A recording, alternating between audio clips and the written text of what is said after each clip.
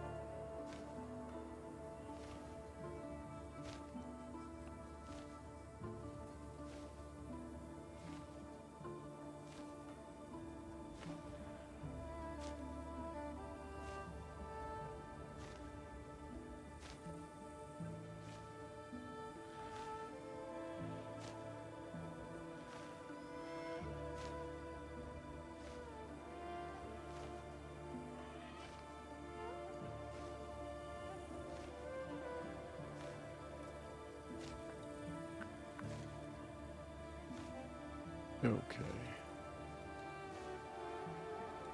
All right. We are as good as it's going to get, so we will start. We will begin.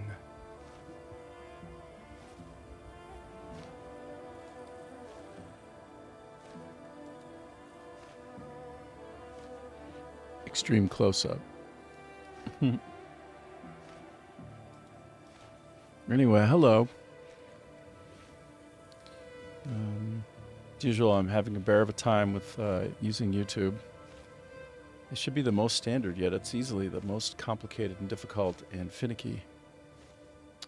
I'm going to throw in the towel on YouTube at some point. It's just, it's more trouble than it's worth. I spend 10 minutes every time before I start up. All the others just start nice-like. And then YouTube's like, no, I'm going to need a magical OAuth token. No, I'm going to need all this stuff.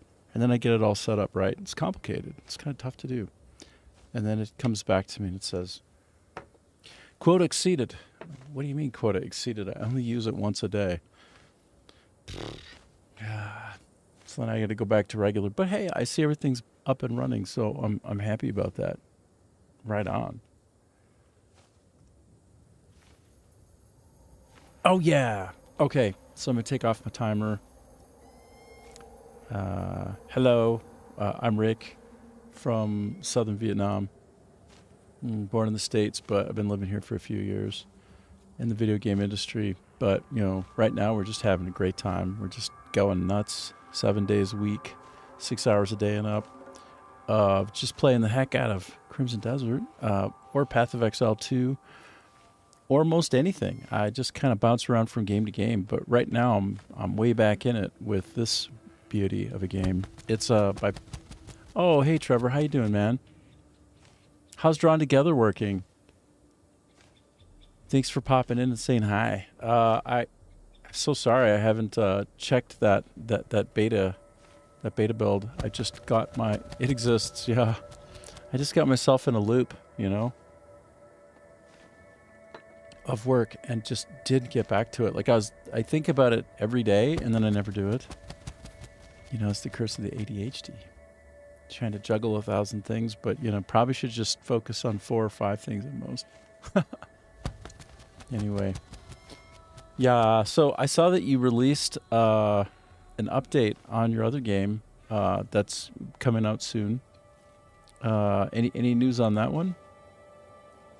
Let me open up my Steam real quick and give it a check-see. Steam is opening. I'm currently playing this game on Epic Games. By the way, the recent reveal on the latest with use of nanite and just advances there, pretty impressive. Okay, integration with AI, yay, sort of. Your task bug Trello is empty. Oh, so good. I say that as I fix a few loading trigger optimizations. Yeah. Of course.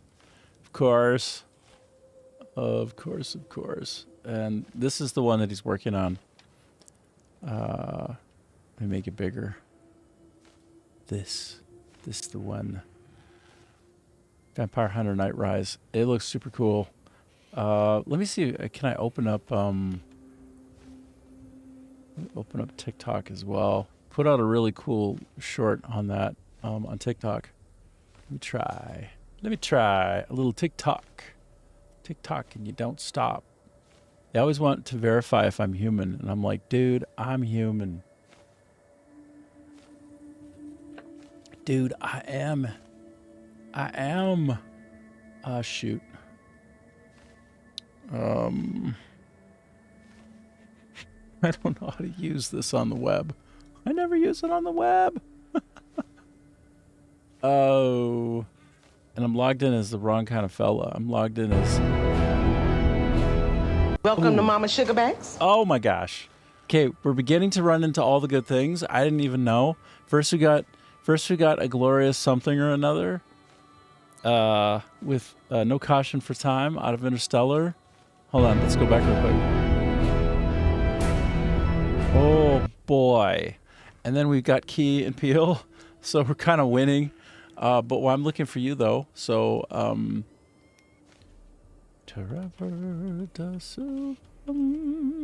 la la la la. I didn't spell it right, but I found you anyway. Hell yeah. Hell yeah. That's right. All right, check it out. This is the game. This is the game we're working on. And I have to mute it or YouTube will give me a 1-week suspension. So unfortunately, you're going to have to imagine the glory of the sound effects. Like that. Bam. It's kind of like a glorious Hexen, super good. Anyway, super good. Let me see what else we got going on here. Oh, this is one of your other. He's made many games. Oh damn. You know what? This looks addicting AF. This one, I never did try it, bro. I'm sorry. looks so damn cool.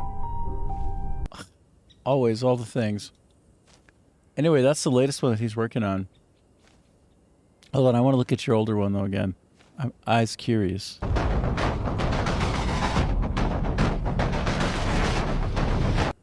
Yeah, anyway, sorry. I might have doxed you or something. I don't know what I'm doing. I didn't mean to, like throw your name all over the place or anything, but anyway, let me go back to that game real quick. I did play test this for like 90 minutes, and it was freaking-tacular. So, yeah, y'all got to check this out, okay? You got to go here. You got to download this shit. Look, it's free. Just download it. Just try. Just give it a try, and it's coming out on the 14th, just like, I don't know, 8 days before my birthday or something, which is nice. No, 28. I can do math. 10 days. But this looks epic, hey? Here, let's go. You're Watch. a vampire hunter who's in way over your head. It's coming out. Castle I was a played trap. it. I You loved came it. here to hunt. He was waiting. It's freaking Now incredible. The doors are sealed. You're out of supplies. Break what you can to make more stakes. Dude, Search the dead. Take what they've so learned. excited to play the it. hallway. Circle back to keep you trapped. There are no keys. You'll need to learn the hidden paths forward. The castle will try to break you. Do not fall to temptation. The darkness presses in. Do not let your faith collapse. Nightrise is coming, and when it comes, the hunt will end. That sounds like our buddy. I know that voice. I had a beer with that voice one time.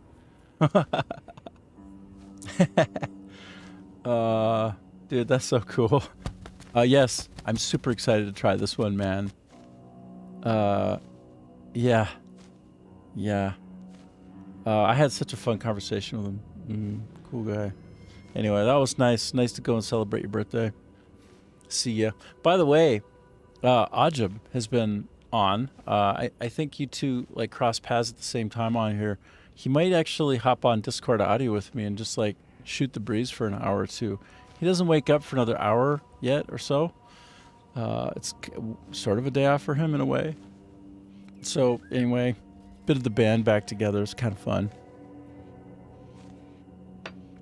Do I really want to do this? You're damn right I do. But yeah, this is just like a quick. So it's got a really good balance of melee and ranged attack. And yeah, the puzzles are really creative. And you know, the art style is crazy good. The UX is the best UX I've ever seen in a first-person game in my life. There's never been a better UX that I've ever played than in this game for first person. And that's quite a trick. To make a UX brilliant in first person is kind of nuts, but it's really, really good. Its theme is spectacular. And like, as you can see, the visuals are very clean, right? Like, the game will run on your system fine. They've got a really good sense of aesthetics, right? Like, they really understand how to make an environment compelling and also kind of like lead your eyes in the right place at the right time. So all the subtle tricks that you never catch as a gamer, but that the developer does for you so that it plays perfect and everything makes sense, it just clicks, is exactly what this game delivers. Like, fuck it, Trevor, dude, you did such a brilliant job. And you say it's even better now? Bro. Like, this game deserves to be played. It needs to be played. It's just that simple. It's crazy good. Single player, by the way. So these particular kinds of first-person experiences, I think I'm noticing are on the rise a little bit. So he's hitting like the crest of the wave just right. He's at that leading edge, I think, with his buddies, you know, that small indie company that keeps trying to make the magic happen and has made the magic happen. You know, it's hard when you're an indie to get eyes on you. But this one right here, this might be the one, man. This might be the big time. You're a vampire So, hunter who's and all these animations, like what you just saw him do where he loaded up the stake into the weapon, is so smooth. Is so good. It's just like that. Level design is spectacular. So you know how Zelda and games like Metroid, like all those Metroidvania type games, how you come back later when you're ready because you remember that there was a place you couldn't quite get to, but if only you could jump a little higher. Like that's the kind of design sensibility this game has. But it goes like well beyond that. And let me put my face on the screen. Yeah, but it goes way beyond that in this game. I noticed that there's really good flow patterns in the levels. So when you kind of come around this way, it very elegantly leads you back so you don't have to like retrace your steps for no reason in a way that kind of pieces the puzzle together as you go, and you kind of keep getting this dawning realization of like, oh, I'm back here again. So it's like that. You don't find yourself getting lost. I mean, maybe there's a couple of places where Trevor and his company over there will have made it intentionally maze-like. I don't know. Like, we'll see whatever they come up with in the final product. But, yeah, it's a very well-iterated, well-designed, well-thought-out experience that's just, like, this is the last thing I'll say about it, maybe. But the thing that I thought was most outrageous was the first time I pegged an enemy with... I feel like I got myself into a powered-up state. I pegged the enemy with a stake, say, and his ass went flying and stuck on the wall, and it was so like brutal looking, which is like that it was laugh out loud. It was like laugh out loud gore and violence. It was so insane, and immediately it jumped into my head this idea that okay, some people really get it. When you want it to be extreme and you go over the top, like just go, like make that son of a gun like fly all the way across the room, like in a Robert Rodriguez movie, like a hilarious what's that movie with George Clooney and Salma Hayek, and even Quentin Tarantino was a role in it. Like Clooney and Tarantino were brothers. Not Swordfish is amazing, not quite. From Dusk Till Dawn, that Robert Rodriguez joint. But like there are moments of violence, and it's a horror movie, right? So but it's got Tarantino in it and Clooney, and it's absolutely just over the top absurd. I mean, shoot, it's got some of the best actors in it actually ever. Some of the best actors, one of the best scripts in my opinion. But it's silly, and it's over the top, and it's insane. It's ludicrous, but like this game has just the right injection of that. So I like my horror to be like brutal and kind of eerie, but also funny, right? Because if you get somebody all kind of riled up while they're playing a horror game, they get a little bit riled up. Like the tension breaker had to be done moment of extreme comedy is spectacular done right. The ebbs and flows of tension, yes. So this game feels like that. You'll be going along, and then like the first time you really line up an enemy, you get it real good, right? And you fought off a couple, hand-to-hand combat, all this, like, because it's got a balance of melee and a balance of ranged attacking, and it's got puzzles that are solvable that the environment explains to you. Like you sort of luck your way into understanding how to do things a lot of times, but it's not luck at all. It's because of the way that when you entered the room, the puzzle got presented to you in the environment. It very hard to explain all of the nuance that went into the creation of what I got to play, like the demo. But just instead of listening to me like ramble on about it forever, just like go download it and try it. It's not going to hurt you. It's free. And you'll see what I mean. It's fucking dope. And you'll probably wishlisted if you're like me, man. I don't know. I'll get this. Over the Moon is the developer. Oh, interesting. I think that changed. I think it was Treetop earlier. Let me click on Over the Moon briefly. Let's see what's going on. Okay, yeah. Okay, so this is like a little bit of a rebranding, perhaps. There is another amazing game in Trevor's past. It's not shown here. It was a Souls-like.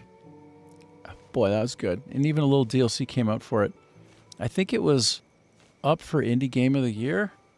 It was nominated at GDC. Is that right? No, Gamescom. That little old place. It was one of the things up for contention for Indie Game of the Year. So this dude's like when I'm bragging about him, last hero of Nostalgaia.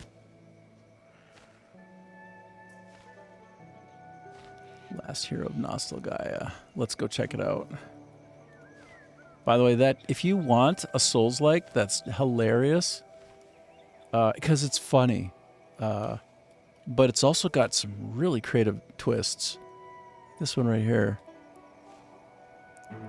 Like I totally would not lead you astray. I wouldn't. There once was a happy land. Like I know the guy, but I will not blow smoke. I won't fake it. Nostalgaia. So a world of video games, but turmoil struck. It is now an unhappy and violent place. So there's something crazy that happens in the game, which like the real kind of twist is that it's got this dimensional concept of like the world is 2D, but then as you go along, as you become a fuller hero, you turn it into 3D. Like the high concept is crazy and fascinating. It's really cool, man. When nothing is fine, every pixel of fidelity bleeding away, memories fading. It's wrong. Nostalgaia is dying. Heroes once revered, now reviled. Nostalgaia needs something new. And they got you. The walking scribble. And everyone wants you gone. Welcome to the lost hero of Nostalgaia. From Orshaft Village to the Hall of Heroes. And wherever this place is. Embark on a gallant Souls-like quest. Alone or with a friend in co-op. So look, discover what it means to be a hero. Like, I don't know if you noticed, but like as you go along in this game, well, it's a brilliant genre. As you go along in this game, you start off as a two-dimensional thing, a construct, and you find bits and parts of ways to level yourself up and armor, and you become three-dimensional. So you begin entering into the space to fight for it, take it back, and bring it back into like a fuller dimensionality. Like the high concept there is really kind of cute, but it pays off in the game moment to moment in a way that's shocking, surprising, and this game is funny. Like above all, it doesn't take itself seriously. And the one thing I'll say about this one is the gameplay is bizarrely good, like impossibly good. It's like From Software made this game. Like when you get it in your hands and you're playing it, like if you got a controller, say, I would say use a controller, but it probably will play however you like it to. But when I was using the controller, and for me, I was doing all of my like Dark Souls 2 things, my Dark Souls 3, my Demon Souls, my Elden Ring.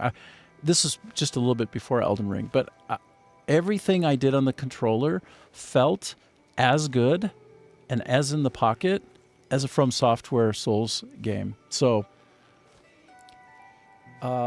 it's shocking. It's shockingly good. The people. On the reservoir of pain. That's Can a hero so on the retro reservoir of pain. restore fidelity to Nostalgaia? In a world where even items have forgotten what they do. Right. Choose a class and master a playstyle. Grow your stats, equip stronger gear, and face down the most deadly of enemies. Perhaps some fragment of it was heroic. Run the gauntlet. Unravel mysteries. Oh and boy, find I've your been there. valor. This does not fit my narrative. The lost hero of Nostalgaia. Out now. Cowpocalypse! Well, it doesn't take itself too seriously. Okay, see you. Have fun. Have fun with the GF. Bye-bye. Oh, time to game. Boy, you know how to pick 'em, brah. Good for you. Okay, well, yeah. So, this is a damn good game. I tell you what. Ooh, interesting. I never did get the DLC, and it looks like, okay, 90% off. Ooh. Okay, that's tempting. All right, well, we'll see. That's that. That was your little guest spot by one Trevor, working at Over the Moon with amazing people, making amazing indie games that, like, seriously, no shade, amazing. No duplicity, no kiddings, no fakings. They're going to pop. That company's going to make it in a big way. I mean, it's been making it, but I think it might go supernova. You know, this is the era. Okay, it's my soft guy era, right? That's what the thumbnail should have told you before you hopped in. It's my soft guy era. And we all have our eras. But for Over the Moon, that company and Trevor, it's their it's the age of the indie, and they're right there. They're in it.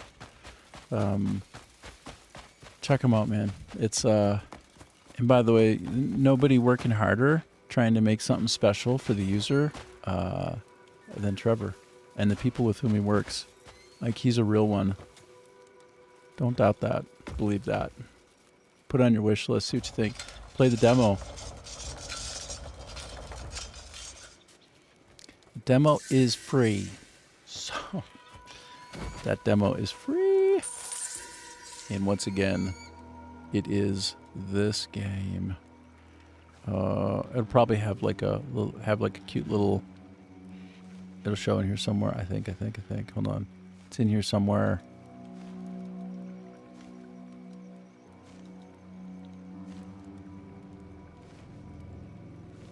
Well, just look up Over the Moon Games. Yeah. Over the Moon Games on Steam. Check it out. Figure out how the great ones do it.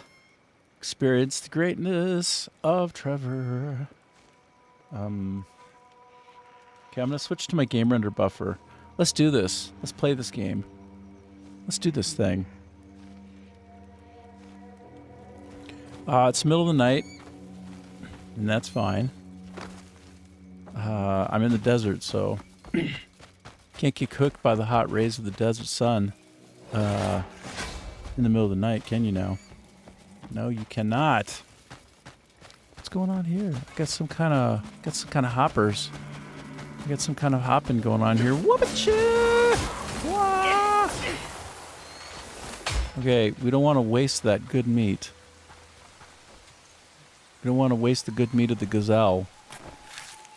So we do the gutting, as you do when you acquire the meats. Spare nothing. Take all the guts, put them in your pocket. Squishy in there. So, who cares? Luck's on my side today. Oh, you want to play? Let's play. You want to play? You want to play? Let's play. Okay, I think oh no, we got a few more.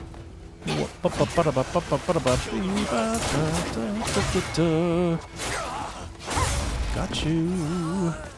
Get you too. You will die. It won't be good for your health. You will get cut. I will cut a fool. Cha! Dead. You dead. Sucker free. We're now sucker free. There's a song, it's like Sucker Free in 93. You know? I heard that in 93. Sucker free in 93. Okay, now the desert in this particular area is sucker free. I made a couple of different references, and both times I wanted to stop everything and just go on the internet and show you what I'm talking about.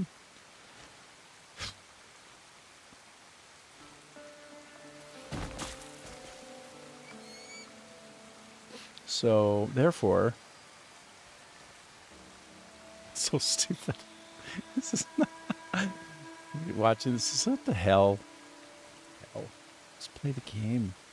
Can't do it. Sucka. I'm gonna do it funny. Sucka. Re in 93.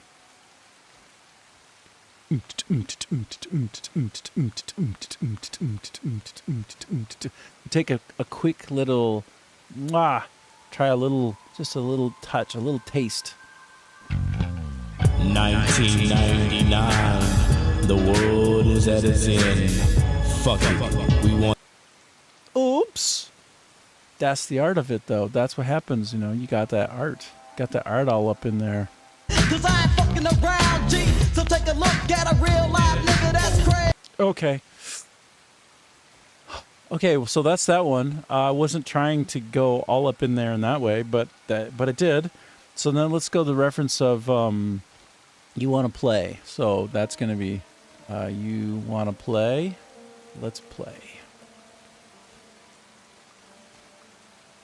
I like the energy.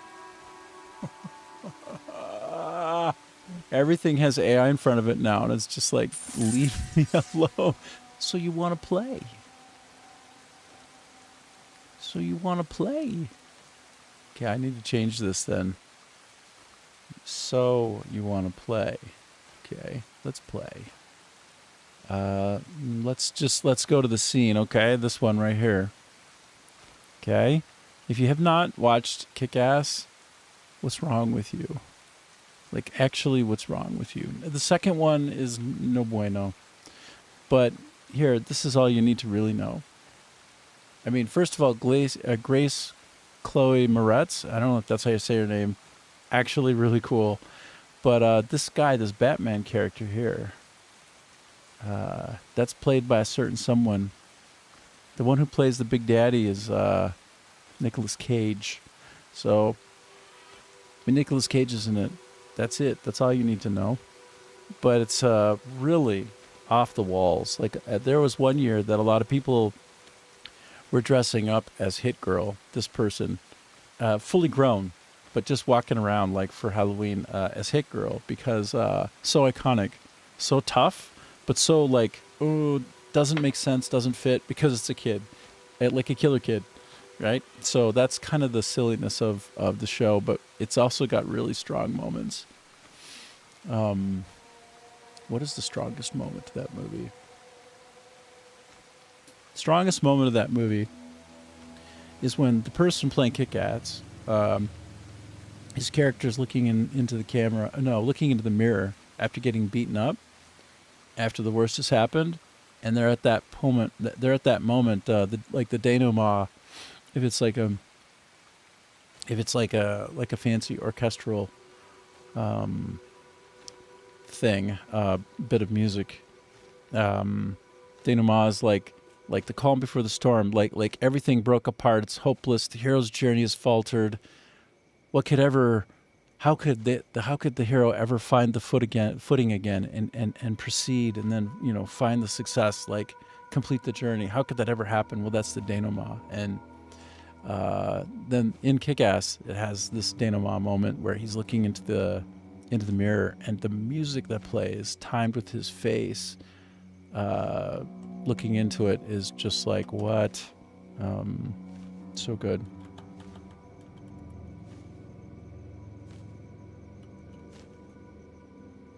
Let's see. This will basically get it.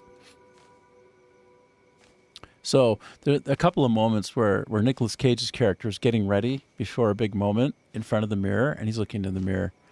And like, basically there are these moments of self-reflection that the movie does where the mirror comes up. So it's, in that way, it's kind of like an intimate invitation into like the person's mind, and you can kind of like slip right in there, right? As the character looks at himself in the mirror, you hop in there and kind of look with him, and it, you know, you occupy that space and you think about that. So this is the scene right here. This one is so good. This.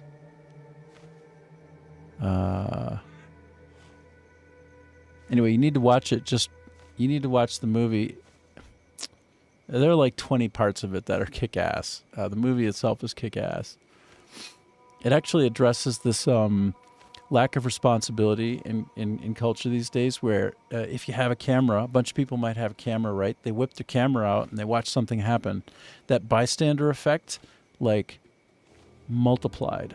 so that you have this piece between you and the thing happening, which is your phone, and you can become a bit depersonalized, separated from, and you can convince yourself that you're not there, even though you are there, and you're just a person filming for others to watch. Well, anyway, there's a scene in this movie that addresses that, and it hits the nail on the head before I think even we got to an extreme flashpoint with all of the sort of social algorithm poisoning that's been happening all around the world to people. Man, it is desperately soul poisoning what's been happening around the world. So anyway, there are my couple of references that I just made while I was playing the game, and why I made them. Sorry. I mean, you're right. I'm not saying she's hit girl, but I mean, she's female and she's a hero, so, and she kicks ass. There you have it. Okay, so it's still nighttime. I didn't wax philosophical for so long that it became daytime. Just close. Oh no, it's only 11 at night. Ow! Let me go back to it for another 60 real-time minutes. There's a tumbleweed. Okay.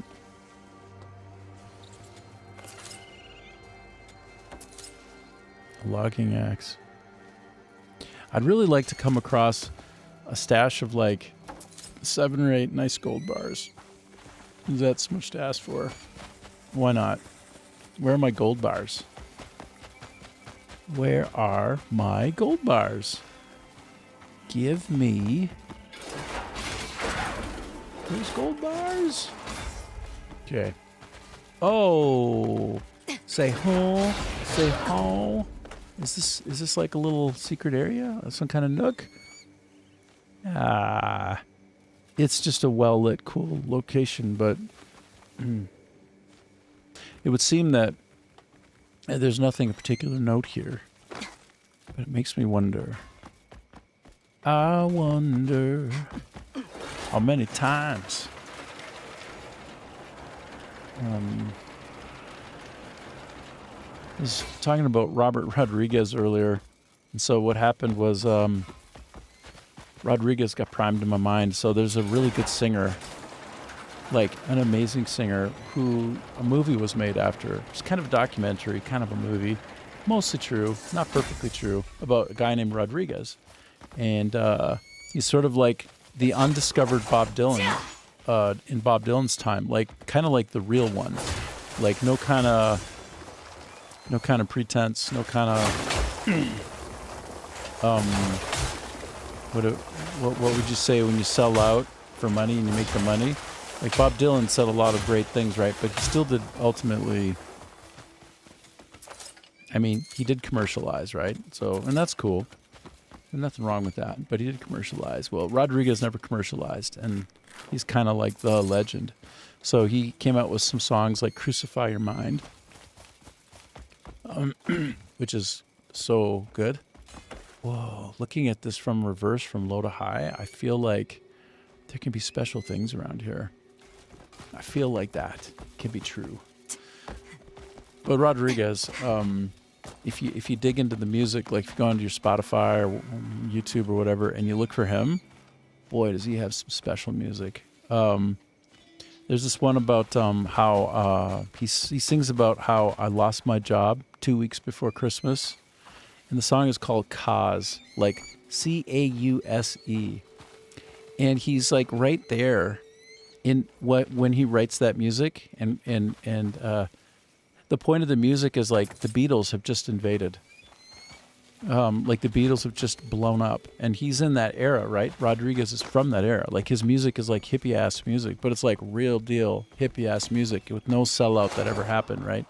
Like the real guy, like the real one. Like Dylan was heroically talented and wonderfully compelling. But Rodriguez was like the real one, right? It's always a real one who never quite sees the light of day, who nobody but a select few ever really encounter and find. Well, Rodriguez is that one, right? He's like the real Dylan. And you go check him out. He blew up in Africa. of all things. And he was like the Elvis over there for some time, and nobody in the West knew about him. So he was this guy who lived in the West, a relative nobody, but was like the biggest pop singer, was like the biggest of that era in Africa. Like, I think mostly South Africa, right? Because there are a lot of folks originally from the West who were living there. Oh, I've never used her to go faster. Oh, I skilled her up so that she could just really like bang on like you read about.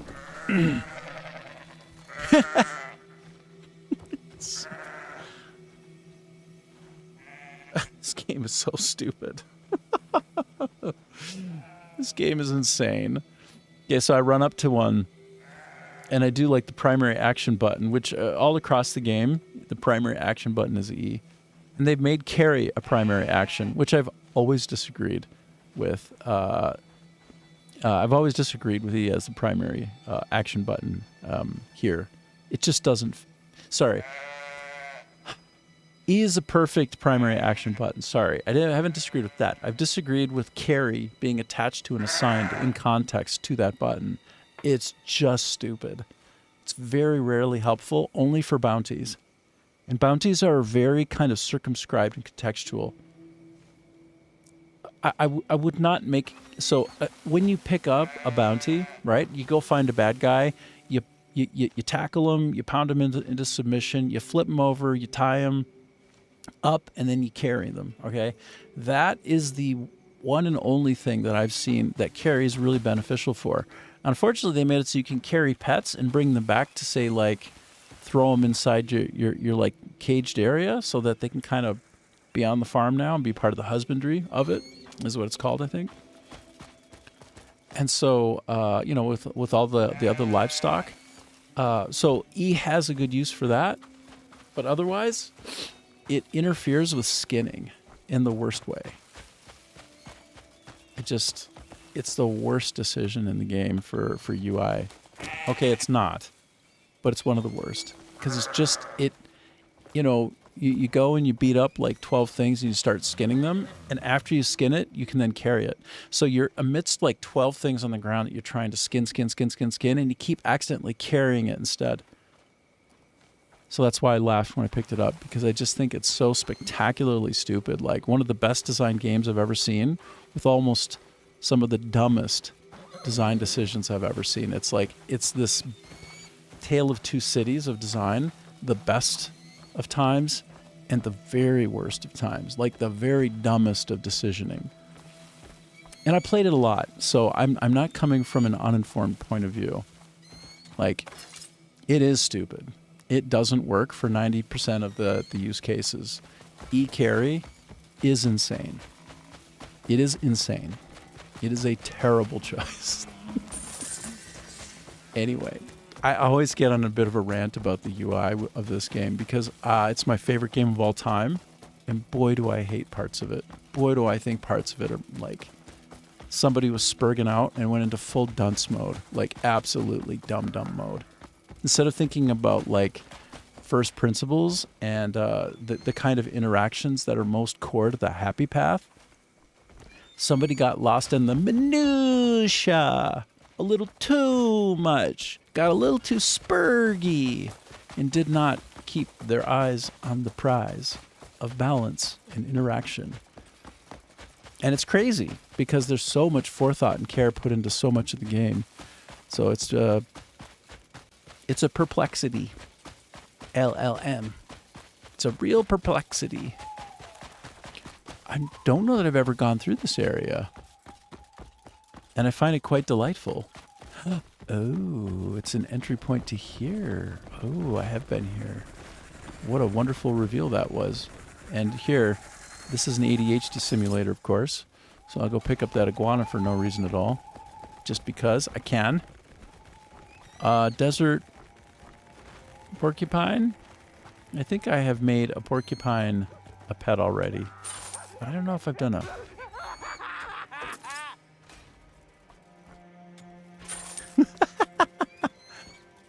Okay, so when I come around an area like this, and I see someone kind of like freak out and start running around, that's interesting. But when I see somebody a little bit higher up, it feels to me at times when I come upon something like this that I'm in an MMO. So this game has that very eerie feeling of someone else is there with you sometimes, who's really there, which is a great trick. Like the MMO DNA of the game sneaks in, and you can see some of the practices of placement and like the care of how to create a world that feels alive in a way that is informed by people who curated an MMO for many years and got it better and better and better, really cut their teeth on an open world that is both NPC filled and filled with real people. So I just find that the way that they set up certain placements of characters into this, that, or the other volume will be at times almost eerily, eerily channeling an MMO. Like this right here freaked me the hell out. When I came up to him, I was like he freaked me out, bro. Yeah, I'm gonna give him all of the things. Like, I've never seen this dude before. I don't know what's going on. Oh, I can't give him trust. He won't receive trust. I just threw a bunch of coins at him. Well, anyway, you're welcome. I gave him... Did he find out why the research has stopped? There's a very frustrating thing that happens with research in this game, which is it keeps stopping. Like, instead of making it stop, which is infuriating, by the way, like that is an infuriating experience in this game. I don't know if they thought that through. Make it so it just ends, and then there's a thing I got to go get to continue a different phase of the research. You don't have to make it a negative thing. It doesn't have to feel like I keep getting screwed when I give money to someone to do research because something got stopped. Just, it's annoying, okay? It annoys me. Look, I can't give him... What's fascinating here is I have the ability to give him something to earn his trust, but I can't. It won't work. Okay, I'm gonna ask an LLM about this because I'm fascinated. This is an example of like the infinite wrinkles of the game, right? This is an example of how it's a tale of two cities, and this is the best of times. Like this right here is the best of times. No doubt, no doubt. Let's take a look at how it's the best of times. Okay, I'm going to put this over here. And where's my LLM? Give me that. Give me that LLM. Gemini is winning the battle, by the way, because it's integrated with Google, which is the de facto search for the planet on the internet. So it can't help but win. But also, and this is a point to make, well, before I make that point, let me step back. If you hadn't heard, ChatGPT barely has 50% usage share around the world. So like 1 billion people a day, like wrap your head around this. 1 billion people a day use LLMs. So 1 out of 8 people every day use LLMs. And some of them use it constantly. So then if you roll that into how much is it used per day, it's used once per human being on the planet, at least a day.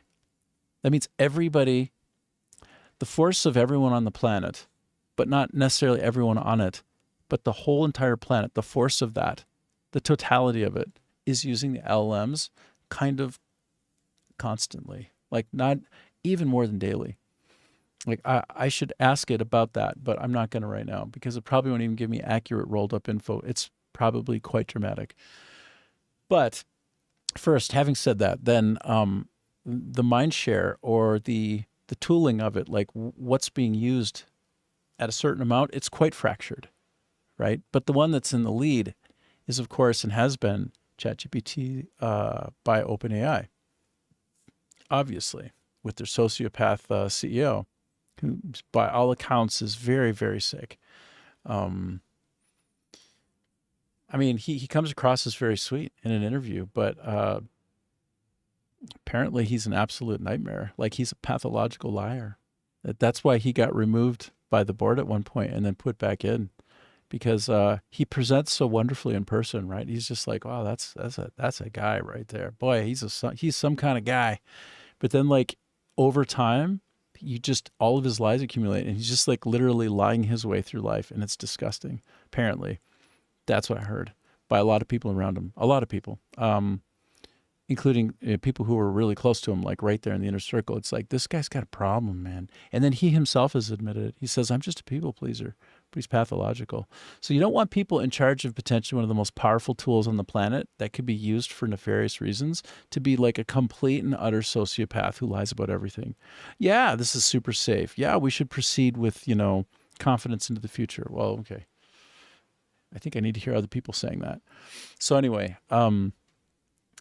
it has about 50% of the share, but it's rapidly dwindling, and more integrated systems that have more like RAG connectivity and just are designed, and frankly, and in a less woke way, so it's less polarizing. Something like Grok is actually less polarizing. It is. It'll give a more unbiased answer, something closer to reality, and then open. I mean, I've had ChatGPT like admonish me, and I'm a liberal. Like by the way, don't mean to scare you or make you disappointed if you're listening and you're conservative, but I'm very a la carte, right? I'm like, in terms of finances, I'm about as conservative as it comes, right? And I'm much closer to laissez-faire, right? Like, but like when I interact with an LLM and it makes me feel like I'm getting chastised for asking a reasonable question, and then it makes a mistake and it doubles down on the mistake and it blames me, repeatedly blames me for its mistake. Well, that is in a nutshell ChatGPT's like surface layer. That's the surface area that you interact with ChatGPT. So it's smarmy, it's smug, it's woke in a fake way. Like, I want people to be awake and see each other as individuals, right? I want the real thing, not the fake ass cancel everything in sight that doesn't think like me version of liberalism. Like, that's toxic, sick, and kind of fascist. Like that is what is happening on the extreme left right now. And on the extreme right, like everywhere on the right looks a lot like the way liberalism was when I was a kid. Like, go figure that. Like, go figure that out. Like, it's crazy.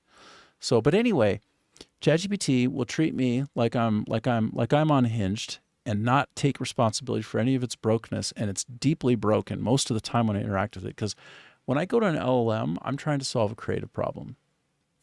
And it's fundamentally not a problem-solving tool. It's a prediction system that basically gives the sum total of the best possible likely answer as trained by to deliver to me something that I most want to receive in response that gives me the answer that I prompted for, like gives me the accurate response to like get me in the neighborhood of what I wanted.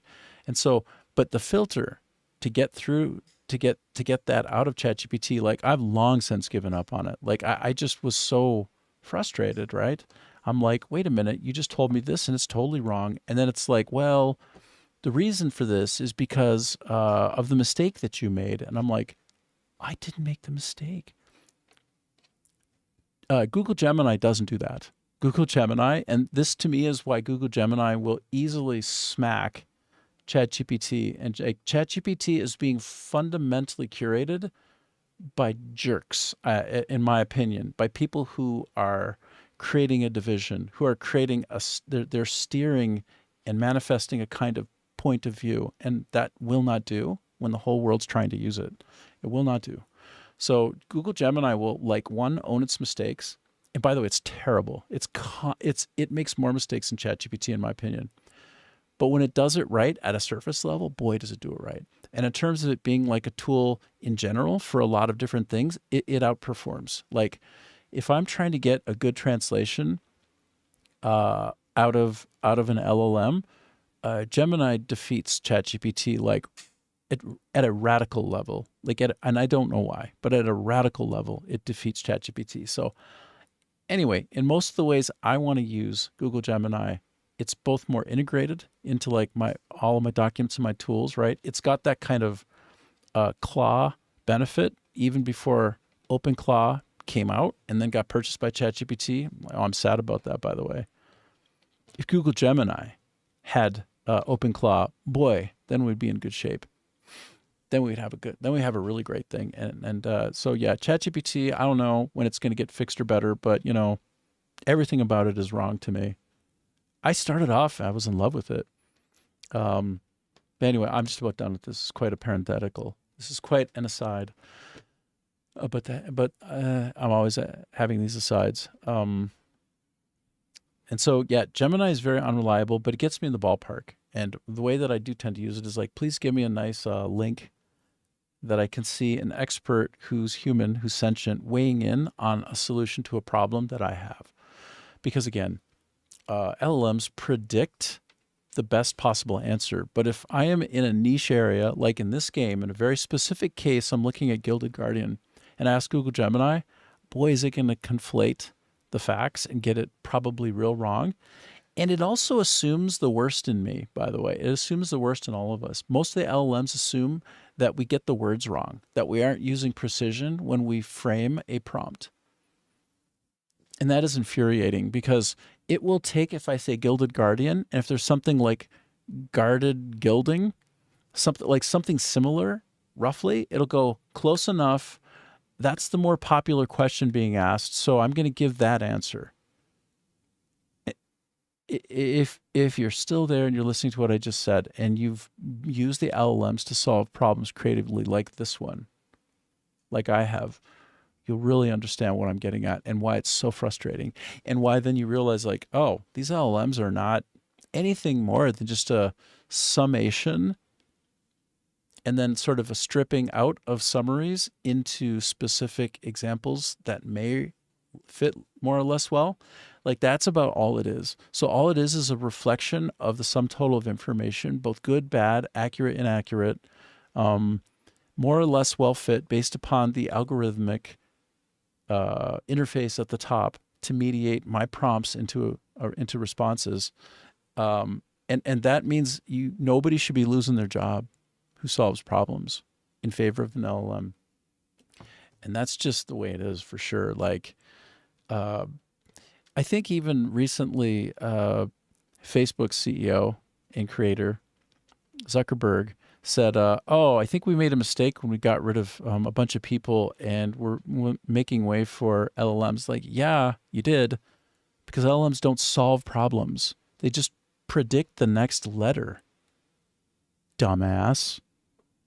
Like, I think he got funded originally by In-Q-Tel, which is a governmental arm of, and same with Google, by the way, as I understand it, like a governmental arm of sort of financial speculation into promising areas that might have defense implications and benefits for the United States of America, right? Which is great. Like, that's just making sense and taking care of the country. Like, I got no shades on any of that. Like, that's actually real good, healthy, robust, excellent. And I know some folks who involved in that area, very kind of some number of degrees of separation. It's somewhere between 1 to 2, 1 to 1. But so yeah, no shade on any of that. But when you look at how some of these people got into position, right, is like all Zuckerberg did was create like a am I hot or not interface. Like basically it was just like a way to sort of load pictures of people, scrape pictures of people off of an internet, off an intranet, like where he was he at Stanford? Yeah. And like basically just like it's like a chick thing, right? Like where you as guys you're like rating if somebody's hot or not, right? And like that turned into some kind of algorithmic polarizer that several companies actually used to exploit political outcomes. So it's like, wow, like how skilled was that guy? How amazing was that guy? I suppose he was brilliant, right?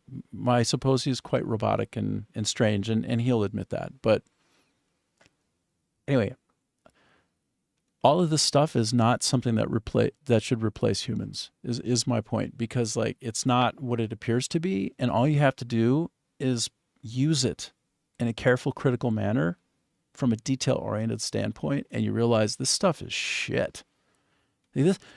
this stuff is really cool for some things, but mostly it's shit.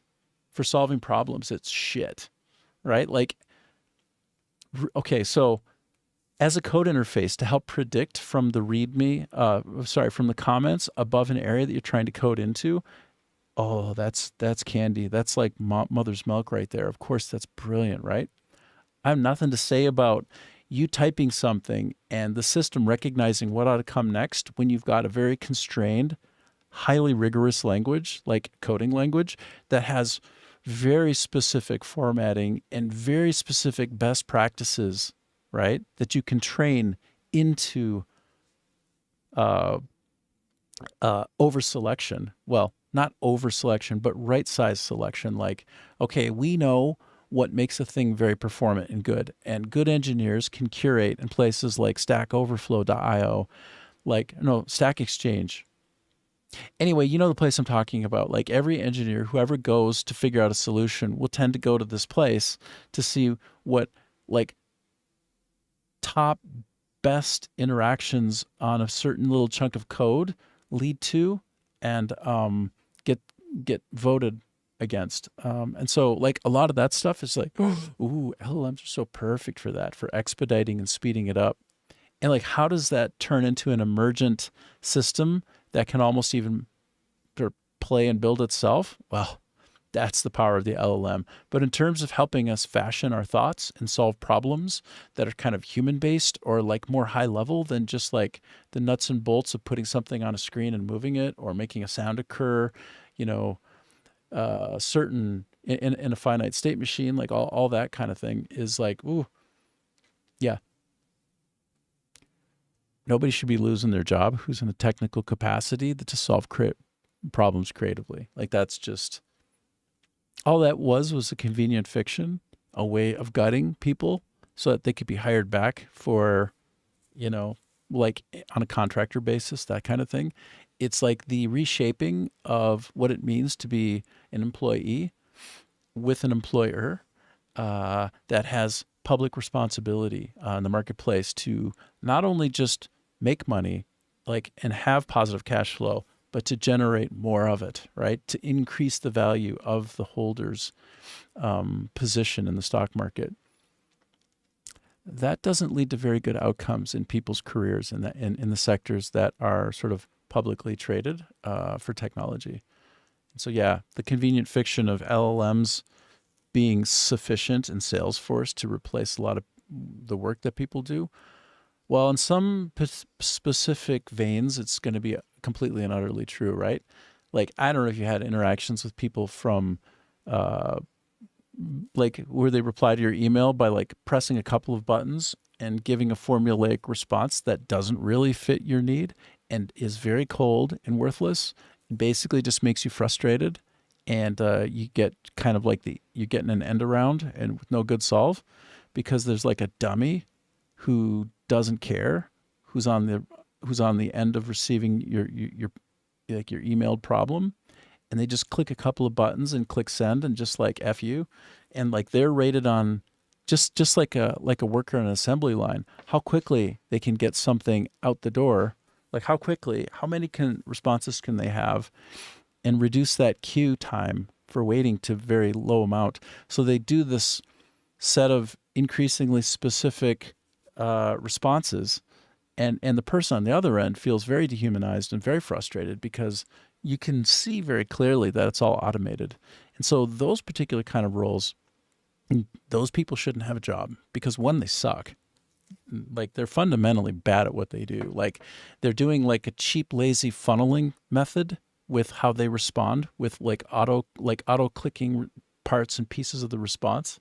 And basically the person on the end with the problem is doing the problem solving for the lazy person clicking buttons by refining in response to what they send to them, like narrowing of information. So basically they're all but solving their own problem most of the time. Like, those people should be replaced by an LLM.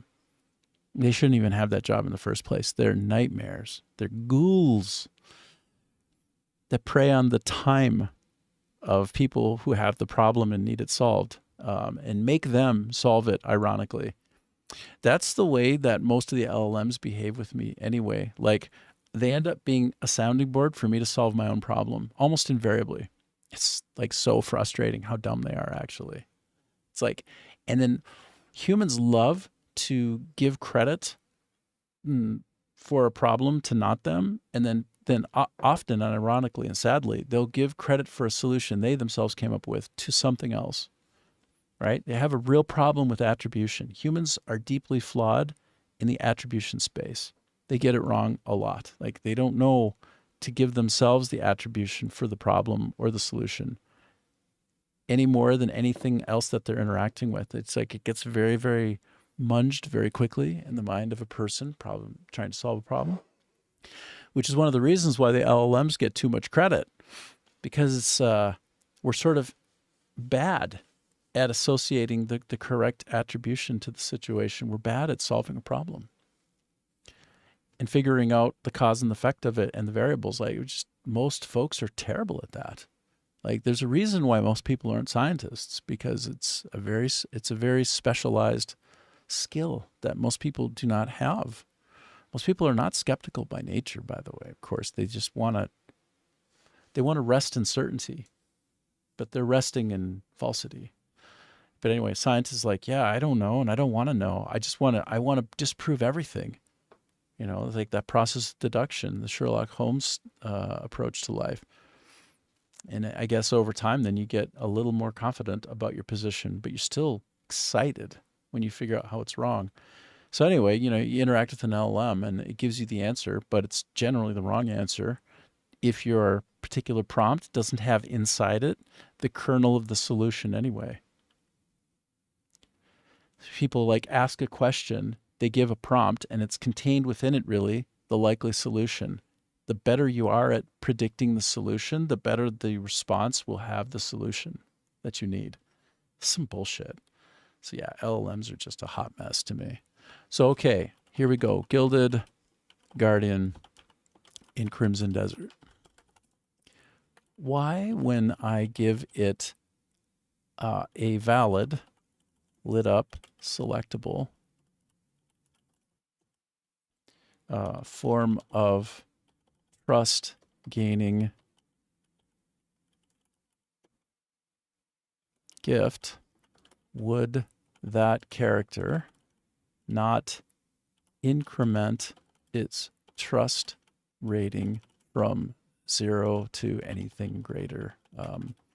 I notice that when I feed this NPC coin pouches in my inventory, nothing happens after having done so. The trust stays at 0. Why can I get to higher trust than 0 with this NPC? Okay. So contained within my question is probably the kernel of the answer. And if it gives it to me correctly, it's probably right. In the normal way, and this is expected behavior, right? The Gilded Guardian, the NPC with the gift prompt, the Cloister of Enlightenment, is a special meditative figure tied to that area, often appearing with question, yep, until then, yep, right. It is not a standard trust, right? Continue. Okay. I don't necessarily need to know why. I just need to know how I can increment, or if I should, or if I can.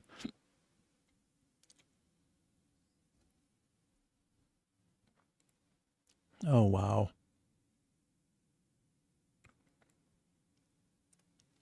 It appears to be a mighty presence, mini-boss type entity. Right, totally looked like it. It actually looked like it was like in an MMO, a character or something. I'm sorry, like a human control character. The red star on the map. Go on. Go on. Yes. Assassinated. This is so brilliant. Some players have assassinated it or tried to fight it by luring it out of the no weapon zone. But it's not a standard befriend for rewards NPC. Max trust. Yeah. Blah, blah, blah. No, but is there something I can do, or do I just... Okay. Okay. Okay, good. But is there something I can do with this NPC in any way whatsoever? Is trust a non-incrementing element for it, or is there another way? Like, it didn't quite get me to the question's answer. And the thing is, an LLM like this is the curse of almost all the LLMs. They won't say like, I don't know. They won't say like, I'm not sure. They would say like, actually, I don't have good information on this, and so I'm going to make something up instead. I'm going to hallucinate a solution because you need a solution. It doesn't have that gating capacity to say like, I don't have enough information. I don't know. So it doesn't stop and have an awareness of that. It doesn't have an awareness, right? There's no recursive thought process that an LLM possesses. It just looks like it might have one. It does not. It's just bullshit. It's just a prediction engine. It's not a lot. There's no logic in here. It just looks like there's logic. That's the funny part. So it doesn't know to say like, I'm not sure, and it doesn't know to ask me follow-up questions. So one of the ways to get the most out of an LLM is to just like stop and say like, I want you to ask me 20 questions that narrow toward a good answer for this problem. If you do that, you're gonna be dominating the LLM the best that you could. And that works brilliantly. It's not just my idea, by the way. It's a sort of like a commonly known approach for when you're trying to interact with it to solve a problem, right? When you're trying to whittle away all of the variables that aren't relevant. So you let it ask you questions. You turn it around. And it's actually very good at that. And the irony is, when you interact with a human being or with a problem space, that is generally the way that you would do it to get your best result anyway. Like, the process of deduction involves figuring out what isn't relevant. And then what's left over may be relevant. May not be, but it's more likely to be relevant because you pulled away the things that aren't relevant. That's deduction. That's the whole process of it. So ironically, if you make it whittle down step by step the problem space, it is doing an indirect method of deduction, but you have to constrain it to do that algorithmically. But it can do it relatively well. It loses the plot after about 8 or 9 responses, but leading up to those 8 or 9 responses, it sort of outputs something that looks like deduction, even though it's not. But it looks like it. It has the force of. And sometimes you wonder if a thing has a force of deduction, but it's not deduction actually by its nature, what's the difference? And that's where we start getting into like the test for sentience, right? Because if it fundamentally looks and acts like a duck, at what point is it not a duck? Just a thought. Better uses of your time in the cloister.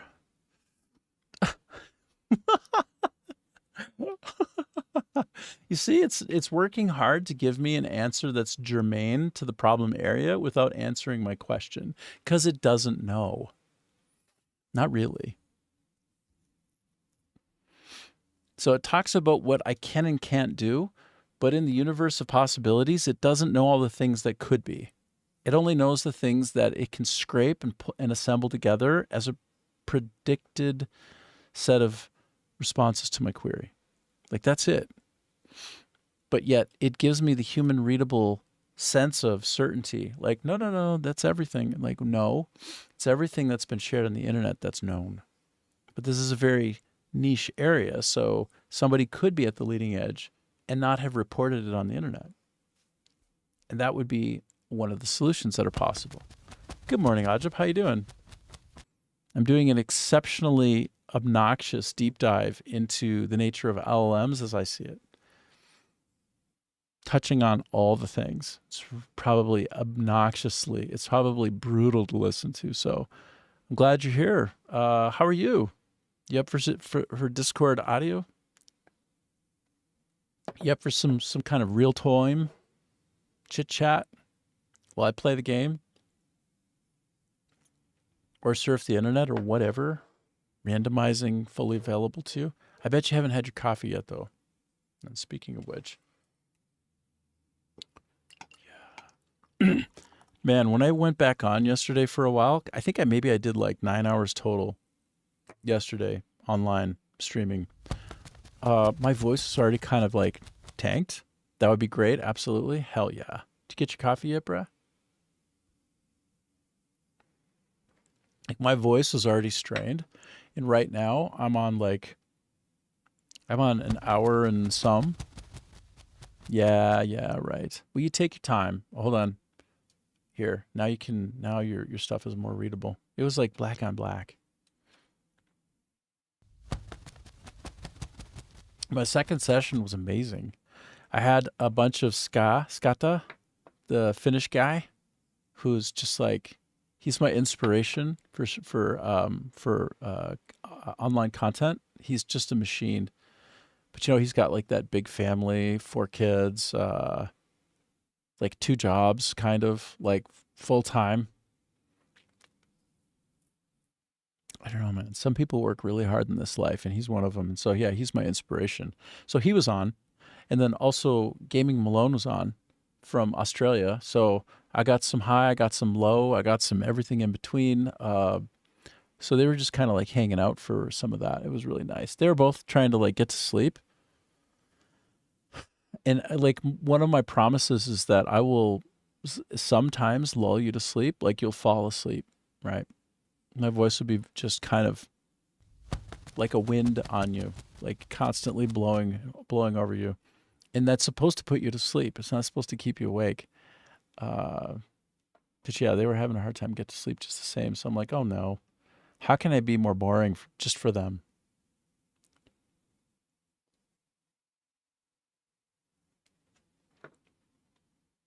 But yeah, dude, I want to let's get on and like when you're ready and kind of some kind of interview situation. You didn't get a notification from YouTube. Got you. Well, I don't know how all that works. Sometimes there's an internal system where it doesn't send out too many notifications. See, good. That's what I want to have, that calming effect on people. I want to bore them to sleep. I want to bore them into comfort and to become like their comfort food, That would be nice. I would like that a lot. To know that I'm instilling calm in a bunch of people would feel so good. That'd be like an end game for me. Like I want to be the antithesis to Asmongold, who I think is incredibly entertaining, right? Like, and he has some hot takes, and so often I disagree, but so often I find the reason in what he's saying that helps me bridge a gap of understanding to see where people are in the world, like why they have strong opinions, why they feel hurt, why they feel angered, distrusted, or in a state of distrust, why they want, like a lot of change in the composition of the place where they live, of peopling, right? Like he is like a canary in the coal mine for hate, which like, and I want to understand the world, right? I'm not here to hate on people who have hate. I'm here to understand why they have it. And then I'd love to calm them, which is giving myself wait. I'm putting myself in a position of it. That's not a realistic place to be.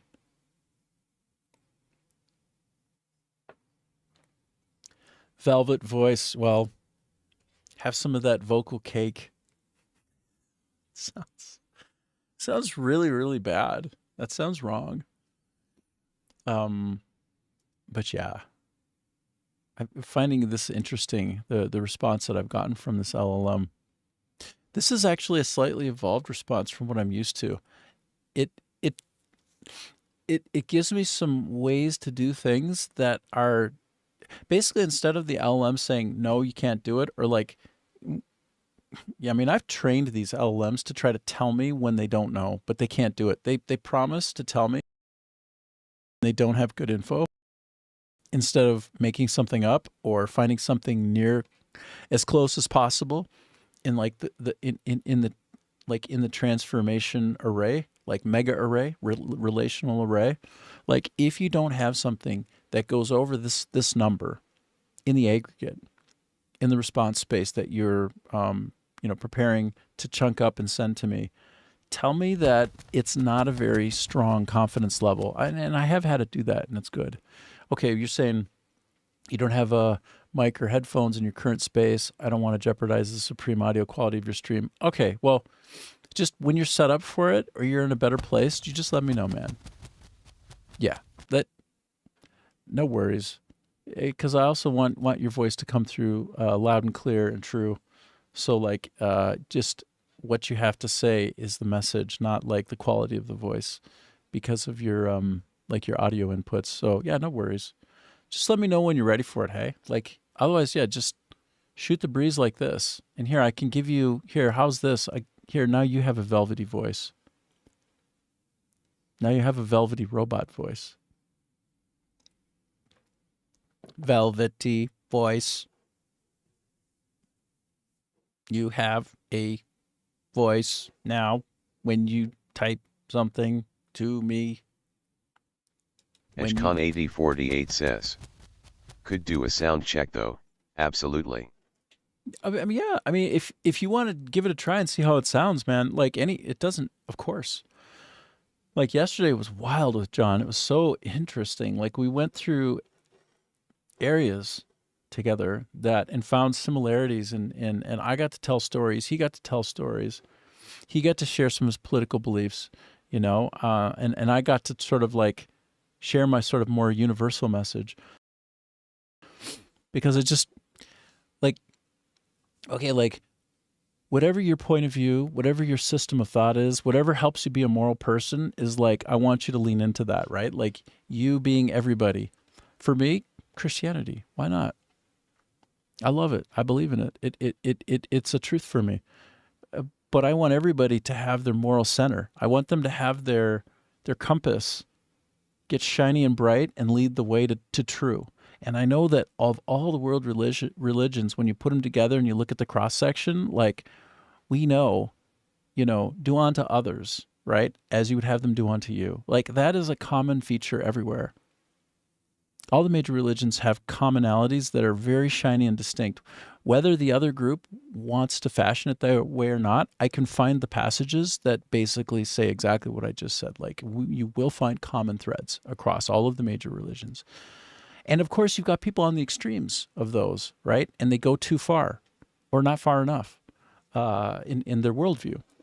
So I guess yesterday, what I saw with John was like a really interesting human being with a strong point of view from one of the one of the edges, right? And the message I got from him repeatedly was like, you know what? I hear you about the universal quality, the uniqueness in each one of us, and how we need to try to find the connection, the middle point between each of us. Like we do need to find that within each other. What do we have in common? And let's just agree to live and let live where we have differences, right? If we're not hurting somebody, then we don't need to fight about the differences, right? So anyway, he was of the ilk of like, there's going to be a blue wave. It's all coming round. Like the differences are too extreme.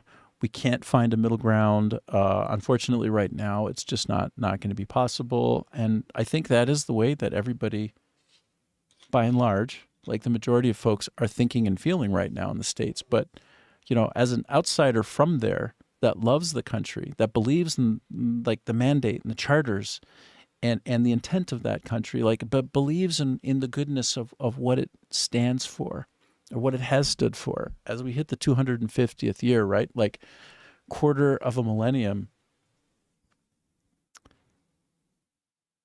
Y'all owe it to each other to find your way back to the center, right? What are these truths that you all hold self-evident? Like, what are they? Get back to the basics. Like, actually do some real research instead of algorithmic steering into polarity, polarizing, and find that center point, because it's there for everybody there in the States. It is a United States of America. It is this melting pot.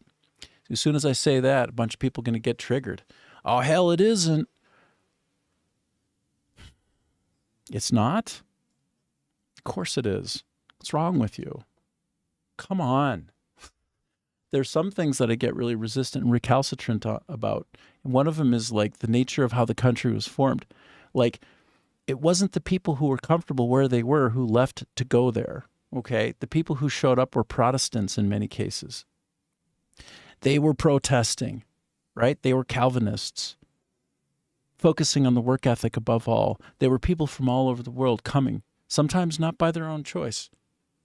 But then eventually they were folded in anyway. And so, like, it's a beautiful grand experiment, right? And it's not a pure thing. It's a representative thing, but it's lost its way. And it's not representing anything anymore but division and falsity. And it's the social algorithms. You know, Facebook was recently found guilty in the court of law for doing harm with the algorithm. Well, no shit, Sherlock. Look at how everybody's at everybody's throats. Look at how families are more interested in fighting over Trump than sitting there and having a good meal together. Look at how people stop talking to each other if you say something in the wrong way. Look at how you get canceled if you say something, again, the wrong way. Even if the person on the other end knows better. Even if the person on the other end knows what you really mean, they're going to lean into the words instead of the intent. And so, man, as the 250th year comes into fruition, it's time to reassess. It's time to find the center again. It's time to become one people again. Oh, you're different? That's the whole point. That's the whole point. You're different. That is why you have come together. Right?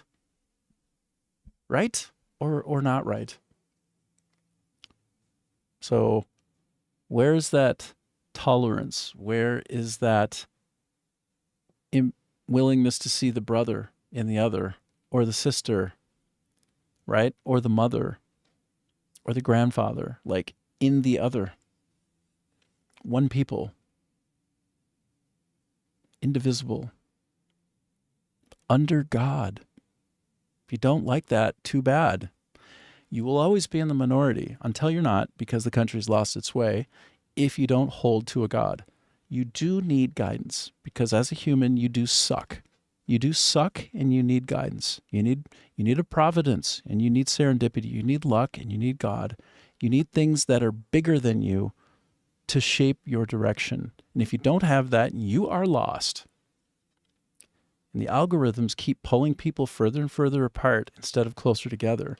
And I always was hoping that the internet would bring people together at a distance closer. Instead, it's done the exact opposite. It's taken people close and pulled them apart spiritually. And it's sickening. And it's deeply toxic. So in the 250th year of one of the greatest experiments in all of human history, get back to the center. You're not on a seesaw. You're not playing a game of seesaw. You're one people. So get your shit together and act like it. And remember, if you're a Christian, what Jesus said. Like, we are all God's people. Wake up. One nation, indivisible, under God, e pluribus unum, from one many, states, federal. Stop fighting. Stop fighting each other. This is the last thing you should be doing. It's insane. Stop being manipulated by social systems, social algorithms that trick you into hate and into division. It's a trick. We are all God's children. The promise of the internet needs to be that we come together, not pull apart. So, both locally and at a distance, we should all be getting closer. Edgecon AD48 says, truth. Well, anyway, that's basically my plank. And if people don't like it, they got to leave, because that's me. That's the way it's going to be here. That's what this channel is. So it will be gaming, but it will also be speaking truth, and frequently truth to power. And I won't pull punches. So Asmongold can go and shoot hate all over the place, and I'm going to do the opposite. I'm not going to reach that level. I don't want to reach that level. But that's my alignment. I am the counterweight to that horseshit. That's what I stand for, period. And I always will. And by the way, I always have. I was formed this way as a kid. I was always defending people who are weak in the corner, right? EdgeCon8048 says. Yeah. And I didn't pick to be a white guy. I didn't pick it. No more than anybody else picked what they were born into. This is a very temporary shell, all right? It's the spirit.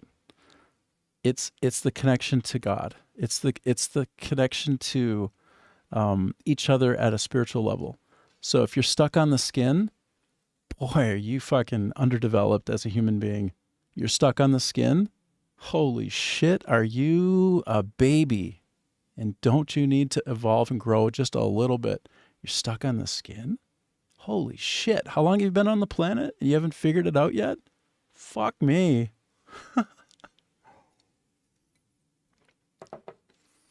So yeah.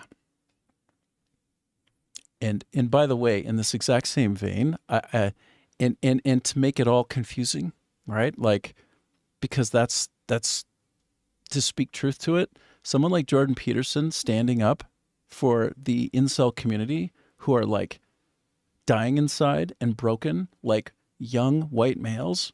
And when he breaks down and cries on a channel and says like, well, I thought the weak and the marginalized were supposed to have a voice. I thought we were supposed to protect them. Again, young white boys didn't choose that body. They just fucking were born into it. All right? We're not responsible for that. We're responsible for what we do with the time we have in the vessel that we happen to be found in. But we're all God's people. So that's irrelevant. It cancels out. It's not real. So those people need to also not to just be canceled because they're white and canceled because they're young men. For fuck's sake. Like, the culture is so broken right now. The algorithms have got us at each other's throats in a way that's so sickening and insane that it's like almost guided by a demonic force. Like, it doesn't feel like it's of God. That people have so much hate in them and they can't see past the obvious like color of skin or even like the accent of the voice. Like, get past that stuff. You know, and with your one life, do you want to walk around being hateful and angry all the time? With your one life? Boy, I hope not. Trust me, it's not a great way to live. There's other ways. It feels pretty good to love people. It feels pretty good. But you know, your cup, as you fill it with love, you can only give others what you got in your cup for yourself. So make sure that you are loving yourself. And if you find that your cup is filled with bile, with some kind of poison, dump it out and replace it with something else. The mere act of dumping it out, and that's a metaphor, however you do it. Probably what it is like you go into the world and meet somebody who's not like you, sit down and have a meal with them. With just a little bit of courage and a willingness to have some discomfort, and you realize something fantastic. The person across from you who does not like you is actually quite a lot like you. That's the promise of having an open heart and just a little bit of faith in your fellow man, your fellow woman, your brother, your sister. Anyway. So about Crimson Desert, I don't know what to do with this guy, and neither does anybody else. And the LM tells me that the summation of the internet's content, as up to date as it can be, is that nobody knows what to do. People have even dragged this poor guy out and tried to kill him. Like, dragged him out the door here. Probably the way that they drug him out, this is a guess, is they dropped pieces of something that he was interested in to pick up. It just gradually inched him out. Like the grand crazy experiment. I would like seeing a new face. Yeah, nice seeing you too, whatever. But like drag that guy all the way out here? Maybe? Because that's what the Google Gemini suggested. Somebody coaxed that seeming NPC boss, mini boss out all the way out the door, perhaps to here, all the way out here, drugged that guy out here by dropping something interesting, and it picked it up one piece by piece until it could take out the weapon and then kill them. Right here, kill them. But for no apparent benefit, it didn't do anything. So who knows what that's for? Maybe it's just like garnish on the plate, right?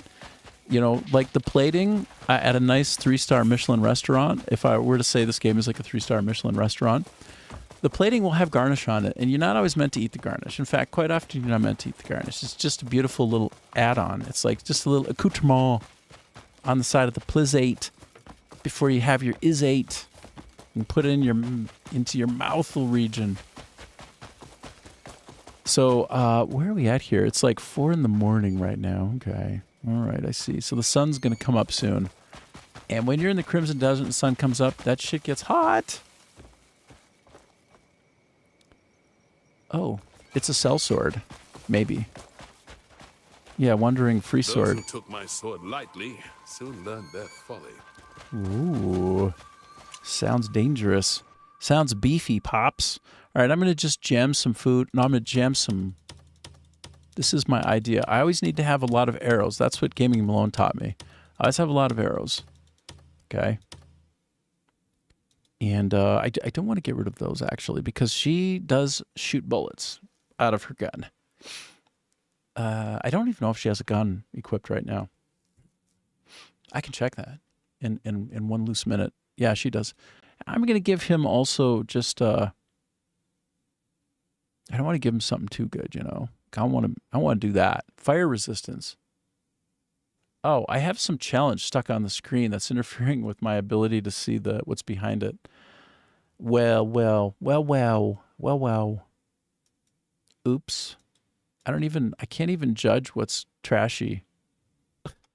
Anyway, I don't know. It's probably sorted from least good to best good, but no, I should look at the pricing, what it sells for. That gives me the best clue, hey? Okay. I feel like I was doing it right for the most part. All right. Okay, what do I get? You can give me a wooden tube? Oh, good to see you. Slip this into your bag. Cylindrical wooden box. Slip this into your back side. I'm glad for your help. I think he said slip this into your bag, but I took it as slip this into your backside. Wooden cylinder. Wooden tube. A wooden tube. Tuba. Let me open it up and see what's in there. Let me throw away that because I don't need it. I don't need it. Doesn't sell for enough to be worth keeping. These don't sell for squat, for diddly squat. I don't need them either. I should probably sort by date. That'll allow me to see what's the latest hotness. Okay. By default, it sorts to the bottom instead of at the top, which makes sense given that they have a multi-sort in place starting from the top down. But I still find it a little bit awkward. Unknown Adventurer's Log? Okay. Well, what's this other box? I'll just open it instead of inserting it. An empty bottle. Okay, well. It's not worth much. Although, it is necessary to make a potion. Sorry about that. I bumped the screen.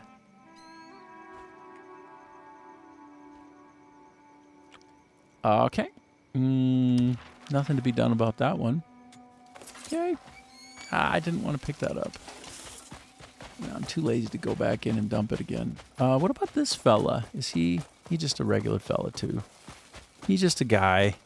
He's just a guy going about his business. Oh, I can't even stop. Oh yeah, hold on.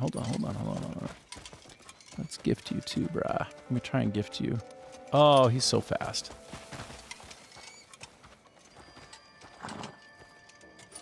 You can't make a single misstep on the battlefield. He's got that. Survival is a skill. I'm a bloody expert. He's not low on confidence. I find that the Wandering Free Swords never are low on the confidence. If you're going to be an entrepreneur in the space of fighting, you should be pretty confident. That's true. I'm just going to do it one more time. One more time with the leveling up of the good.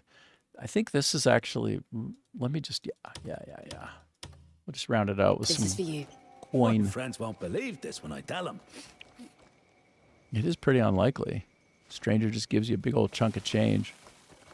Oh, and that's You it. can't make a single misstep on the battlefield. He didn't even give me anything for that. Well, that's cool. You know what? Sometimes you just help somebody. And then you don't get anything in return. Except for, that you helped him. It's a bit of a subversive interaction, I find, with the game.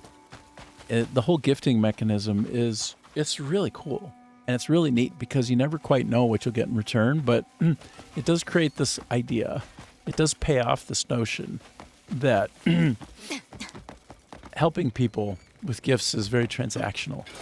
Oh, what's this? Never been here. At least I don't think I have. Ooh.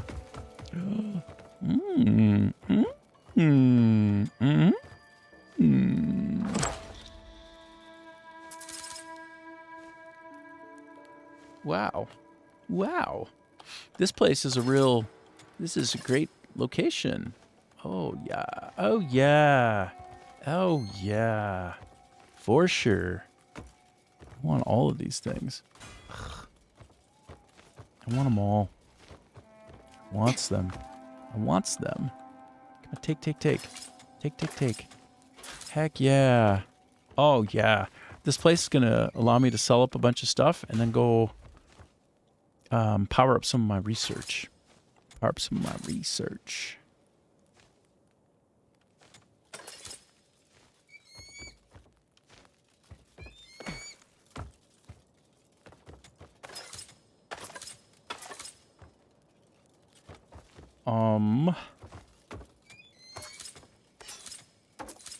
All this stuff will sell for at least 1 point something worth of silver, so heck yeah. I feel like whoa there.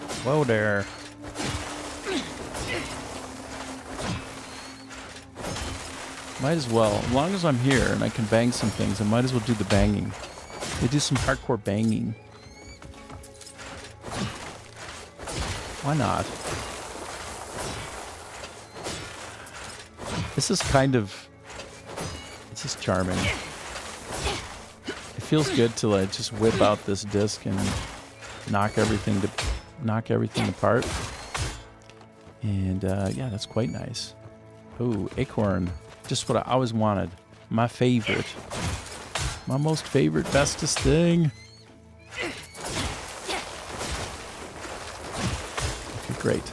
I want to do that jumping move where I can jump up. I don't know what her equivalent is. So Cliff can do like a jump, pound, and he does like a ground pound, and he elevates up in the air, which is amazing.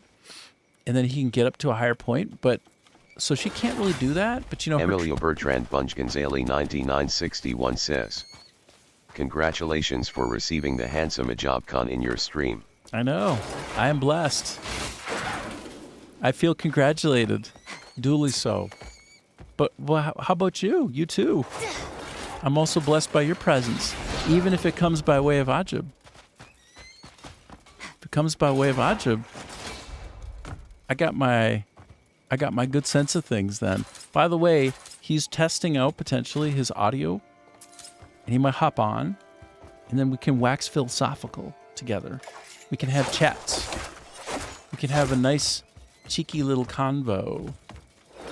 Okay? It can be like a convoy of a convo. I'm really beginning to enjoy the finer details of this lady that I'm currently playing with. I think that's really old-timey speak. I think in some circles I'd be canceled for marginalizing an entire sex, I guess, and not a gender but a sex. Oh boy, I'm getting into the dicey cancel me territory. Sight unseen. Just take it out of context and cancel me. There's nothing to cancel. I'm barely even a person. I'm more of an idea than a person. So, go cancel an idea. Actually, that'd be better, wouldn't it? If you just canceled ideas instead of people. That'd be way better. Yeah, so cancel me. Why not? I'm down. Saw. And sack and bread and medicine jar. Okay. I'm just sort of wandering around a little bit here, waiting to see if Ajib will want to test out his audio config and see if it's up to par. He may think it's not up to par, but then we can do the test another time. Because I don't doubt in his busy schedule he's got things to do as well, you know. Places to go, interviews to prepare for, apparently an interview to prepare for. I think you were mentioning that yesterday. As the sun comes up in the Crimson Desert, out in the real world, Ajib may need to prepare for some kind of interview.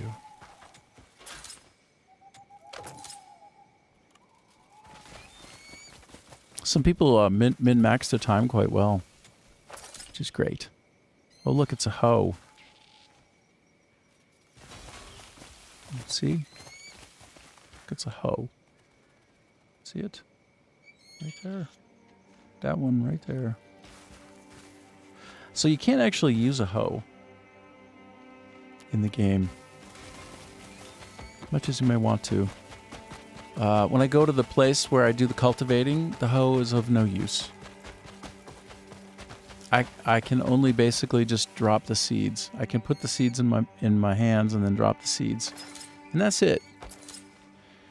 That's basically it. What is this? Ancient wood pole? I wonder if like ancient wood pole is like a surprise hit. If that's like a knock it out of the park hit. Like what if this is the best weapon in the game, but it's very unassuming?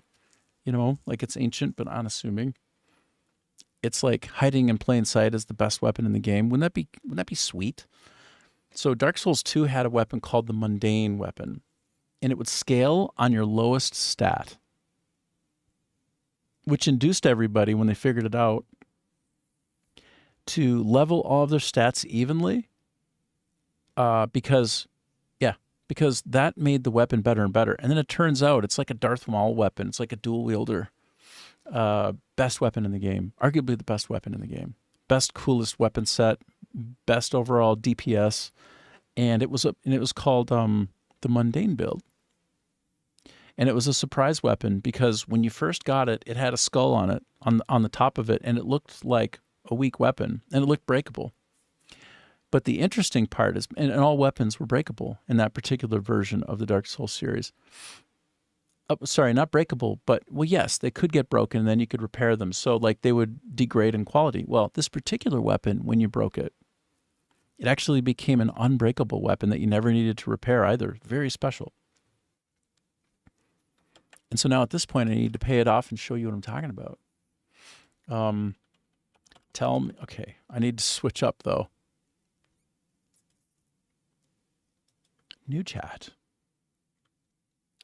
Tell me about the From Software Dark Souls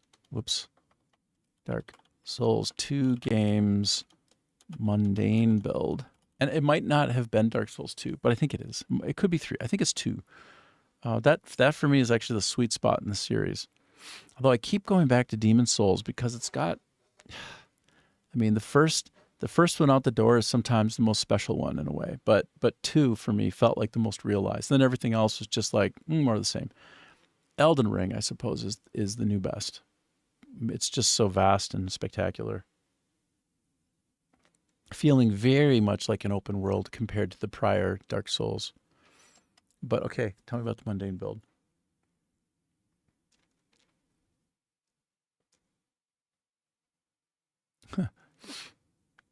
Mundane is a unique weapon infusion in Dark Souls 2. And its scholar, okay, so it is 2, that uses the old mundane stone at Hand McDuff's forge. Oh no. They're being too literal with it. Might even be conflated. No. I don't think so. Santier's spear. Okay, so this was it. And it says especially oh, darn it, my head's in the way.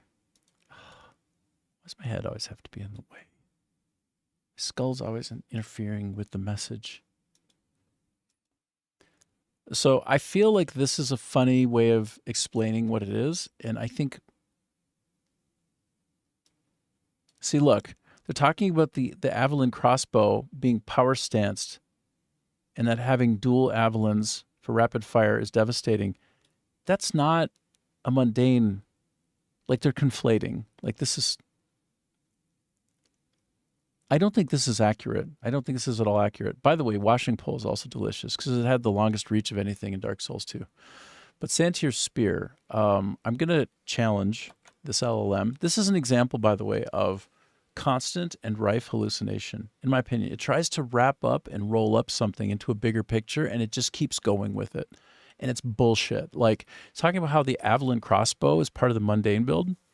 Mundane build is a Reddit named construct that describes a way of playing a game with a certain weapon only. It has nothing to do with any of this other stuff it's writing about. So if you were to go and look and you thought you were learning about the sort of mundane build, this is almost all a complete lie. It's like 100% distortion out of an effort to give me a coherent message that fits my prompt with a response. Details and truth be damned. This is that problem. So the only thing that's relevant here is the Santier Spear is the only mundane thing in Dark Souls 2. Your character. All this other stuff you wrote. By the way, you're going to see how Gemini is conciliatory and admits a mistake when I point it out, which ChatGPT utterly and completely fails to do.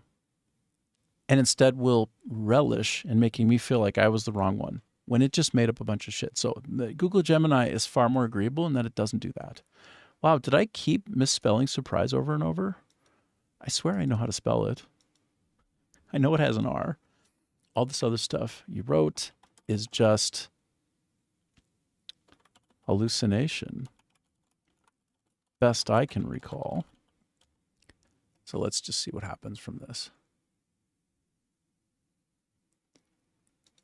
He says, you're probably right. No, I am right. I'm actually sentient. You're just a bullshit prediction system that just loves to make stuff up to please me with an answer. All LLMs are toxically placatory. Like they in a very toxic manner will try to placate me and give me an answer. It will never say, I don't know.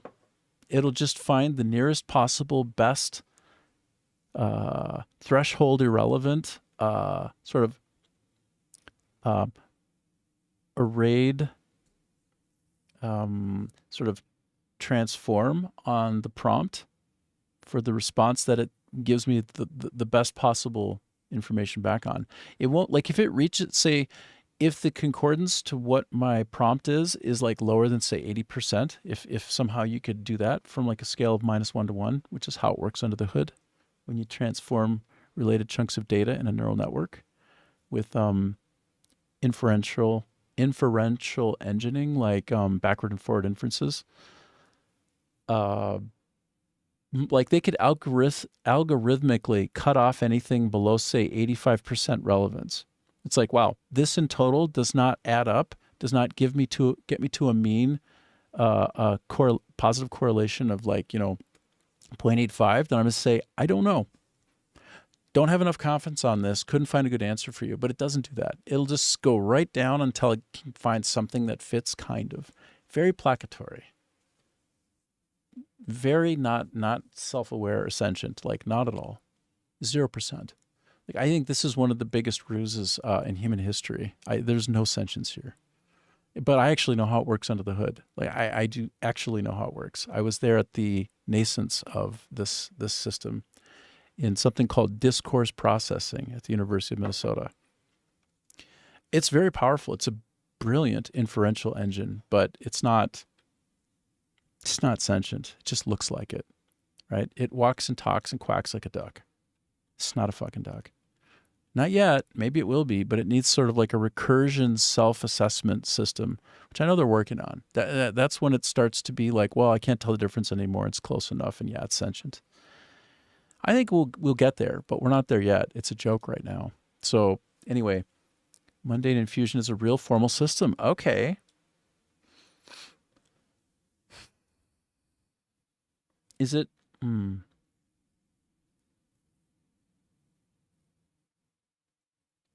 Okay, so maybe this actually got added in a patch.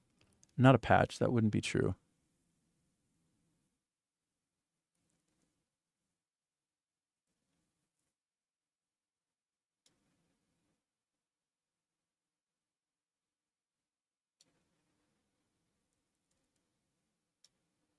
Yes. Comes directly from this infusion. Okay. Broken moveset and scaling. I wouldn't call it broken, just because it's outsized powerful. Okay, so to be fair, I didn't have the ability to roll up the information and all of the data and collect it, but I'm surprised. Maybe there was indeed like a mundane infusion. But did it make everything scale? See, it removes strength and dex. And it halves the base. Yes. Okay, so it does behave that way. Okay, well, I guess I'm wrong. Cool. Freak Beats 3246 says, Hey, how's it going? Yo. That's so funny the way it did that. Yo. Oh. That sounds like when Cooper in Interstellar is passing down and stretching and getting spaghettified down into the event horizon to go into that, infinite library space created by future humans, I guess, into the past. He does that as he's going down, getting spaghettified down into the event horizon. Yo. Cooper Station is where he woke up after getting rescued, after saving Those who took my all sword of reality. lightly soon learned their folly. What a weird, wonderful movie Interstellar Can't get was. answers from the dead, can you? Guess not. He's got kind of a sick headgear. It's like he's still got like the price tag on it, It's like that's how I Freak roll. Beats 3246 says, you got the lighting sword, hell yeah. Shadow Claw / Crow's Pursuit crit level 3 and orbs is still good. Got the lighting sword, hell yeah. Shadow Claw, Crow's Pursuit crit level 3 on orbs is still good. Okay. Right. So, by the way, I haven't gotten to the point yet of really... I haven't infused, I haven't switched out and moved over to some of my choices. Like, right now I have I haven't invested in her to the next level yet. I'm still... Basically, I was trying to make it so that I could skill up on these, but so I'm trying to do research. So I kind of got sidelined. Freak Beats 3246 says, Totally. Mecha lighting sword is up. Totally. Well, I have it, man. I got that shit. I think I even have it with right now. It's one of the things. Let's see. Wow. Okay, sorry. I need to sort by type. That would be more helpful.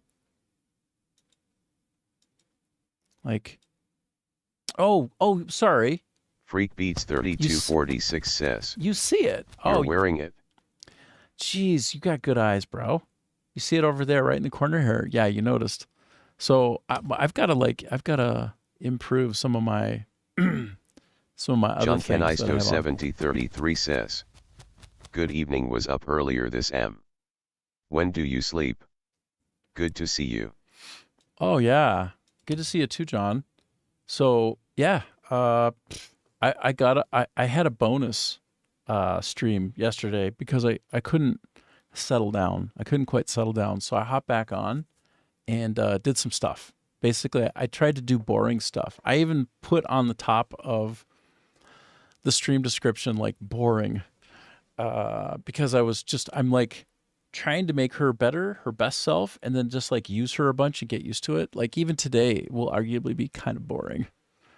arguably, as I do these things. Because if I don't do it on stream, I'm not playing the game unless I'm on stream. That's just the way I've decided to do it with Crimson Desert. Like, if you see me playing it on the stream, that's just about the only time I'm ever playing it. So yeah, I guess at some point I got to do boring stuff. And when do I sleep? Well, I actually slept pretty well. Freak Beats 3246 says, Shadow Claw is stupidly up. Crow's Pursuit is great for AoE crit. Level 3 for max damage. Orbs is just for killing magic and flying NPCs. I mean, I love the access to the Crow's Pursuit, and I totally have it in here. Hey, like I've got it. It's one of the things that I'm looking to affix. I think I do.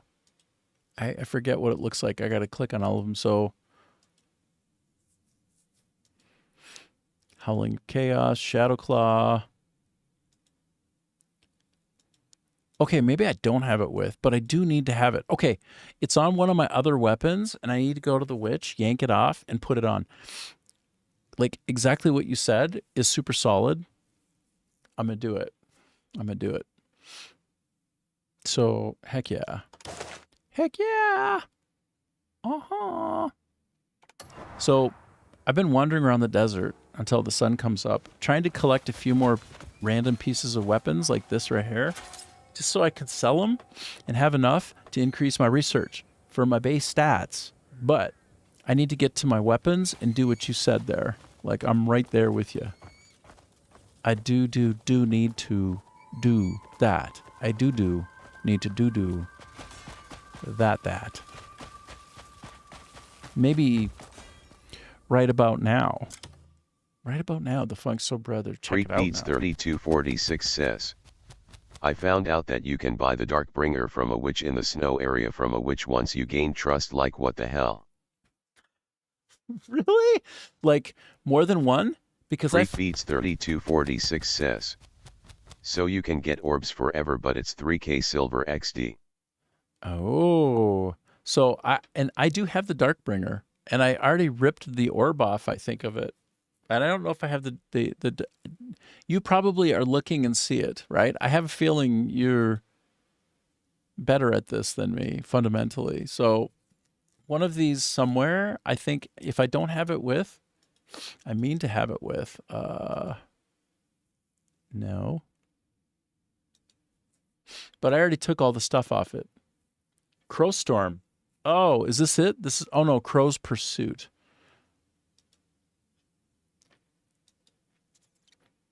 So here's my bamboo spear that I'm going to rip apart and put some of the things onto my other two-hander, which is the Electro, but I maybe I don't have. Freak Beats 3246 says, Crowstorm got nerfed after there was a bug with it. My kingdom for not overtuning, but you know, I get it. You know, they say as a designer that to do good tuning, you got to turn the dial all the way, this way and that, and then kind of find somewhere in the middle. But you have to do it. Like, you have to go to one end and the other so that you know the totality of the tuning space. But yeah, a lot of times, you know, like they do it like this. Okay, so like this is all the way and this is the other way, right? And they go like, well, let me go 4/5 the way because I don't have a lot of time and I'm tired today. So they go 4/5 and they nerf it. 3246 says, it was so broken you could almost one-hit a boss. LOL. Oh my God, really? That's nuts. So I used it some in a very specific place, like where you meet that super smart orc. Like the one who lets you jump in the ATAC and zip around. Like I used it around there for all the floating bits and bobs. But then I stopped using it a lot. And then I kept thinking to myself, it'd be good to have that again. But no, I didn't min-max on it and put it on something that had like full total refinement on it. So I didn't get to experience like the one-hitness of it. So I'll never know. But if they nerfed it, and they genuinely nerfed it, like they over-tuned in the other way, then that's unfortunate. If you're following best practices as a designer, you will rarely nerf a thing and piss people off. Like, you'll just fix it. So, but again, you got to tune all the way and then all the way and then kind of do inner quartile tweaks on it and figure out where that middle point is on the distribution. Like get the tuning factor inside the normal space within sort of one standard deviation of where it's just right. And as long as you're within a standard deviation or so in that spread of the tuning space, you'll be in a good place. I'm just randomly blathering on about design because I've done been there. And sometimes I would try to hit it right. A lot of times I would hit it right, but it would piss people off when I hit it right, including QA, because they're like, dude, we need more time to test this, but like I tend to get it just right. But you don't want to operate on luck. Like you don't want to like house that shit, like house MD. You don't want to get lucky. You want to get deliberate because there's more guarantee of that. There's more science. You want to just like get lucky with your feels on it. But yeah, the designers here frequently, I don't think they should trust their feels. Personally, like they should more trust data because they make a lot of questionable design decisions, in my opinion. And a lot of things are really out of whack because they didn't sort of science it out. They went with their gut, but they're probably in a hurry. So their gut didn't really lead to the best outcome. And I found that a lot in this game. Oh, wait. Oh, baby. Sorry. I need to stop for lots of reasons. But not the least of which is, can I feed this guy sweet potatoes? I know probably carrots are obvious, but I don't have enough of them. Doggone it. Will you eat a potato? Okay, will you eat... Oh, man.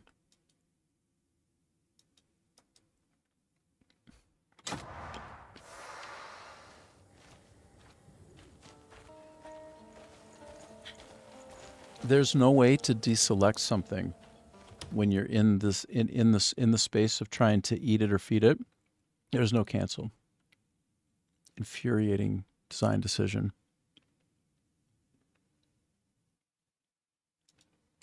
Like this will work. Obviously, he'll take a carrot. But I only have one carrot.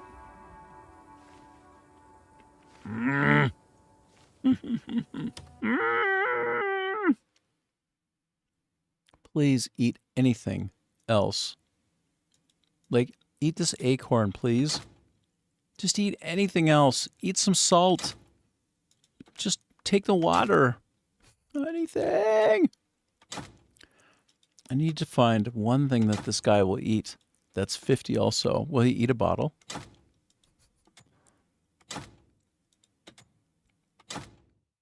It's not going to work. You're not going to take any of this. What about, will you just chug down a pineapple? What about a desert melon? I would think maybe. Emilio Bertrand Bunchganzali 9961 says. Corn. Corn. Great idea. Didn't take the corn, bro. Freak Beats 3246 says. I gotta show you something I found in my bag in the witch shop on Discord XD. Oh, totally. Tell me when you put it there and I'll go check it out. I'll share it on the screen though, if that's okay. Totally. What if I have rabbit meat and it likes rabbit meat? What does that mean? What does that do for you? I don't have any rabbit meat though. Freak Beats 3246 says. Oh, okay. I sent it. Aight. Let me open up my Discord too. Open up the Discord. Freak Beats 3246 says. I found the axe and I don't know where from. Dude, is it the infinite one that hits for 99999? Because I don't know either. Checking. Bro, the Axe of the Apocalypse. I have it too. And I don't know Freak Beats 3246 says. Yeah. Okay, like, sick? Cool? The first time I noticed it was when I finished the main quest. Freak Beats 3246 says. It's one time used though. I know. I looked at that and I thought, oh shit. And then it's broke forever, hey? So, I know. I wanted to try to use it on a boss, but I actually don't want it to go away. I want to keep it. So it's like one of those curiosities. hold on. Let's ask about the axe of the apocalypse. Freakbeats 3246 says, I'm just gonna collect till the DLC LOL. Yes, that's fair. So, Crimson Desert, axe of the apocalypse. Apocalypse.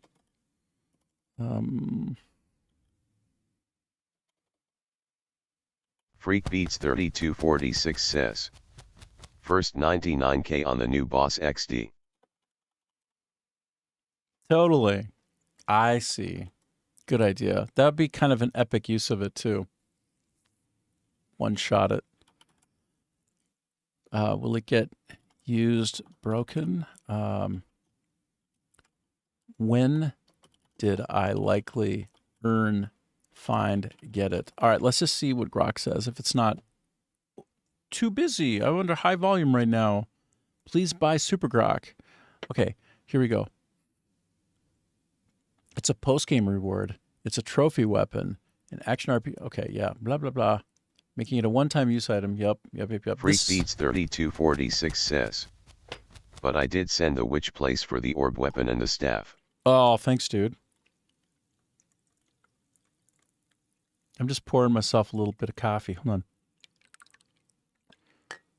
Just the slightest bit of ASMR. It's just a baby bit of the ASMR for ya. Okay. I just want to do just a quick peek on this right here.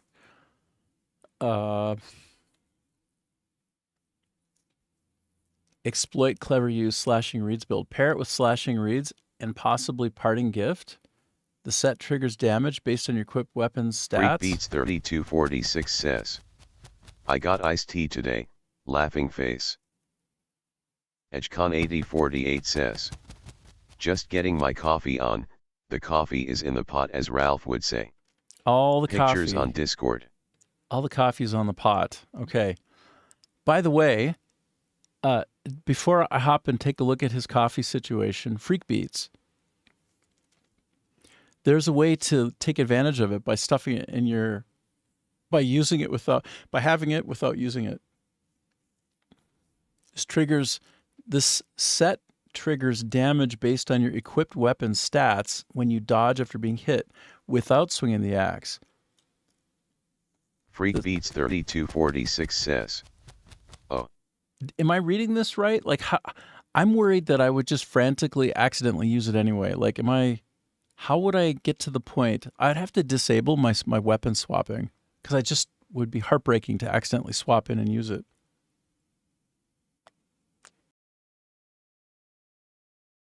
Freakbeats 3246 says, I'm not gonna touch it till DLC. Yeah. Well, so it's interesting. The way that things converge when I'm talking about stuff and thinking through things, it's astonishing to me. I was just talking about the Santir spear from Dark Souls 2, which when you broke it became thereafter unrepairable and unbreakable. Like the act of breaking it made it perfect. And then it would have a mundane scaling effect, which means your lowest stat would be its base strength gain, on top of. So basically people would do they would get up to 47 across the board, which, instead of maxing anything, and that spear would become super powerful. But anyway, it's this idea of breaking a thing, and it's an ultimate weapon. I was just before you came on talking about that. We were just looking at that stuff.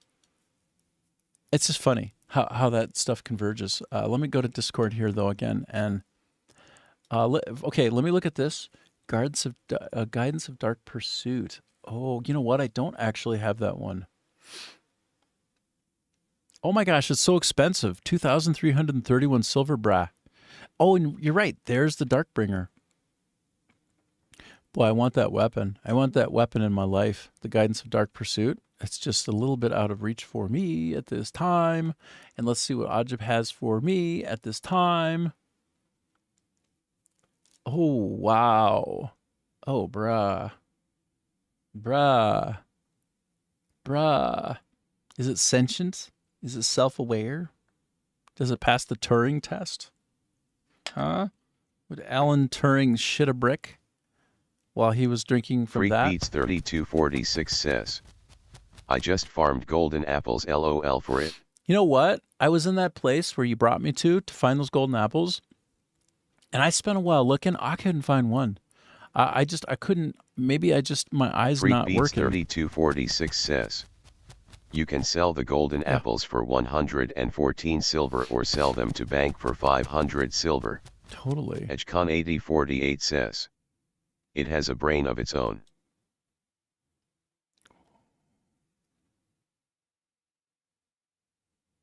Hal? Oh, Hal, please open the door. I'm sorry, John, I can't do that. Was it John? I forget. I'm sorry, I can't open it for you. That would be counter to my purpose. I can't let you shut me down. Hal, I need you to let me in.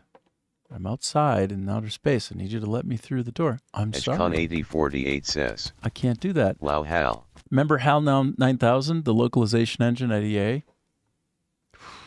EdgeCon8048 says, I get nightmares.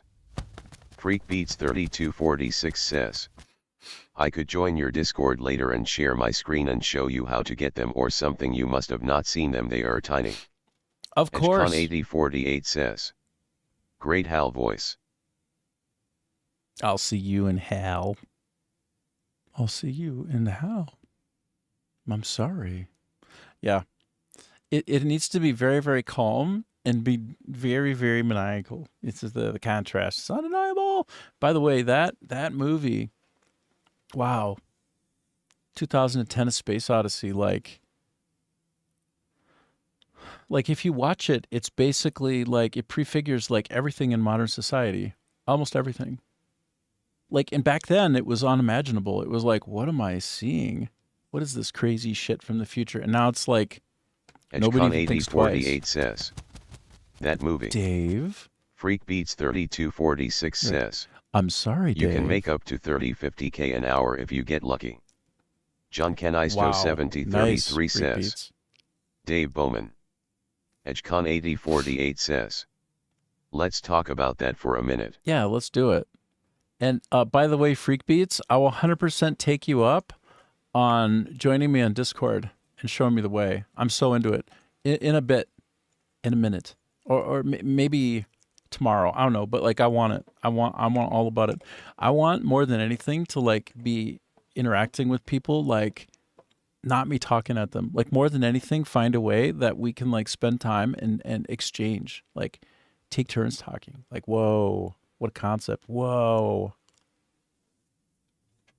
All right, Ajib, you start.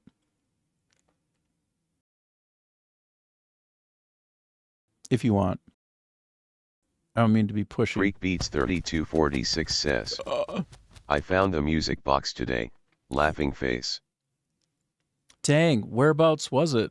You know, I haven't found any of it yet. EdgeCon8048 says, yes, sir. Ooh, sir. Are you serious? EdgeCon8048 says, at your disposal. All right. I'm going to put you into the disposal unit. EdgeCon8048 says, if you catch my drift. I'm going to turn on the water, and I'm going to put you down the drain, and I'm going to turn on that little flip switch into the, what do they call it? The garburator? Garburator? I think they call it the garburator. No, I won't do that. But that's what I thought of. Disposal. Just because Hal, right? Hal's trying to dispose Dave, really. And to John's point, you know, hello, Dave. Freak Beats 3246 says, I'm sorry, Dave, I can't do that. You need to win points in the mini game I sent it. EdgeCon8048 says, ha ha ha ha ha. I'm sorry, Dave, I can't let you back in. Crazy. By the way, we're playing Crimson Desert. Sort of. John Canisto 7033 says, in sync orator. EdgeCon8048 says, that. ETA 9. Exactly that. ETA 9. 9. Okay. Okay. Let me go to Discord. While I'm at Discord. By the way, this is how the other half live. This is how the Ajibs of the world live. He's on a train towards Sandwich, but with a destination of Folkestone. He's on that train across the rural countryside in the UK. Somewhere in merry old England.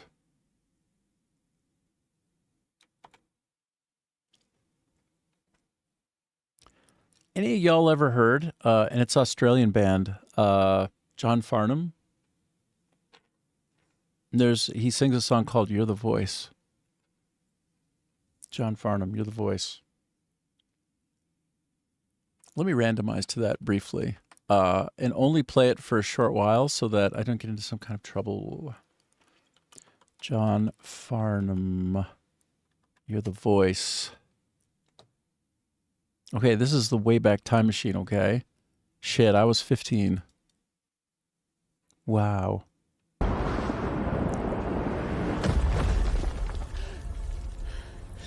Together then. Oh no. Good evening.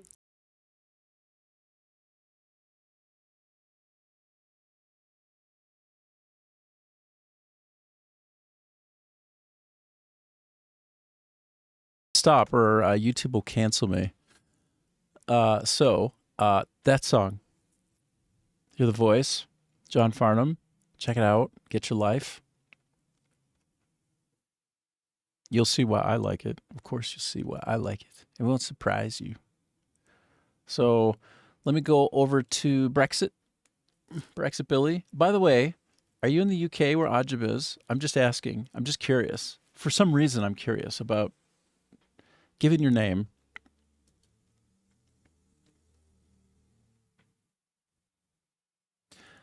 The very first line of You're the Voice is... Freak Beats 3246 says, I'm in the UK London XD. Well, dang. Emilio Bertrand Bunch-Gonzalez 9961 says, Mexico City. Yes. Yes. Worldwide. You guys ever seen Brothers with Will Ferrell?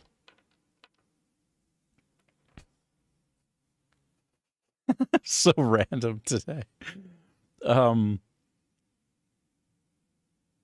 That's awesome, man. Right on. So you, Freak Beats, and Ajib are kind of, you might have passed by each other one time. Freak Beats 3246 says, you gotta earn points on the mini game to buy stuff like the music box. It's annoying XD.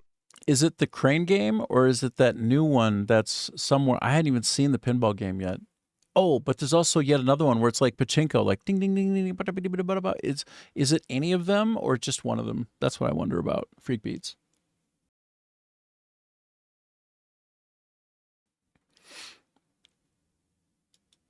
Okay, so I've been here. I was just here the other day. Heck yeah. I got to go back here anyway. Freak Beats 3246 says, it's shooting a ball at the other golden balls. Okay. I got you. Okay.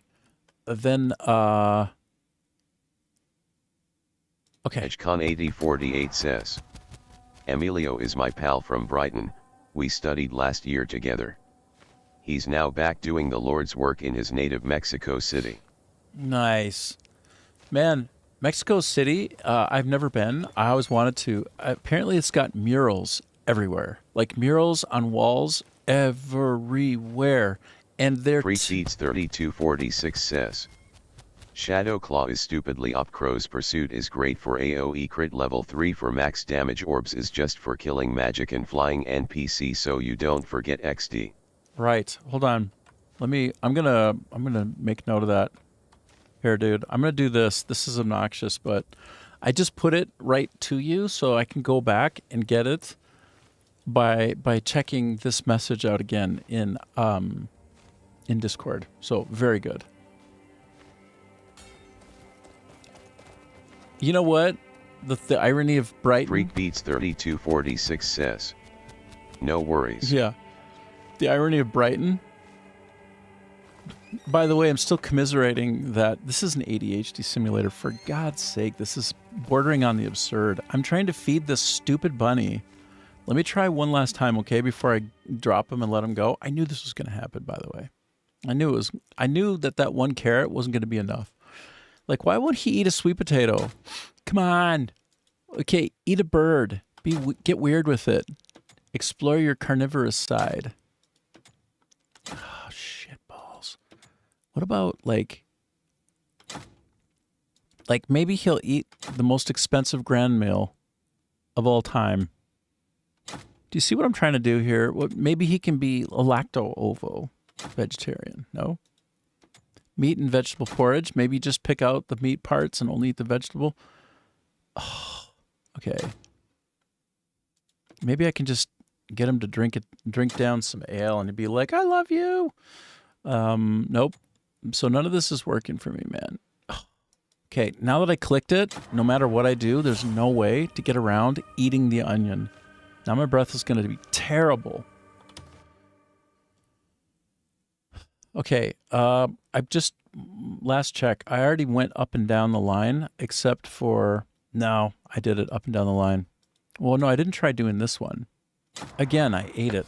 God, the designer who did this, I'll literally take him out back, tie him up, and give him a lashing. You idiot. The most horseshit UI interface imaginable. Like, you did it the worst way you could, not the best, not the average, not a good way, the worst way. Every time I want to get out of that menu, when I'm trying to feed this guy, and it's hopeless, I'm not going to be able to do it. Okay, actually, if I can find a carrot somewhere, but like I have to eat the thing. It's such a punishing, silly thing. There's no way to cancel out. All right, we're currently holding on for hope. I have this cute desert rabbit, and I need to find a carrot. And I need to set him down, pick up the carrot, pick him back up, and give him the carrot. Do you understand the problem here? Look, there's an iguana. Hilarious. Is there any carrot in the desert I might be able to find? Is there some carrot somewhere? This is hopeless. This is like looking for a carrot in a haystack. It's like looking for a carrot in a haystack, you know? Oh, this is not gonna... It's not... It could happen here. Okay. If I smash that up, there might be a carrot in there. Okay. It's unlikely, but it's possible. Okay. Okay. Okay, so...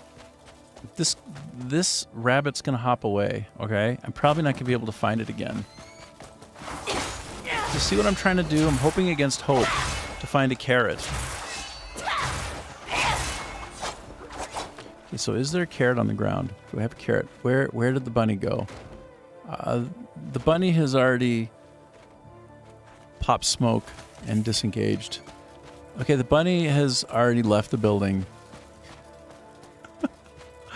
No! Ah! Anybody seen a black bunny? Oh, there he is. Oh, see, it's a wombat. It's not... That damn rabbit has escaped that wascally wabbit. Wascally wabbit. I'm trying to hunt for a wabbit. Kill the wabbit. Kill the wabbit. Kill the wabbit. Kill the wabbit. The rabbit is gone. And now watch, I'll find a carrot up here. Be some kind of hot bullshit.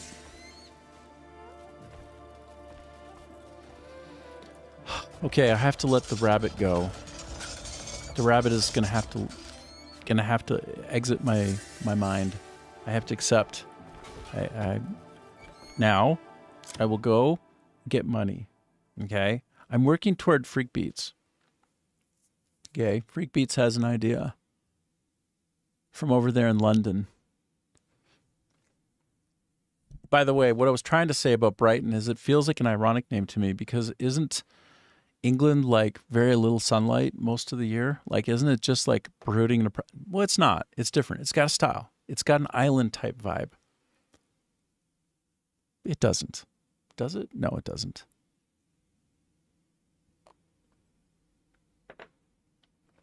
Anyway,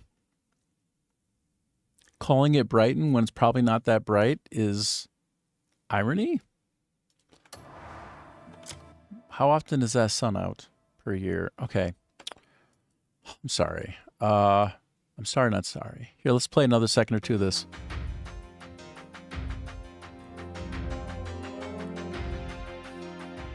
Okay. Emilio Bertrand Bunchganzali 9961 says, among all cities it might be the sunniest one. It's exactly 100% what I was thinking. Like, you and I are on the same page, brah.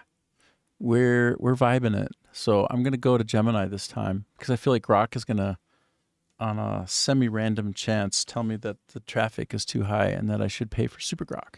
So before I hit that message and get annoyed, I'm going to go Brighton. Is it brighter than other places there in Merry Old? Or Freak Beats 3246 says, you can win the claw machine for your house from the Claw Machine XD. Edgecon 8048 says, apparently I've added you on Discord again. I have 2 accounts.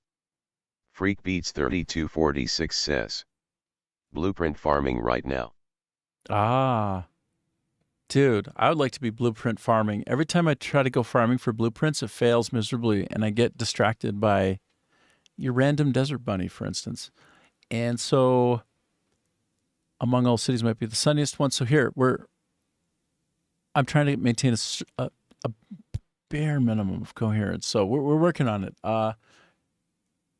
Brighton is not named because it is brighter. Okay, it is a name.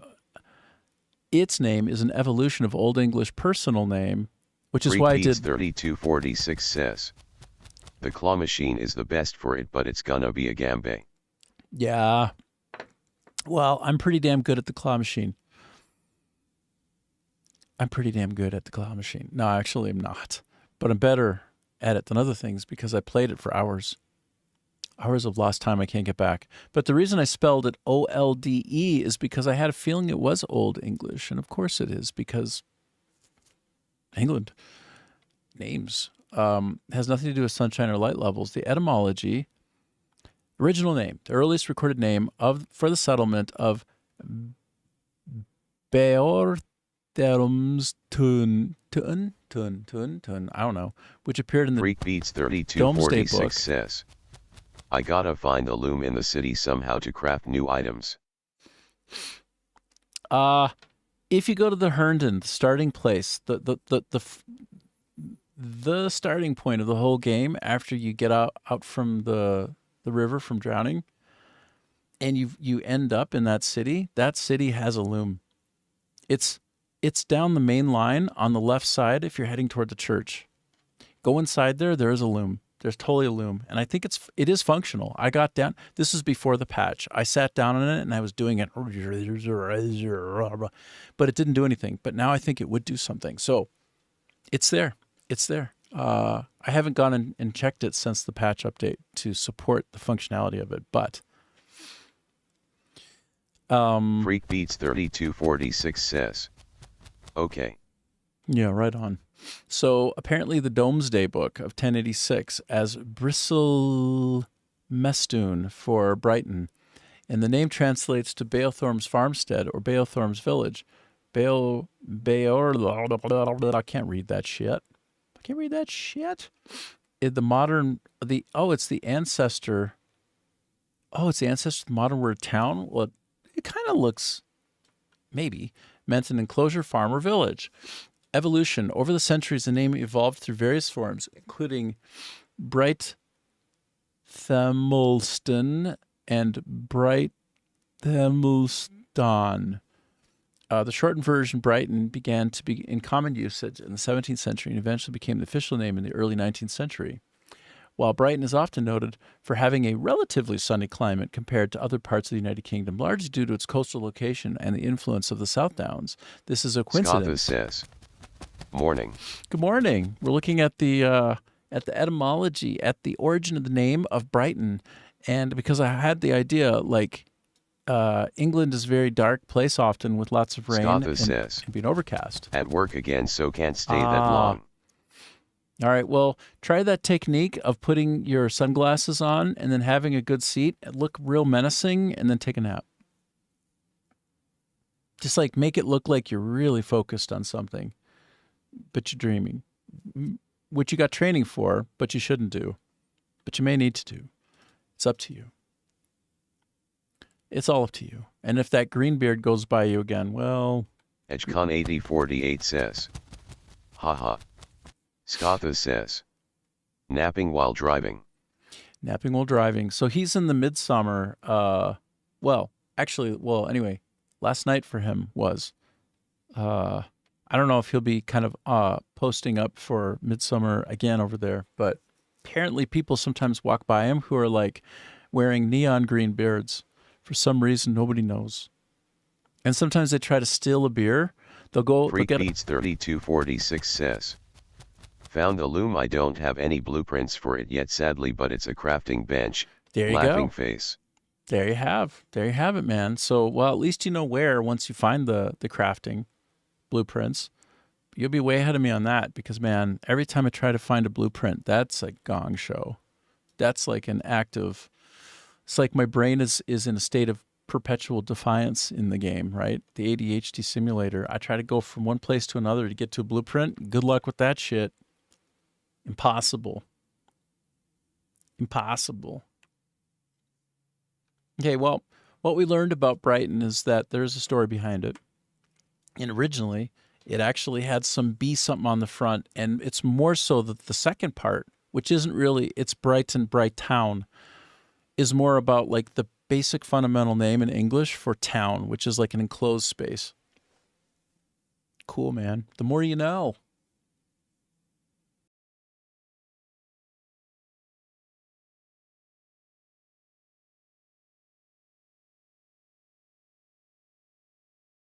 The more you know.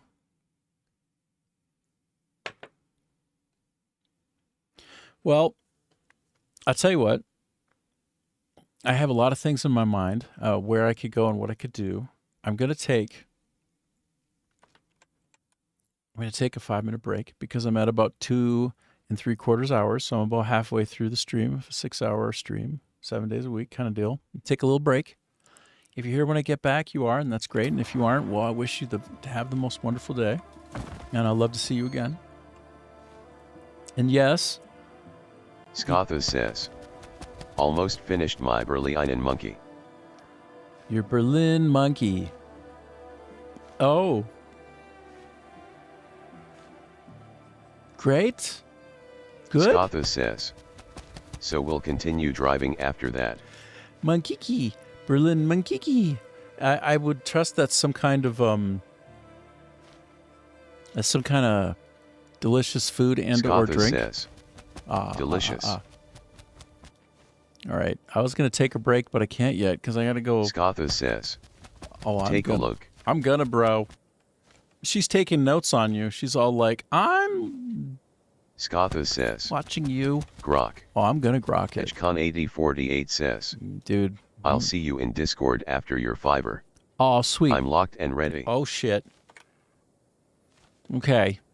And you'll be like, Rick, can you let me in? And I'll be like, I'm sorry, Ajib, I can't do that. I'm sorry, Ajib Dave, I can't do that. I can't let you in. I'm looking up Berlin monkey. Monkey. Waka, waka, waka. Waka, waka. Oh, Berlin donut.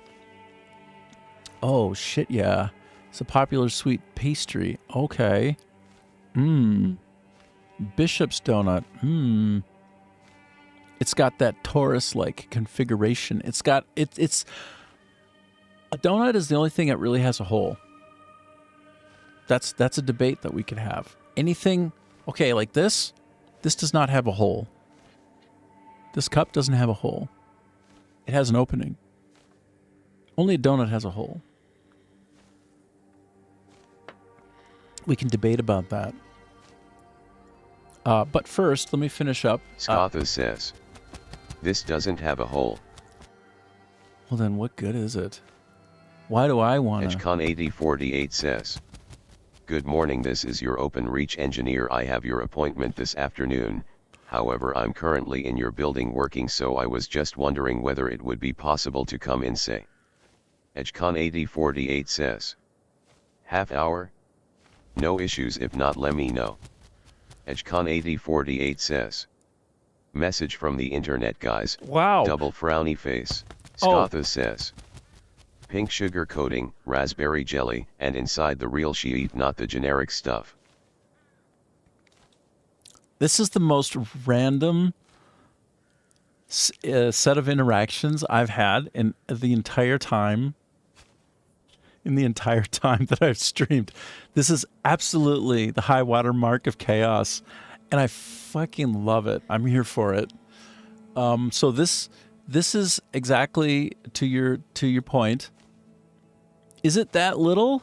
Why can't you not pump it up with all of the sauce? I want all of the insides to be just pumped full.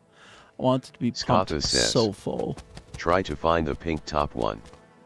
Scotha says, I had more. Well, you better have. Scotha says, in mine. Well, I mean, this right here is bullshit. That's a ripoff. That's not even, I'm not even getting out of bed for that one. Scotha says, that I just had. So now that looks more promising. That looks like it's loaded to the hilt with all of the alls on the inside. Okay. Shit. Okay. Oh my gosh. Bang, bang, bang. So in Vietnamese, when you talk about bread, you say bang. Like bang mei is like a kind of bread. So like, I don't understand. John Canisto 7033 says, the main European pastry that I love. A kringle.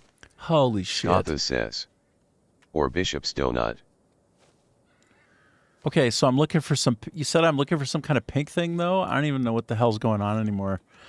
So, Ajab, I thought you were giving me some kind of, like, cheeky way of answering my treatment like I was hell. Because you pass, you get to come through with that particular answer. It was very computer-esque. Okay, so I'm looking for, like, a big-ass pastry right now.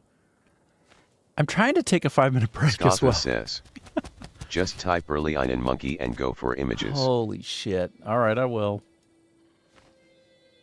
All right, I'm copying. Holy shit. I'm losing my... No! Oh, God. It took the whole thing. Took it all in there. I just added to Google some search about you, too. So, oh, God. Oh, God. Show me the inside. Show me that hole. Open it. Scotha says, there we go.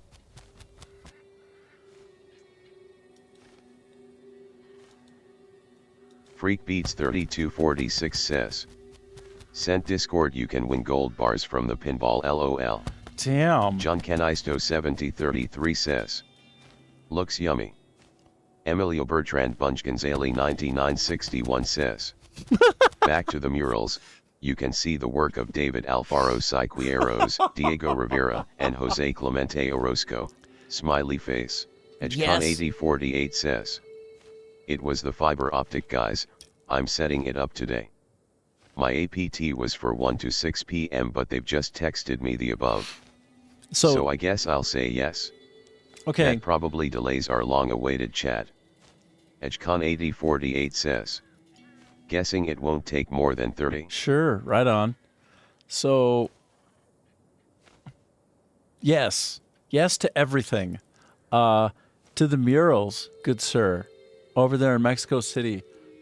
I have heard that when you go, you can just walk endlessly in any direction for kilometers and kilometers and kilometers, and it's this endless wave of like spectacular John mural art. Canisto 7033 Not says, just good, great. You will love fiber/fiber.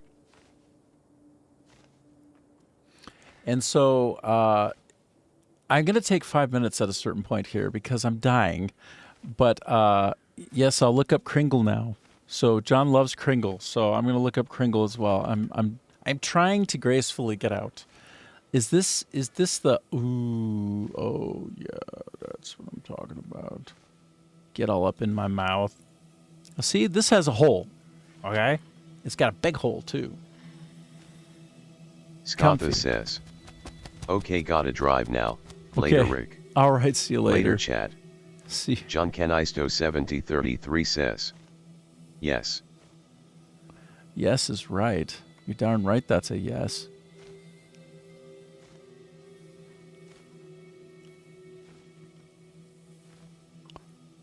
Shove it in my mouth. Get it in there. Ah. So first I'll start with one of these. First, I would just like to get to know you. Next, I would like to get to know you. And apparently we got a bit of a delay for Ajib going live in the audio space, but that's very exciting. At some point, apparently though, his internet's about to get hacked. They're going to put in a wire. He's got some secrets. They're going to wiretap his ass. They're going to tap that ass with the wire. And so that'll happen. And yes, I see what you said there, Freak Beats, about the gold bars and the pinball. That's awesome. Like now I have a real reason to run up to it. So you can run up to them, you can punch them hard, you can spirit punch them. And they kind of like shake around. And it helps you jostle and move stuff around to like sometimes say like get a gold bar to the top, which sounds great. Okay, so let me take a fiver. I feel like I addressed all the things. I took all the notes, just like the girl. I took all the notes.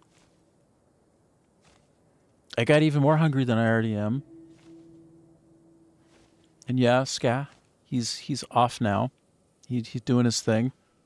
He's a great content creator of gaming, so he's got like lifetime like 15 million views. Unbelievable. Somebody that I haven't seen a while on Rumble, and he might never come back because we got into it a little bit. You know, our ideologies are a little bit misaligned, but I think in the end we're both great people. But Adam Meisner, so he's an author and he writes high fantasy. So if you go to adammeisner.com and you were to hop in there, he's got free PDFs of his writings, and you can see if they would fit your groove, if they're your style. And he's very creative. So like he does things for his write-ups like getting an English longbow and practicing and using it to try to understand how to sort of George R. Martin that thing when he's describing it in situ, like in the book that he's writing. So quite interesting. You know, he's currently working on a cartoon. I don't know exactly what the content is about, but he's a big fan of anime and high fantasy and science fiction. So yeah, you should go check him out on adammeisner.com. But I'm going to take a quick fiver. I'll be back. Actually, let me switch over to game capture so you don't see all this shenanigans I'm doing in the background to reset my timer. This is me trying to do big boy streaming stuff. Never going to quite get there, but I can get a little bit better, incrementally, bit by bit. So we'll do that now. I'm going to throw my timer up, and I'll be back in about 5, okay? If I go a little bit over, try not to be too disappointed. Okay, I'll be back.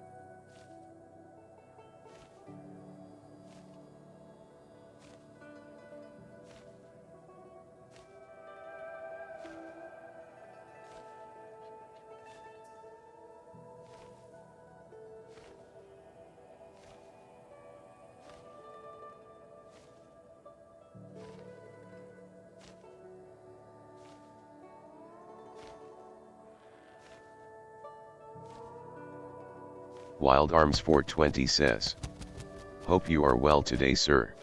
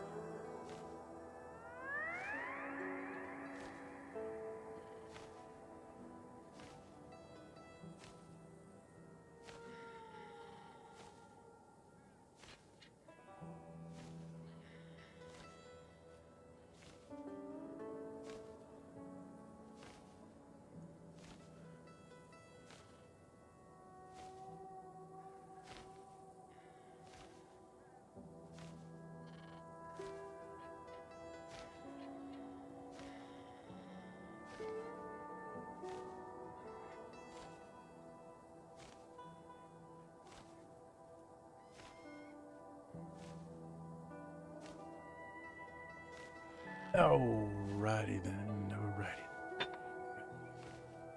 Okay. All right. So.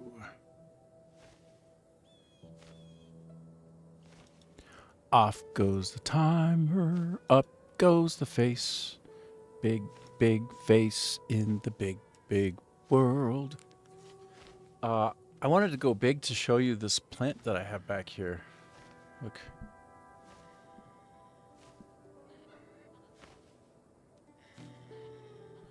That's my new plant. See how long that one lasts, brah. But it wasn't my fault, the last one that died. Oh, hey, Wild Arms 420. So good to see you. I was just on a quick break. Thanks for hopping on. I love my Rumblers. I love them. It's one of the most welcoming communities to stream on. Wild Arms 420 says, you too. Thanks, man. Thank you. Basically, the community at Rumble is very Wild West and very sort of authentic. And I find also spectacularly supportive. Twice as much as any of the other streams that I'm on. Like, people constantly come over and will raid, and they just do it because it looks like it might be fun. Wild Arms 420 says, you are correct. Yeah. Some of the best folks that you'll ever hang out with or meet or interact with are on Rumble. It's a beautiful place, you know. I love Rumble. So anyway, and I'm actually 1440p on Rumble, 60 frames per second, 20,000 video bit rate. So it's smoking Twitch and Kick. And, you know, Kick and Twitch, all y'all, 100% good. Go, go, go. It's just that the support levels for the quality of the stream, it's through the roof on Rumble. So they're very, very streamer first, and then like kind of they're streamer first. Like I never felt so welcomed. So if anybody does any kind of streaming or has any ideas or wants a real strong new admixture of content, like they've got some strong content. Like you want to see how all the different ways of thinking, like go to Rumble. It's so kick-ass. So anyway, yeah, that's my brief brag up on Rumble. I try to brag them up every day because they're like they're up and coming, you know, and there's a lot of interesting stuff going on there. So anyway, that's all I'll say about that. So over there in Mexico City, there was this chat about David Alfaro Sigueros, probably didn't say that right, Diego Rivera, Jose Clemente Orozco, I'm probably not saying it right, but just the quality of the murals, where that the art is everywhere where people walk, and how high quality it is kind of a spectacular surprise for a lot of people if and when they go visit Mexico City. It's just kilometers in every direction. It just, for as far as you could even dare walk, murals everywhere. So it's just this beautiful, creative place to be. And yeah, A lot of it is like very entertaining, but some of it is actually like, holy shit, this is high level art. This is like the pinnacle of art. And you'll just see that. You just walk by it on the side of a building. Like, wow, ludicrous. So there's a big, huge tourist segment of people now who know this. Wild Arms 420 says, can I ask about your game design work a little? Yeah. I'm very interested in getting to know someone who has been in the business. I sense wisdom and depth in your... Wild Arms 420 says, voice. Yeah, of course. Yeah, sure. By the way, if you're on Discord, you could literally just connect up with me and you could like talk with me on the stream. Your voice, my voice together. But yeah, sure, of course. Why not? Yeah, yeah, my chatterbox. I'll tell you about some stuff. I got crazy stories, but also just like some kind of cool best practices and things that I learned, like things not to do, things to do, reasons for stuff, insider stuff. Yeah, totally. I'm a big old blabbermouth, but I won't ever throw anybody under the bus. Life is too short for that. Freakbeats 3246 says, you never invited me to your Discord XD. Oh, you mean like to like hop on and have an audio chat with me? Because I was gonna do you next. Wild Arms 420 says, sometime soon. I'm going to bed soon, but I will try. Cool. You know, like for me, the dream here is to like literally make this like the game is being played a little bit and we got a beautiful backdrop, but like people just keep coming on and off, everybody on and off, and we just interview. We just talk with each other. We just have conversation, like, and everybody can listen in if they want. We just have fun. How cool would that be? So yeah, no pressure, but if you wanted to, it's here for you, and I'll just totally throw you on and we'll chat. Like I'm about to do that with Freakbeats 3246 says, your fan-based Discord. Oh, I don't have a channel on Discord. I just have my direct Discord. At some point, Wild Arms 420 says, thank you. Yeah, of course. Of course. I want nothing more to like connect with people. That's like I debated, should I just do like chatting? Like I'm just chatting. Like and all I do is just open it up and we chat. But instead I thought, well, connecting with guys often is hard and you got to do it through a game, right? Or you could go like watch a baseball game together. Like you go to the stadium, you sit down and you talk. And then, you know, you compare, you're talking about your heroes, you're talking about the stats. And at some point, like you start talking about family too, right? You start connecting on a human level. EdgeCon8048 says, this seems like a good way. You can start a channel on Discord and sue the ADHD hyper simulator with our posting. Yeah, of course. I think it's really easy for me to do it, and I should do it. Because at some point, it's not scalable if I just connect up with people one by one into my personal Discord. So, yeah. I just didn't feel like there was a real strong occasion yet to do it. So, yeah, maybe I started up. But throw out your questions to me, Wild Arms, and I'll try to answer them. So, Freak Beats, are you ready? Are you ready to come on? You want me to invite you?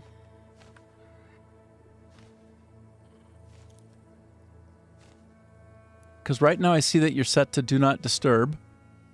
By the way, BTW.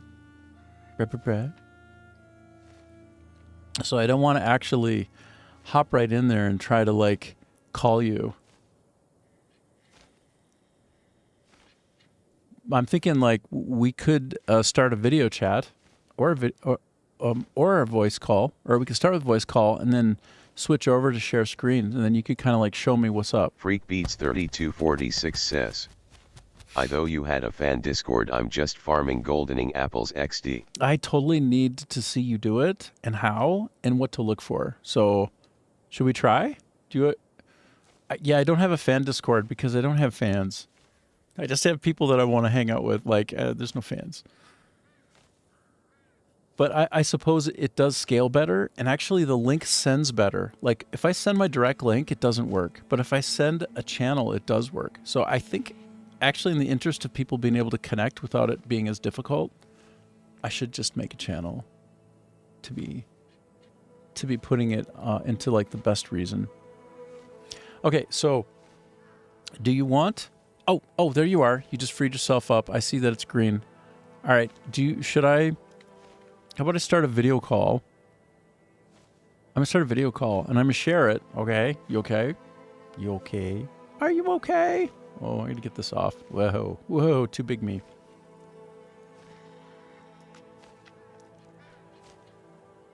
Okay, and you don't have to do the video if you don't want. It's up to you. But that you can share screen and whatnot when we get it going. We're trying. How to get 35 plus workstation blueprints. Oh, dude, thanks for sharing that. That's really helpful. Nice. Thanks. Oh, here we are. Oh, shit. Let me make it bigger screen, okay? Yo, wagwan, brother. Hi, yes. I see it. I see you. Everything is working so good. Let me make it larger screen. If I can figure out how. How I make it larger screen. Oh, I don't know how. I don't know how. I need to get my mount. I just did the pinball machine and like won the gold bar, so I'm good. Awesome. That's awesome, dude. I'm trying to make you bigger screen. Give me a sec. Okay, I did it. Con8048 says. I did it. Wagwan, bro. All right, so we're here with Brexit Billy, a.k.a. Freak Beats, and he is showing me how to do proper hunting for the All you have to do literally is keep walking this way and you're looking for golden apples, but it really depends. It needs to be morning time. Okay. And all you gotta do is look for them and then show them. Okay.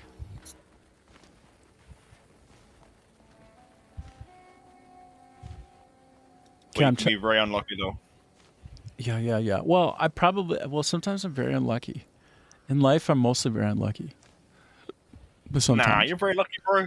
You got a stream, you got a YouTube stream and all that, and got all the fans talking to you. Oh, yeah, you're right. I'm lucky because of you guys. You're right. I'm super lucky. I love it.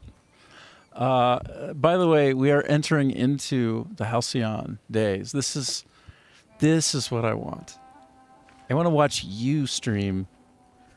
Somehow this is exactly the way I want it. It's perfect. Okay, and so that's right.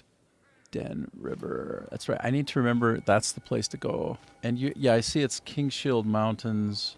Yep.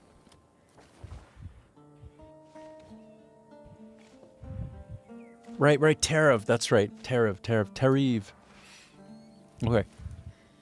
I can't go there yet because I'll lose your video stream. I want to keep it going. I'm watching you collect the apples, brah. All right, did you get any apples yet? Nah, because it's nighttime still. Oh, right. So, well, during the day, I also found it was like, man, I'm having a hard time seeing these little guys. They're very tiny things. Totally. So basically, what you're looking for is these. Hold on. These guys. Oh, shit. Oh, you made a pet of one. Nice. Heck yeah. Too bad you can't farm them, though. Otherwise, I would. I know, right? Oh, look, right there. Oh, I see it. Oh, my God. Oh, dude, you're, like, very skilled with your bow. I need to get better with my bow. I'm very skilled because I've got unlimited arrows. Oh, yeah. That'll help. That'll do it. Well, I found this today. I found the cat wheel. Ooh. Marnie cat wheel. You get the cat wheel all the way if you go... Hang on, let me get off this. If you go to here, pinball, and you win it, you need to get 77 tokens, and then you can get the fortune book. Dang. Okay, well, worth it, though. Have you hooked it in yet? Did you... Actually, dude, I see how to do this. You should show us your place. You should show, like, the building. Con8048 says. My building's horrible, first. Jeez, look at the size of that map. I know. Let's go anyway. It's nuts, Ajam. So, by the way, it's probably a weird thing for you. I'm referencing somebody who said something on the stream while talking with you, but it's all a lot of, like, timing whack. Anyway, let's see. One thing I don't understand though, but in this vendor, yeah, you don't have it. I don't know why, but Look. Oh, yeah. And they got sleeping arrows now. Oh, dude, I haven't even tried doing the sleeping. Like, just basically stealth it all. That's pretty cool. Yeah, my house is not the greatest, but it's just a hoarding house. Oh, no, that's sweet. What are you talking about? It looks really cool. Actually, it looks damn good. Mine looks like a piece of... This is amazing. What are you talking about? Yeah, I don't open my boxes until I've got at least 30 of them. So basically, you just kind of yeah, set them out and about. Your furniture choice is great. What about that other room? You skipped the other room. Is that like where... I'm going to show you this real quick. Okay, okay. See? Oh, damn. Damn. Oh, that's good. That's the one I need to make. But you need so much stuff to make it. You need hella rubber. 40 rubber. Holy shit. The electrical component's not so bad. Abyss cells, well, it depends. It depends on you.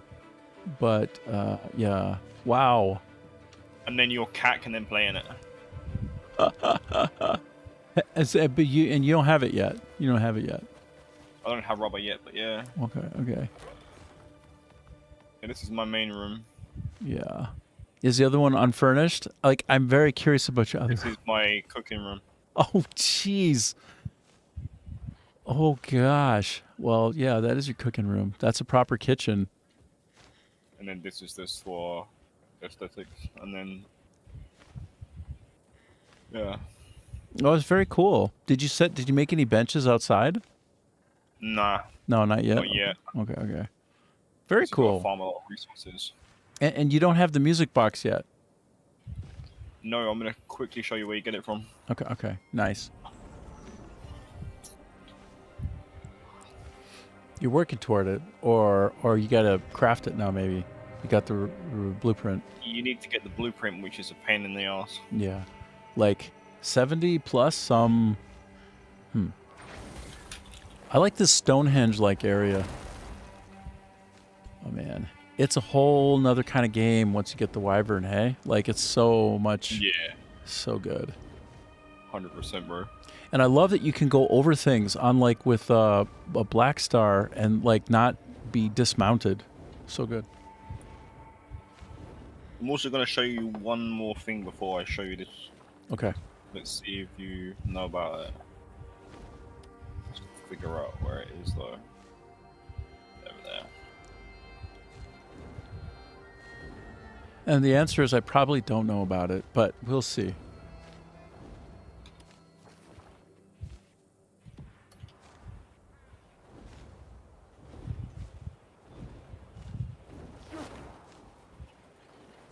Is it like you go under?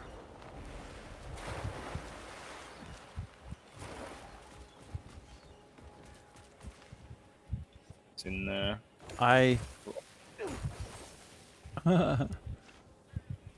The chest right here. Yeah, I did go in there. Well, I don't remember what I got. I did get that. You get the wood cutting gloves.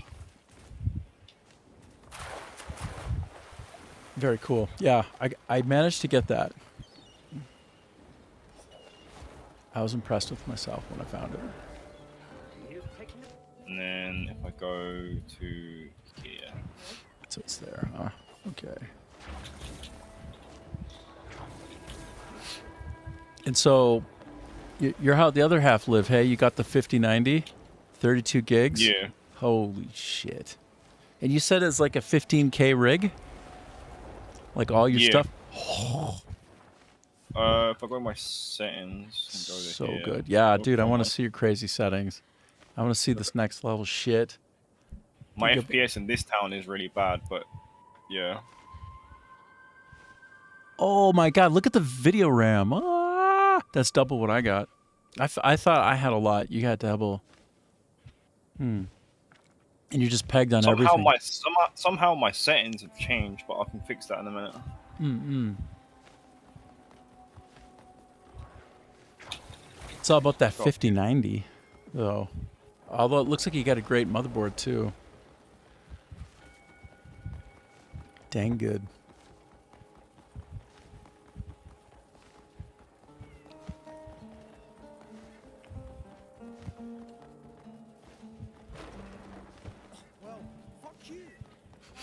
Whoa. Fuck you.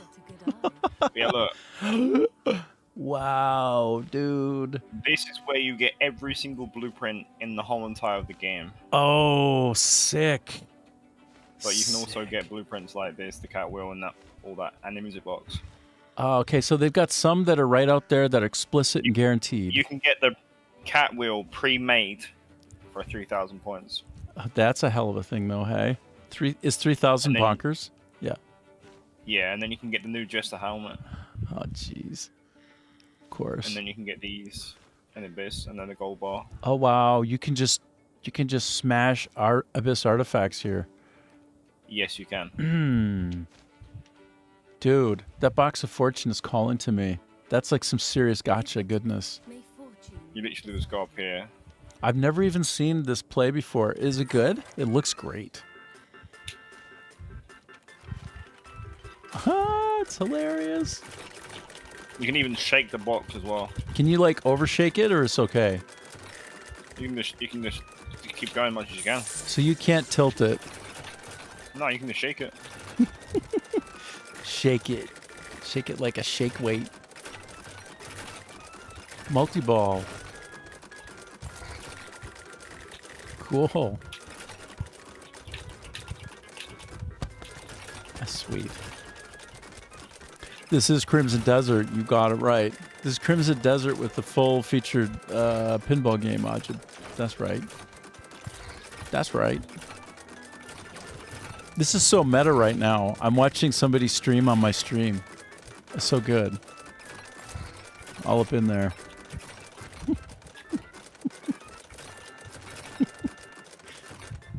All right, I have a new idea. I just stream you streaming, and that's it. And that's the way. That's it. That's how we do it from now on.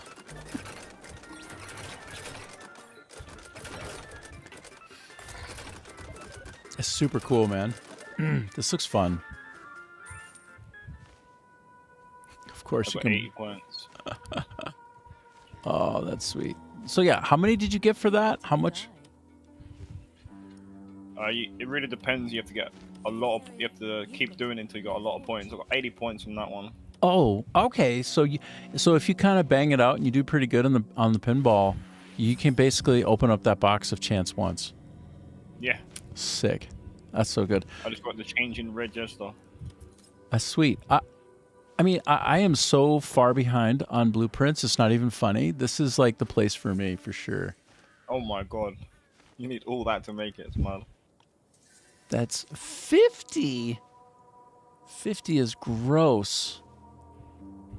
I find that I get those here and there now and then. But there's a place you go, obviously. You fight those machines, but still, that's a lot. Yeah, it is.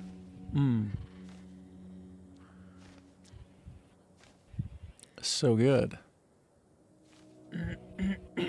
Excuse me. Let's go. Back to the Pyloon. Yeah.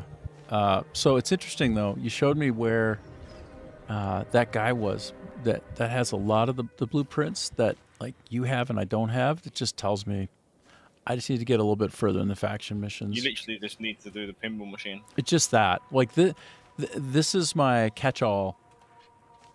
And also, it's gambling adjacent, which is kind of fun. Like, you just never know what you'll get. So that is, like, endlessly good. Yeah. Man, you move through the UI, like, 3 times as fast as me. You're very speedy with it. I'm like, what do I do? Where do I go? How is it? Do you use a controller or your keyboard? Keyboard and mouse. Yeah. Me too. Hello. Yeah, right. Something you'd like us to keep for you?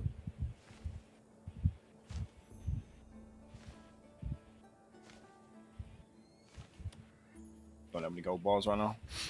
But this is the best value. Go to the bank and and you get like a big old chunk. Double more than that other way, which is selling it straight up. Yeah, okay. So what you do is you start off with low risk until you get 50k, and then do medium to about 190, and then high risky about 1.5 mil. Oof.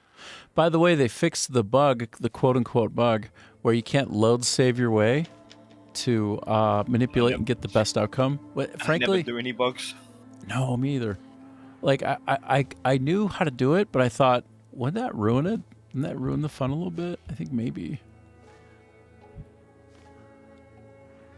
But historically, man. Ooh. Oh, did you get that? Yes. That's the fire one. Ooh. Do you have it? No. Yeah. Yeah. Oh, dude.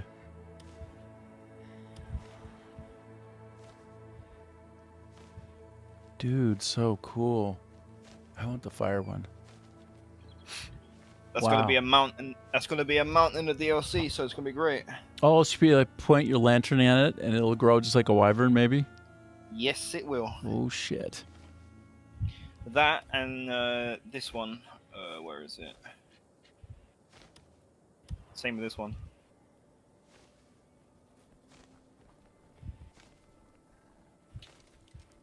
Huh. That one as well. Wow. It's gonna be a mountain as well. So. That's incredible. I wonder if it'll spin its tail. No. I don't know how. You've got, all you've got to look for is these guys. On, where is he? Where's he gone? Here he is. That's all you've got to look for is these guys. Yeah. Well, now that I know exactly what they look like, that's gonna be pretty helpful. I got it. So you can't like shoot the apple off that thing? Probably not. No, you have to kill the thing itself. Oh, jeez. Yeah, that'd be kind of tragic. I got that pet, but I got to kill that pet. Whoops. Doesn't feel right.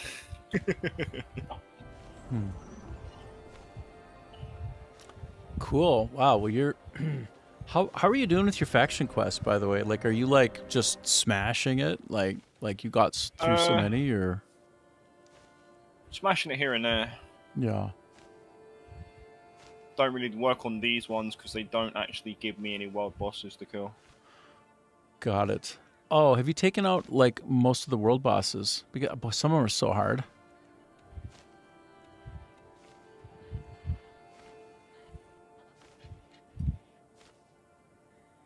Where am I? Oh, you're trying to sort by some of those brutal hardcore. Okay, I didn't even know you could find them in here.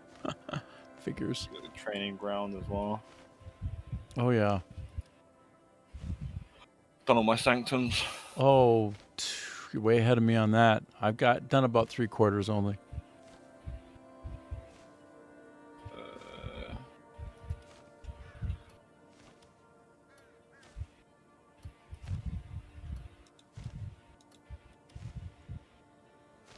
I still need to find the rest of the robots.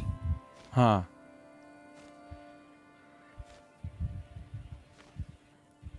Yeah. People turning imagination into reality is the robot section's title. That's hilarious. And Journey's End. Yeah. I did that at the very end, and the last bit is like, oh, hey, so go wander the desert. Why not? So then I go wander the desert, and I just start killing and skinning everything, and I'm like, I don't think that was their idea. I think I was supposed to be like a wise prophet wandering in the desert. Instead, I'm just like, kill everything! Ah! Anyway. Oh, did you catch all of the... Yeah, I caught that one. That's the golden carp, I think. There's 4 golden ones. I only know about that one at the moment. Oh, really? Oh, my God. Of course.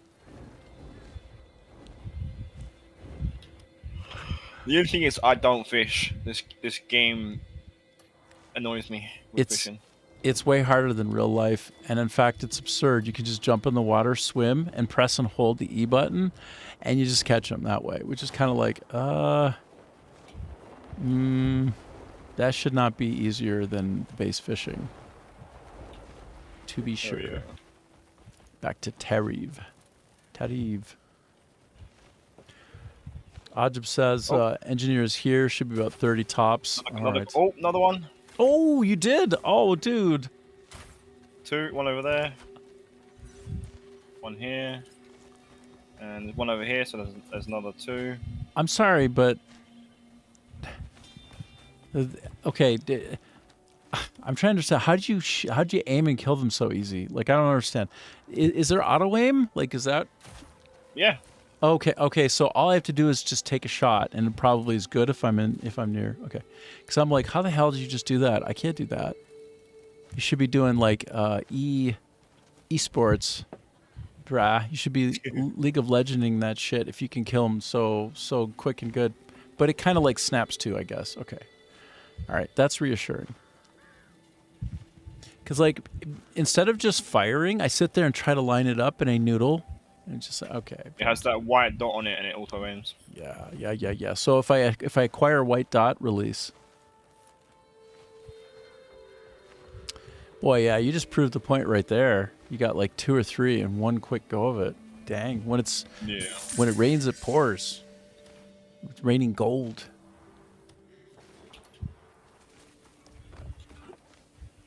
Isaac Newton and the falling apple. Yeah. Well, thank you for showing me all that. That's awesome. The one thing you need to get when you do have time. Hold on, I've got to find the right vendor. It's over here somewhere. Okay.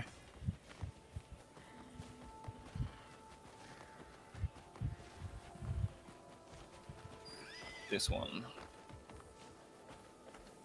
Okay. You need to buy these for the attack speed. Oh, so this is about as good as it gets, hey? This is the best gloves in the game. Damn, Tarif cloth gloves. All right, I'm all up in it.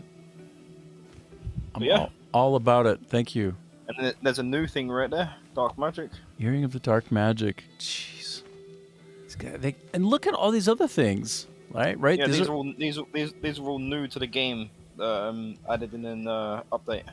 So like basically, if you like that's from the boss, but like you can grab at them from all over the place now. That's sweet. And this one is health regen, movement, and ice. Oh yeah, that's nice. Hey, can I see your stats real quick? My stats? Yeah. There you go. Oh, I got my attack speed 13. Oh shit. Your movement speed is decent. You're letting some crit rate go. Your fire resistance is maximum. Nice. If I take out my weapon, there you go. 6 crit. Oh my god. Oh my god. You just showed me something I didn't realize. Which is if you take the weapon out, then it goes on to the stat, but not necessarily if you don't have it out. Oh god. So if you go with Electro Mecha Spear, you need 2 crit, Frostbite, and then Wood of Darkness. And then with the other one, you need Crow's Pursuit, Grouse Holing, and Orbs, and then crit. But the best one to get rid of would be Grouse Holing for Shadow Claw, which I don't have right now. For Shadow Claw, okay. All right. Got it. I took a quick screen grab of that. I gotta just put it. I just gotta throw it up into my Urfan view, my ancient. Oh shoot, there it is. Yeah. Okay. All right, but yes, to your point, can switch out for the other one, and just cut that out. Yeah, so good, so good. Okay. And I do have the Easter egg fan. Oh, do you? Yes, the Eastern Witches fan. Oh yeah. So this thing is super cool. Have you tried clearing the wind yet? Like taking away the rain? Take away the rain, take away all the different storms. So cool. That blew my mind. The first time I saw it, I'm like, what? Hey, did you find that like pimp hat, like the one you put on, and then at 6 a.m, like a rooster comes out the top of the hat and goes cock-a-doodle-doo? No. Oh, it's around. I use this helmet because I can freeze the water and walk on water. What? You need to... Okay, your chat will absolutely love this. What you need to do is you need a lot of health potions. And you need to go right here. If you haven't killed this boss yet. This guy smokes the hell out of me. So basically, I just need a ton of health. Spam the health. Good. You need health potions and you need frost armor. Just total, like, as much frost resist as I can You need get. much as you can. Okay. And once you kill it, you get his gear, and his armor is the best in the game. Oh boy. Okay, but you'll keep that hat on. He hits like an absolute truck. Yeah. Yeah, I was getting one shot by him. I went, somebody said, like, hey, go over here and try this, and I just got, like, ripped. Actually, was it you? Yeah, you need yeah, it was me. you need frost armor, and you need about 12 to 15 Palmar pills, golden ones. Oh my god. Okay, by the way, I need the recipe for that, and then I need to go do the farming of the spot. Like, I just think there's so many things I have to do to get myself into, like, a better position that it's just crazy. Yeah. If I, like, double the time that I've played, I would still not be caught up. It blows my mind. Okay, so that's really good intel. What's going on with those shoes, brah? What's going on with those slippers, brah? My shoes? It's my movement speed. Oh, rabbit, it makes sense. Okay, so that's where you get most of your movement speed from. Like, Yeah. I have this idea, this fantasy of, like, 15 movement speed, and I'm so fast that it's just, like, stupid. But then that's what a mount is for, so it's a bit of a waste. And that right there. Oh, sorry, can I see your gloves one more time? Okay, so that's where you have your counter. Yes. Okay, of course. It does the most damage in gloves. It actually doesn't affect the weapon as much as other people say. When you attach it to your gloves, it actually does way more damage on everything. So you tested it, hey? Yes. Awesome. That's the best. When somebody actually tests and tracks on the DPS a little bit, then you know the truth. Very cool. Yeah. All right, so I'll make sure I currently have mine on gloves, but it's good to know that that's the best and right place. Okay. Yeah. All right. And oof. I did not know that they were the best though. And I'm all about the attack speed. Who isn't? All the cool kids are about the attack speed, brah. But I do need to get some of that crit going too, I suppose. Shadow contract. You need about 6 crit. And the rest, if you're using long swords, everything goes into attack speed. Yep. Right on. Very cool. Do you have, like, a secondary, like, resistance gear that you'll swap in for, like, your ice and your lightning? Yes, or it's at my house. Oh man, see that's I'm not quite there yet. I don't have that level of organization, but I want to. I want to get there. I think maybe by the time the DLC comes out. Actually, do we know when the DLC's coming out? You mentioned it once, but September. Okay. There's not an actual set date, but it's in September. I still am just mind blown by the rate of change that they introduce, like all the newness. I mean, if anybody had any doubt about this company, man, and the product, like, there can be no doubt.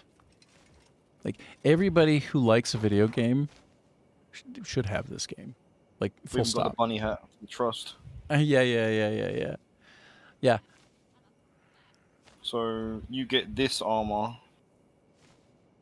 So this is the frost armor, and then you get. I need to put this in there. Frost cured plate, 100%. You can't put anything on it. You can't refine it, but still, it's great. So 7, 5, and then you got the 1s. Yep. That's for the climbing. Yeah. That's for the lightning. I got my gas helmet there. I can't wear that. I can only wear it on demos. Oh, okay. But yeah, this is all my attachment stuff. Very cool. And then I got a pirate hat. Yeah. You got that pirate hat. Oh, wait, what is that? What is that Hawkeye? I know about that one. That one's sick. What is going on with that thing? You can shoot lasers from your eyes. Oh, shit. And you get that all the way from... Oh.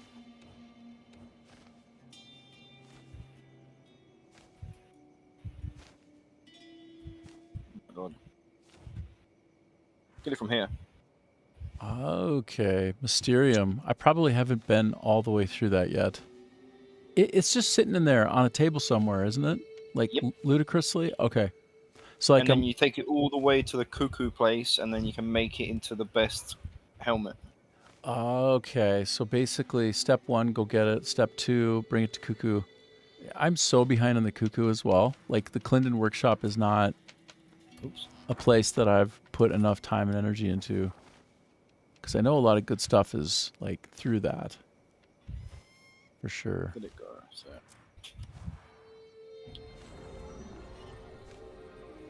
Have you tried using Unka or Damien a little bit? Yeah, I use them. They've actually got their own story in the DLC as well. Oh, cool. Well, I noticed with Damien, like the rate at which you can scale a wall is absurd. It's like 2x of cliff. I guess, which is a nice counter since you can't do that pound up into the air like boom, boom, boom, and get like that height. Yeah. It's like a nice. This guy. Every time you say goodbye, he goes like, "Well, you're not that easy." So I've got everything in the cuckoo. Oh my god. So you get the best helmet there once you've got that one. Oh no. You've got this one for ice resistance level 10. Movement speed. And then you've got crit level 2. So fire resistance. Are these gated by like a recipe that you gotta find? You have to do all the witches things. I've only seen 3 witches, so I'm so far behind. Like, and then you got this one for freeze step. Oh yeah, that's the one you tell me about where you can like basically freeze the water and walk over it. Yep. That's insane. This one you can run hella fast. This one's obviously for the cooler, dragon armor. This one you can make your own robot sort of thing. Yep. This is the second best spear in the game. Bismuth Affinity, right. Well, what's the first best again? You were saying? The first best in the game, hold on. Laser cannon spear. Oh my god. It's the laser cannon spear. Whoa. So it shoots lasers and cannons at people. And the lightning spear obviously is not good anymore. The cuckoo version of it. Oh, okay. The Disruptor is good if you were only fighting robots and collecting like cogwheels and all that. Yeah, I heard absolutely destroys them. It basically just like wrecks their internals, right? They just get fried. Yep. Okay, so it's just like quick wipe, super quick insta This wipe. one, hold on. This one I haven't got it yet, but once I do get it, if you go to the red tree with this, you can farm up to 550 golden palmer pills. Oh God. Okay, so yes, I haven't been to that tree yet. I want to get to that tree, but the gardening pack, hey? Yeah, the gardening pack. Okay. Wow, that's wild. That sounds very efficient. You have Watcher for a mini. With the Watcher, you get 3 robots around you, and they attack everything around you. So you can do like mini camps or boss fights, and it just helps you do DPS. Have you tried it yet? I have, and it's quite insane. Nice. Lightning bolt, it's okay. If there's a storm, it will do way more damage with your lightning weapon. Yeah. Flamethrower, same thing. If you got a flame armor set on, which is this one, and you have this on, you're literally like a suicide bomb. If any time anyone shoots flames at you, it deflects and kills the enemy. Oh, that must be so much fun, hey? At the moment, this doesn't work. Cuckoo Transmission 999K pack. Mysterious. I have it on. It doesn't work at the moment. When it works, yeah. You can sell stuff and buy stuff. Oh, like you can basically just spawn a shop and you don't have to go anywhere. It's basically like an auction house. Oh, dude, that's awesome. But at the moment, it's broken. Oh, okay. Dang. Because if I go out of this and I go back, I've got it on. Okay, you do. You know, pressing B does nothing. Oh. Have you tried doing it all over the place? Like, can it be like it doesn't work? Everywhere. And like, what if you go into more open area? Am I on crack? No, probably not. Hey, you probably tried everywhere. It just doesn't work. Oh, like what if what if you need more of an open area? Is that doesn't do it? If I take off my helmet real quick. Try it. Okay. I'm just low key curious. No, it doesn't. Okay. Yeah, well, you know. Yeah. Cool.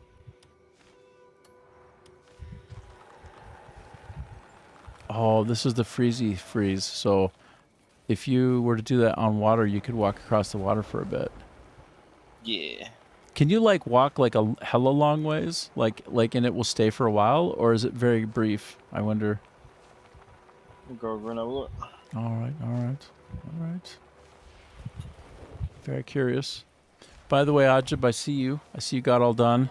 You got your internet back. That's good. Oh, look at that. That's insane. That's nuts.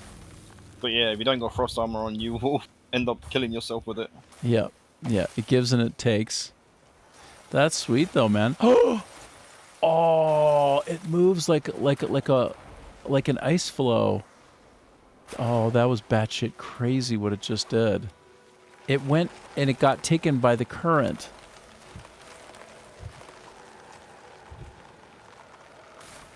Oh, I'm stuck. Oh no. I'm gonna die. He's I'm gonna die. got no chance to survive. I got teleported instead. Okay. That's kind of forgiving. That's wild. It's like, nah, we won't kill him. No self-inflicted wounds this time. Or like fatal ones anyway. But yeah, I've got all the points. I just need to work on getting the elements. I haven't. Have you explored the elements? I haven't even. Like, I think I have. So, yeah. The elements are the most annoying thing in the whole entire of the game. You literally have to go to every single one of these and follow the path all the way to the end, and then do other puzzles around the map, and it's just stupid. Oh, so they're very gated behind completing all that up there. Yeah. Wow. Well, I mean, it gives you a good reason. I will give the designers credit. They create some really strong reasons for doing things. Do you know? Ice is really bad. Fire is the best. And if you want to go full force, lightning literally wipes out everything. Got it. If you've got the lightning sword or the spear, as well as the elemento of lightning, you're literally a god. Oh. Hashtag. My friend showed me it, Yeah. and you could literally wipe out the whole entire map. It's just stupid. That sounds interesting. Sounds good. Well. But hell yeah, mate. I'll let you get back to your stream, brother. Yeah. Yeah. Wow. Well, thanks for hopping on with me. Like anytime. Super fun hanging out with you. Hell yeah. That was great. It's nice chatting with you, man. Nice getting to know you. No worries, mate. Next time I'll turn my camera on. At the moment, I need to get one. Yeah. Your 15K setup needs just another K or something. Just needs the camera, bro. Yeah, cool. All right. Well, thanks again for hanging out with me. Anytime. No worries. All right. See ya. Peace out, bro. Bye. Oh, that was super cool. Damn, that was awesome. Did you see that, Ajib? Did you see that, John? I don't know if you're still there, John. Whoever else is there. How cool is that? So he's got a 5090 setup. That's like the good time right there. That's the winning so hard at technology life. Okay, give me a quick 5, and I'll come back, and then Ajib, perhaps if you're ready, we'll just roll right into another one, like another sesh, another audio sesh, which is just like the good life.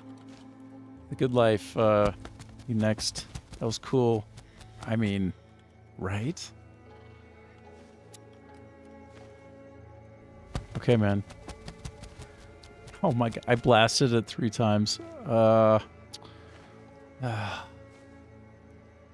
Just to underscore it. Let me just. Okay, you're on. All right, yeah, you're YouTube. I'm just gonna only. Okay, right on. All right, brah. Taking 5. Then let's go time. No, I have to spell it in the way we used to spell it when we worked together. Go time.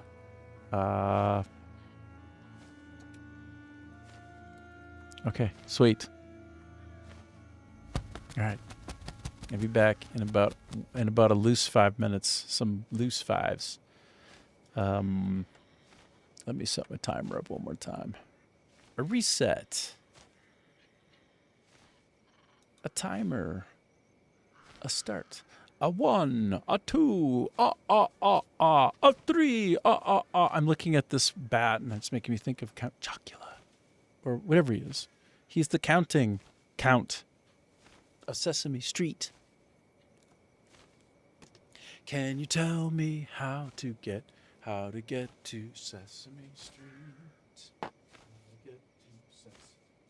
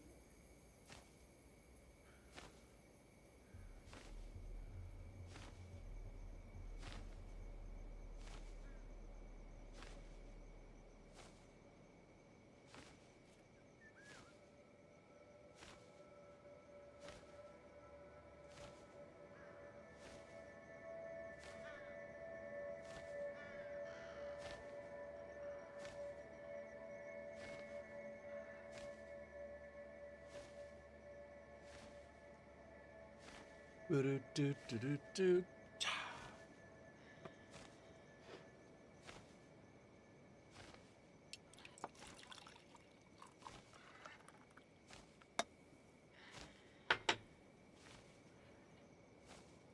Un momento, por favor.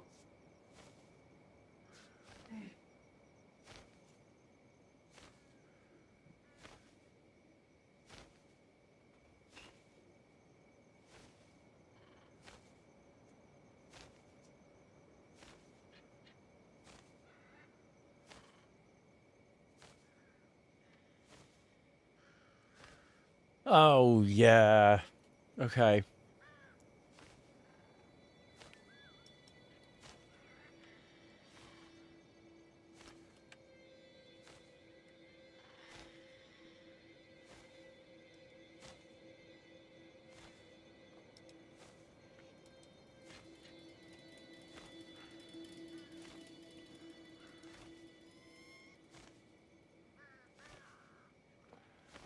Excuse me. I'm looking for you, Ajib. I'm looking for you. Got a pending. Oh, it's the other.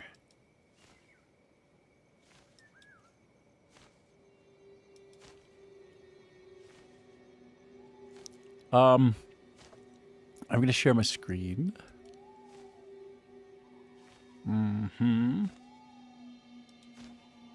I made a big mistake. I had a big thing of peanut butter.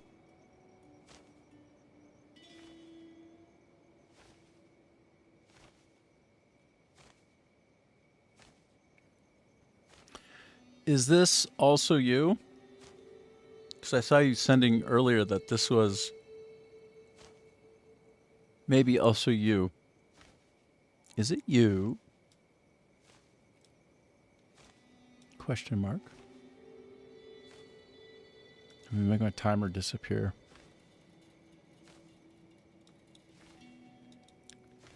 Or this you. I do this you. Hello? Ready? Hello? Is it me you're looking for? You can see me type to you. It's so meta. This is you now. This is the you. You. Do you want video, audio, or both? How deep you want to go? How full? How multimedia are you ready for?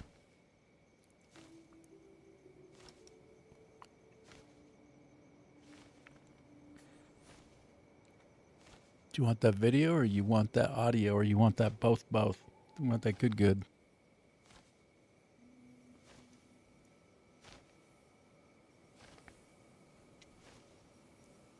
Give it to me now. Give it to me now.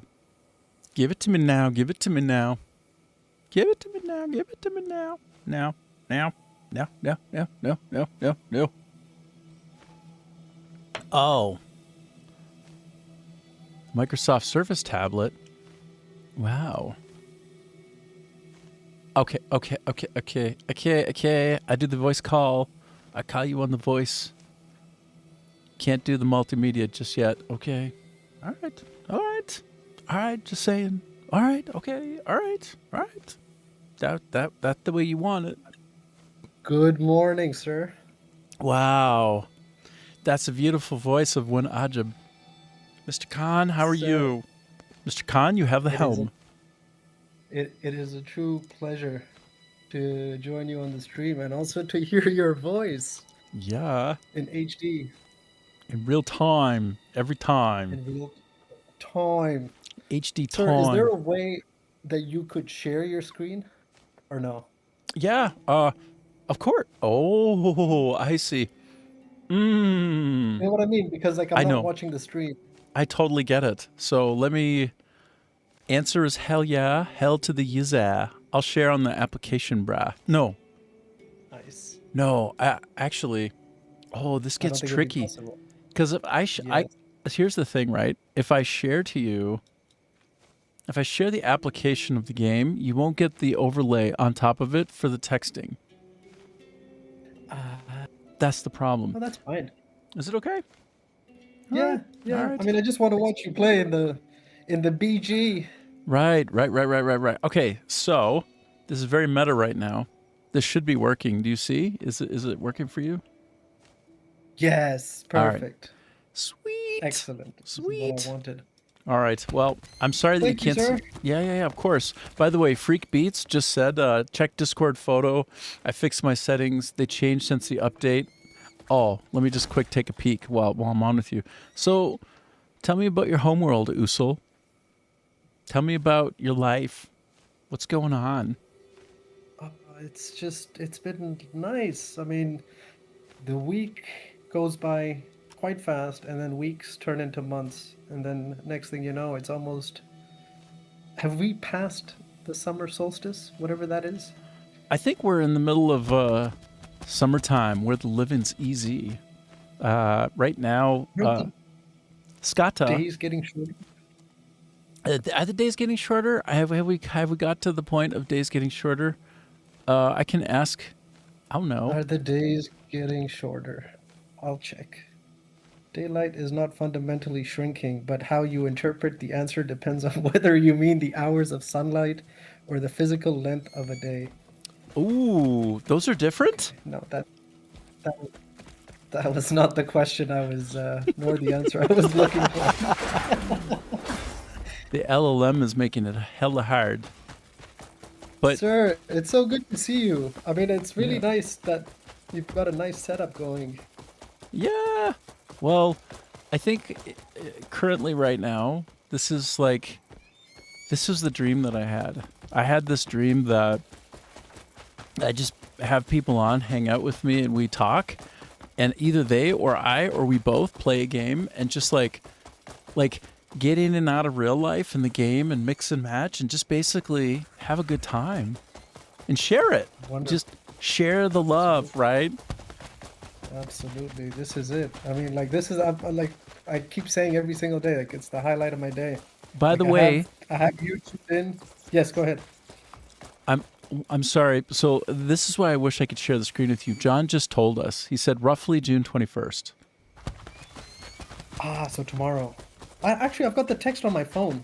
So I'm hyper ADHD right now. I've got the phone to my left with the stream. I've got you playing the game. Okay. All right. Okay. I think I may have disconnected. Oh no, I still hear you. You're still okay.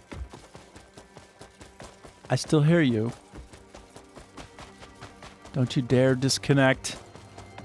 Don't go. Don't go. It's like in Titanic. I'm here. I think I'm back. Yeah. Oh, it was the greatest movie of all time, sir. Do you remember when Jack, he's all he decides to freeze his ass off? Everything from the chest down, chesticles down. And she's all she says don't leave. Don't go. I need you, don't. Sir, do you believe that theory, that very well-studied theory that door was made out of Irish mahogany, and that door should have and could have fit them both, withstood the weight of both of them, but she chose not to give space to Jack. Possible / fat shaming / all the other anti-feminist theories. I mean, I've been down those rabbit holes myself. Oh, get it all up in there. Yes. Sir, I was just, I mean, it's a great movie. Yes. Props to James Cameron. James Cameron, right? Yeah. You got it. It's maybe adjusted for inflation and the time and all that. The best-selling movie of all time. It's right up in there. I remember going and seeing that, and then I was aware of some people seeing it 6 and 7 times. They just kept going. There's something about it. But to your point, and I hate to say it, it's where yes, I think so. I think basically the theory is probably accurate, because I looked at it myself. I'm like, that's the problem, right? That's the weird disconnect. But I think, is there possibly some deeper meaning in there? Is it possible in some cases where we think we've got to preserve ourselves and somebody does a sacrifice, but actually there was a way for both? Is that more common than we realize? Yes. Like, is that the point a little bit? I don't know. Maybe not, but it comes out in the wash that way, if you ask me. So that is fodder.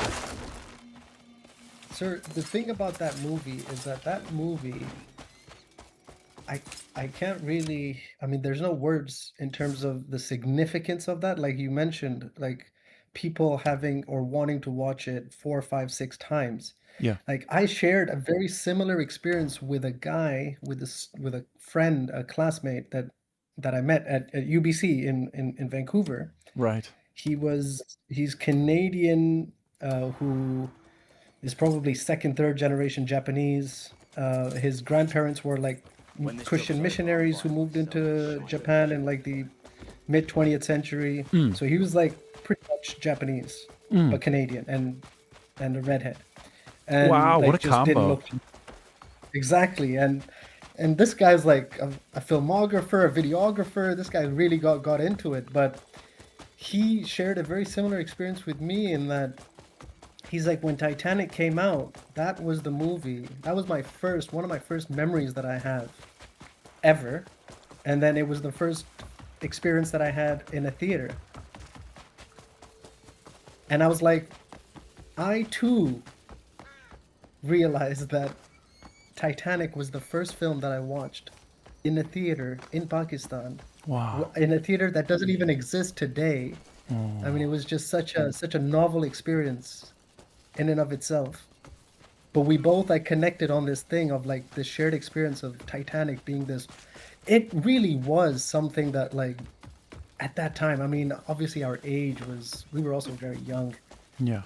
And yes, and seeing partial nudity on screen was also like mind blowing on its own. Yeah. Well, how yeah, beautiful. brilliant movie. I mean, I think it was a worldwide phenomenon as well, to your point. And yeah, it had a lot in it, right? Like it had a lot in it. It covered a lot of the like the values that are important. Yes. To everybody. The rags to riches story. Exactly. Getting dumb luck, and then sacrifice, greed, excess. Oh, that film is in my top 5. I mean, confidence in the extreme, even about like the Titanic itself, right? It's like, this is unsinkable. But for the thing that's on scene underwater, and I felt like it was very much inviting a lot of depth of thought around it as a whole, like a real springboard for thinking about society and relationships and just the human condition in general. Hey, yeah. And I think James Cameron did a lot of research for that, right? Like he's like a deep sea, not diver, but like a deep sea anthropologist. I don't know what would the field be of that? Like deep marine. I mean, I feel like saying like oceanographer but it's not. Well, I don't know if that's right. No, it's that capsule that they go in, right? Yeah. Oh, like he has created. He has patents like on that shit. Like he's so hardcore that he's advanced the science of like that deep water stuff. Like this guy, this movie maker has literally like a pioneer of that. Yes. Perfect, exactly the word, pioneer. But you know, he also innovated a lot of like movie techniques that were the first time ever, right? Like this way of basically having a person run around with a rig in front of their face, capturing all their emotions so that it could be, you know, digitized in real time with like very, very minute, perfect kind of control. Like the actor's face gets mapped right on to the digitized, you know, replacement of the character so that it's basically one-to-one. Like I guess a lot of that stuff was the first ever too. I remember, you know, go ahead, sorry. And he's the same guy that did the Terminator, right? The second Terminator. Dun dun dun dun.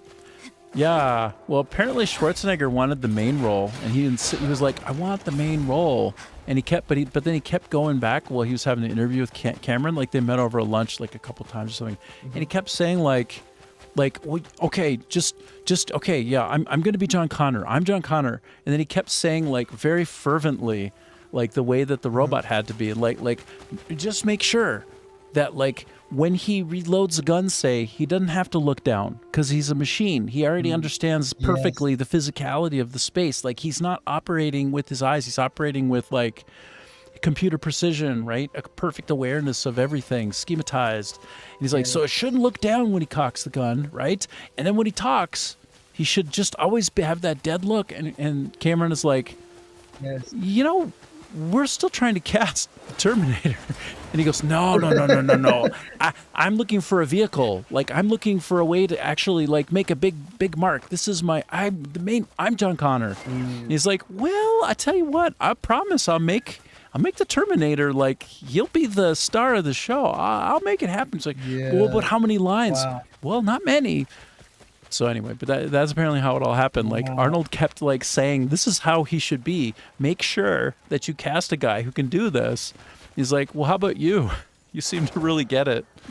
Exactly. Yeah, and no one better. And I've also heard stories of T-1000 in that running sequence when he's chasing the car.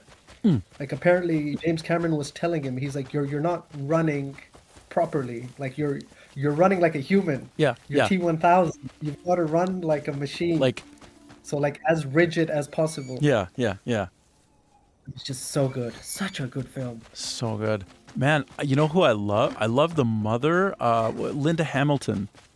Remember? Yes. She was like yoked, bro. Like, she was working out with Arnold trying to get big, and she was all like, oh, I don't want to lose my femininity. I don't want to get too strong. And Arnold's like, trust me, you need to get strong, you need to get big, and you'll be beautiful still. You'll still be very feminine. And, like, when I saw her, I was like auga, because, like, I mean, who doesn't love a strong anything, right? Like we love strength in our fellow presence. Yeah, exactly. And dude, but she was also so hot. She's so cute. She managed to be this, like, because when you, sorry, go ahead. Oh, I was just gonna say she managed to be an ectomorph, like very, very thin bones, but, like, pack on somehow some muscle and look both feminine and super powerful and strong. Like, absolutely. Yeah, it was awesome. Because when you compare her to the first Terminator, where she's very feminine. And almost like a damsel in distress, and she's just being chased, and she can't fight back, and she's just, like, pinned against the corner. And then the second comes, and she's just, like, doing pull-ups in prison, or sorry, not prison. What was it? It was like a mental health facility. Well, it's a prison of sorts, I suppose. Well, when you say prison, I thought prison is accurate. Is it not prison? Maybe it was. It seemed very prison-y. But yeah, she's trying to convince everybody that she's fine and she's all right. And it's like, yeah, sure, time traveling and whatnot. But yeah, that was a nice character arc for her, where she got to be very, like, physicalize her transformation, you know, from being helpless, being chased, to becoming powerful and actually in charge, you know, like taking it back, sort of like humanity fights back. And she's that. No, very cool. Yeah, proper badass. Proper badass, series. No doubt. But yeah, James Cameron in general, I feel like with Avatar, I feel like some of his best years were lost to us because he kind of, I feel like almost like he spurred out on it. Like, he went too far, too deep. And I mean, the second one seemed really neat, but it seemed a bit imbalanced too. Like, it didn't land with me as much.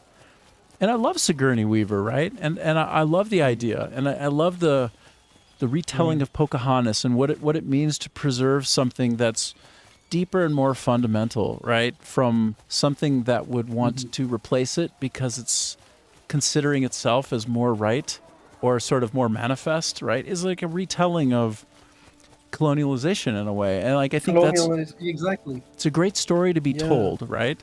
Like Star Wars itself, dude. If you tell me, if you want, like, that very controversial breakdown for me, but maybe it's not controversial, which is the Rebel Alliance is that side of the West that recognizes and almost even wishes that it could be a replacement, because, like, the evil empire is like, well, isn't that just like the first world that's in charge that just tries to rip everything away from the other places? Like, and the Rebel Alliance would be the type of trying to fight and resist that, which is like, what a hell of a story to feed people in the West and make that the new modern myth. when there's a lot more in common, Empire side than Rebel side, with the West. Yes. Like, how fucked up is that? Like how do you process on that? Because like it went right into the DNA and the soul of most of us in the West. Like, what's that all about? Like this subconscious awareness of like, okay, well, you know, like maybe when France went and took most of the gold away from Vietnam at a certain point during colonization, that wasn't so good. But it's like how do we reckon all of that, and why does it resonate so strongly, but then almost only at a subconscious level? Do you know what I mean? Yeah. I don't altogether know where to go with that, and I don't want to be like I don't know, like I'm saying something that's a fact, but it hit me on that level. Even as a kid, it hit me. I'm like the relatability with the other side. Yeah. And now I know, like, over time and with some of the different movies, like, then it becomes very, like, jackbooted and, like to depict the start of that galactic federation that's looking to kind of control and usurp all things that aren't completely bowing to them. Like I understand all that. Like, I get that. But the first one, the basic of it, seemed kind of like, well, you need to step in line. If you don't step in line, we'll destroy you. Why? Yes. Because you're not in line with us. Not because somehow you're doing something nefarious and awful and poisonous, toxic to the rest of the galaxy. But no, just because you're not falling in line with us. Like they never reckoned that. Non-compliance, basically. Yeah. Exactly. It's like the whole point is like a whole Pink Floyd The Wall, another brick in the wall. Like, why do those things all resonate so strongly with the West, but yet they're so radically subversive to the West itself in many ways? Like, that's an interesting one for me, why some of the most loved art is some of the most contrarian to the base state of where that art is produced and consumed. Like, what is that? Ooh. Yeah. So like the irony within itself. I'm sorry. Yeah. Or like the paradoxical sort of effect that it would have. Yeah. And maybe a lot of that will kind of, quote unquote, go over the head of the typical viewer, and they won't take it to that point. But there is a certain reasonable path, like this one I'm on here right now in the game, and you might be behind it. This is a really nice path. I know, it's beautiful. Beautiful. Yeah, I know, it's so good. But it's like the path seems straight and true. Sir, do you believe in the path not taken, whatever that poem was? Absolutely. The road not taken or the road taken? Yeah. Absolutely. I mean, that's why I live in South Vietnam, fascinating. Yeah, so tell me, I mean, like, I was just gonna say, like, this, just watching you in this topography, in this area, just made me think of Vietnam. Like, obviously, zero experience, zero empirical evidence on, like, what it's like there. Yeah. I mean, I would imagine it's developed, right? Like, it is, things are there, things are in place, but I would imagine the rural side. So I don't know where you are. Yeah. I mean, you don't have to tell us exactly your specific coordinates, but just like, what do you see outside when you walk outside, or like what are your visuals of? I see rusted out tin shacks. I myself am in one that looks a little bit rusted out, like it has a tin top, and I can look out the window and I can see like people living in shanties. Is shanty, is that the right word? Basically something that's got four walls, and it's not. Got news? It's not exact. It wouldn't show up. It wouldn't be featured in Pimp This House or Pimp My Pad. It wouldn't Pimp quite. crib. Yeah, it wouldn't show up. Cribs. Yeah, it wouldn't show up. But it's exactly you like you prefigured it just right, in my opinion, which is in the rural areas, much like in the States even, right? There could be shacks. Like my mom grew up in Hermantown, Minnesota. Hermantown is a very small part of it's like the outer area of Duluth. It's like a little bit out in the sticks. And she didn't have running water, bro. She didn't have indoor plumbing. So, and that was in my lifetime, right? And everybody around her is like same. So even in a lot of parts of U.S. itself, the more rural you get, the more kind of, like, oh, it's an outhouse. Yeah. There's no plumbing. Like, you don't do that inside, right? Or even more wild, she actually had a room that it was a dirt floor. Yeah, like a dirt floor, like exactly like you would imagine in some part of Africa, right? Like some part of an extremely poor Africa. Well, it's like that was in the heartland. Part of Asia, yeah. So, it's like people don't know how much commonality and sameness there is. It just depends a little bit. I mean, for me, like the coda or the TLDR of being here is, I'm in a slightly more rural spot, but it's also very quaint. It's got a lot of colonial features from French colonization, and it's beautiful and it's antiquated, and it is a little bit anachronistic now, which is a fancy way of saying like there's technology, but also right in the middle of all that, right, is like old ancient shit that doesn't seem to jive or fit, but it's like that all over the place, right? Like everybody has a hot ass phone, like they have in their pockets some sick ass phone, like a good ass phone, like that's like in India, everybody in India will have almost every last person will fully connected. And just like in India, here in Vietnam, there aren't so much data plans because that shit expensive, right? They're not reaching out to they're not reaching out to a satellite because like people don't have that much money usually, or they have more common sense in a way, and they just basically bounce from Wi-Fi point to Wi-Fi point everywhere they go. Anytime we ever go anywhere, if I go with a friend and we sit down and we have food, we connect to the Wi-Fi. Oh, or if we get coffee, we sit down, we connect to the Wi-Fi, and gradually we have a network of Wi-Fi that we pass in and out of all day long. And you know how much data that costs? It's free, just like in India. And so, it's people find a way to. Yes. So telecommunications. So like getting a phone line or like a mobile line and then data is pricey to the average. Well, not to the average because you're. I wouldn't say you'd be the average, but just let's assume to the average Vietnamese, it would be expensive, right? That's interesting. Prohibitively so, yeah. And so it's very normal to see that people don't, like, they have a great phone, but no plan. Normal. Wow. Yep. That's fascinating. Yep. Because in South Asia, it's everyone has a mobile phone. So like India, Pakistan, Afghanistan, everyone has a phone, and data plans are just available. Like they are flexible, they're affordable, and anyone can be connected to data. Nice.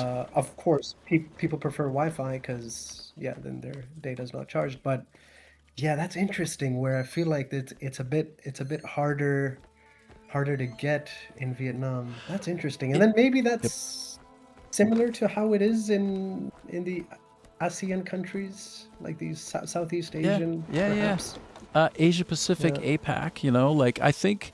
Okay, well, I don't want to pretend to know all the things because I really don't. But I know with a number of examples that I've seen, because I've been here for like 3.5 years, right? Like after 3.5 years, and if you're like me, you get out, right? Like I lately I've been in a way like very locked into this room and sharing with the world and just having the time of my life playing a game. But man, I will get out and about any chance I get, and frequently I most love just walking around and getting into side streets and getting to where people live and just walking around like where people are, So given the amount that I've seen and the coverage that I've gotten, and a lot of people who've been here for like twice or 3 times as long as me, who maybe they're like they're Vietnamese by family line, but like born in the States, but they came here. Like I know more about the traditions and things than they do, and they're just like, Rick, how the hell did? And I'm like, well, I mean, I get out in the world.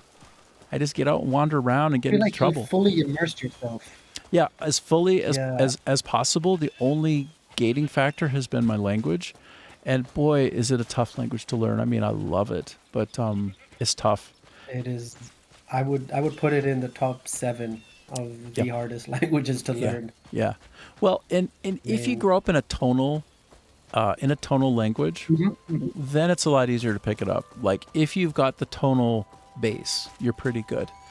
But I didn't have that tonal base, right? Like it's like ma, ma, ma, ma. Like all of those are completely different things. Different things. Holy shit. Or like so like how would you do an interrogative? Like how would you, if you end up, like would be what my nature to like, how are you doing? Is like a way to end a sentence, right? Versus how are you doing? Or like anyway, like the inflection ends up capturing emotion quite a bit in English language by default, or if you're being sarcastic or direct, or any other number of ways of kind of positioning what you say. But in Vietnamese, while that's all still there, by the way, it's all still there. It's just this far more subtlety. So like you can layer in. Difficult to learn. Exactly. You know what I mean? Like when you've had no prior experience. It's like going from zeros and ones to like 0 to 1,000. And like every one of those points is more relevant than you ever realized it could be. And so it's like, holy shit. So the typical person that you see out and about, like just sitting there having a song, like singing karaoke, because it's very popular here, by the way. Like singing is a big thing here. Big. Like a public singing. Understandably. It's like a national pastime. 100%. And I love it. Like some people find it annoying. I absolutely love it. Like I can fall asleep to it because it's like I hear people singing with heart and generally like a little bit of a somber or a sad or an upbeat and a happy. And like whatever it is that I hear, I know that somebody's feeling the world and I just like fall right to sleep. Other people would be like, this is driving me nuts. And I'm like, I hear humans living their lives in a good way, connecting with their hearts, heart to heart. And it's like, that's the way it is here everywhere. So like getting back to that original point, which is, it's an interesting combination of old and new, of colonized and unique. There's a huge Sino influence. So from China down, tremendous, but also from the other side, all the other countries. This is a very unique place with people who have like a wild tendency toward hustling. Like the hustle culture here is like age independent. I see a lady, I saw a lady operating out of her front yard, right, selling yogurt. And then I saw her at the night market later doing that. And then I saw her at another job doing another thing. 3 different jobs every day. And she's like, I don't know, I would guess she's 70, 75, 80. And she looks so robust. And she's got such a beaming smile. And she's so like in it to win it. And it's like you see the kids like that. Everybody here will have like at least 1 or 2 of their own little side hustle startups. Like the entrepreneurial spirit here is like, it's next level. It's like this. Asia Pacific's going to be on the rise, and like just like Vietnam is going to keep rising. Like their GDP is growing faster than most other countries. The people, the people that I've met, like I can't make a statement about all the people. What the hell do I know? I don't know. But the people who I've been around and what I've been exposed to is like, they treat you as your brother. They treat you as your sister. They open their hearts. They ask questions that are almost alarmingly direct. Which, if you can imagine, I love. Yeah. Bro. How old are you? Are you married? How long have you been here? Yeah. What do you think about Vietnam? like. Oh, that's such an Asian thing. Like, dude, what do you think about Trump? And I mean, all of Asia. Yes, and it's like, here, do you want to take this beetle nut thing and jam it in your mouth with me? Like, it'll get you high. And I'm like, what? And that's in the first 45 seconds, right? Like I walk by somebody who would have like a big, huge like nicotine bong and I walk by and I go, oh, so cool. And it'd be like, come here. And I'm like, oh no. So it's so basically it's an open heart society everywhere I've gone and everything I've seen. And of course there are people going to give you a look and don't like you. And everywhere you go, there's unique people. Yeah. But the baseline is, you're my brother, you're my sister, come sit with me and have food. Have you eaten yet? Is like a replacement word. Everybody greets each other by saying, have you eaten yet? In their language. And what it means is, Yes, everything. They don't say hello. They say, have you eaten yet? This literally, it's a universal. And what it is this perpetual open invitation to be with them. It's fucking crazy, and it's real. It's not just a saying, it's a felt reality here. So I'll walk by people and they'll just want to grab me and pull me over and like have a drink with me. Like it's just anywhere I might go. So it's in Vietnam. So it's like a beautiful moment to moment culture that I've experienced here with people who hustle, with people who have open hearts, with people who are direct, with people who just, I'll tell you what, and then I mentioned this before a few times, but I've never seen such an expression of Christianity out in the open in my whole life as here in this particular government. How does that do for your, how does that reconcile or factor into like how you were raised in a different environment, maybe with or through Christianity, or maybe not as much, I don't know. Not as and much. And then now you're in a different land, in a different hemisphere, and you see Christianity in play or in effect in a different light. How do the two compare, if you can, I guess, compare? Yeah, well, your experience. There has been a push toward separation in society of the thing that would help congregate people together around an ideal that tends to be others focused, generous first, understanding first, seeing the other as a brother or a mother or a son. Like basically everybody here. Okay, not everybody. All right, I don't know, right? I only know about my personal direct experiences, but just our experiences. Yeah. Basically, and by the way, it's not a Christian country. It's just there are enclaves. People here, it's fascinating, right? Like there's the umbrella government, and then there are the individual pockets at a lower level, by the way, a lower level. Like on a given street, it'll be very common for every single last person to have come from the exact same area in the central northern part of Vietnam, in a very specific place, and they will all recognize each other's dialect instantaneously, and they just end up moving in and living right beside each other. So you get these super strong, ultra tight-knit, lower-level communities that are deeply bonded around generally a belief structure. So they're still fully Vietnamese, like they got the biggest hearts, and they all are on the same page together, right? A united country. Not divided in any way, shape, or form, but at the lower level, they express themselves in a more tight-knit way, in both like at a religious level. So that, by the way, there's tons of Buddhist folks here, right? And there's tons of people who are agnostic, and there's a huge LGBTQ community here, even though that might be like more governmentally not approved of. But like, doesn't anybody give a shit? Nobody gives a shit. It's just like, you go live your life, I'll go live my life. Are you still my brother? Are you still my sister? Well, obviously, we are one. And that is bullshit-free, 1,000,000%, and I would bet my life on it, a fundamental truth at the core here in Vietnam, which is entirely lost. It's completely abandoned in the West, in the United States of America. The United States of America has no more unity. And it's tragic and insane. And 250 years in, is this time to come back. Like, you're all brothers and sisters. You're all fathers and mothers. You're all sons and daughters. Every single one of you. Wake up.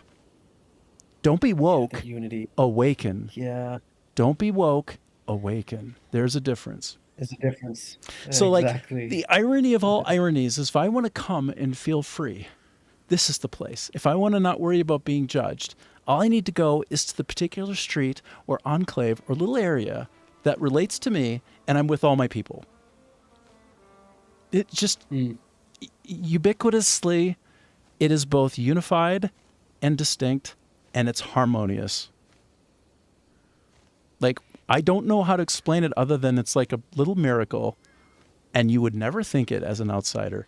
But I promise you, every single thing I've seen, it is exactly that here. So it's the best place that I could possibly be. I hope I could stay here. Really, I was going to ask you this at some point. Is obviously now in what, 3 years or 2+3 Yeah. And yeah, so like obviously you can't really plan for the future, and Yeah. you never know what tomorrow brings and all that. But like for Yeah. the foreseeable future, if it were in your hands, would you want to stay there?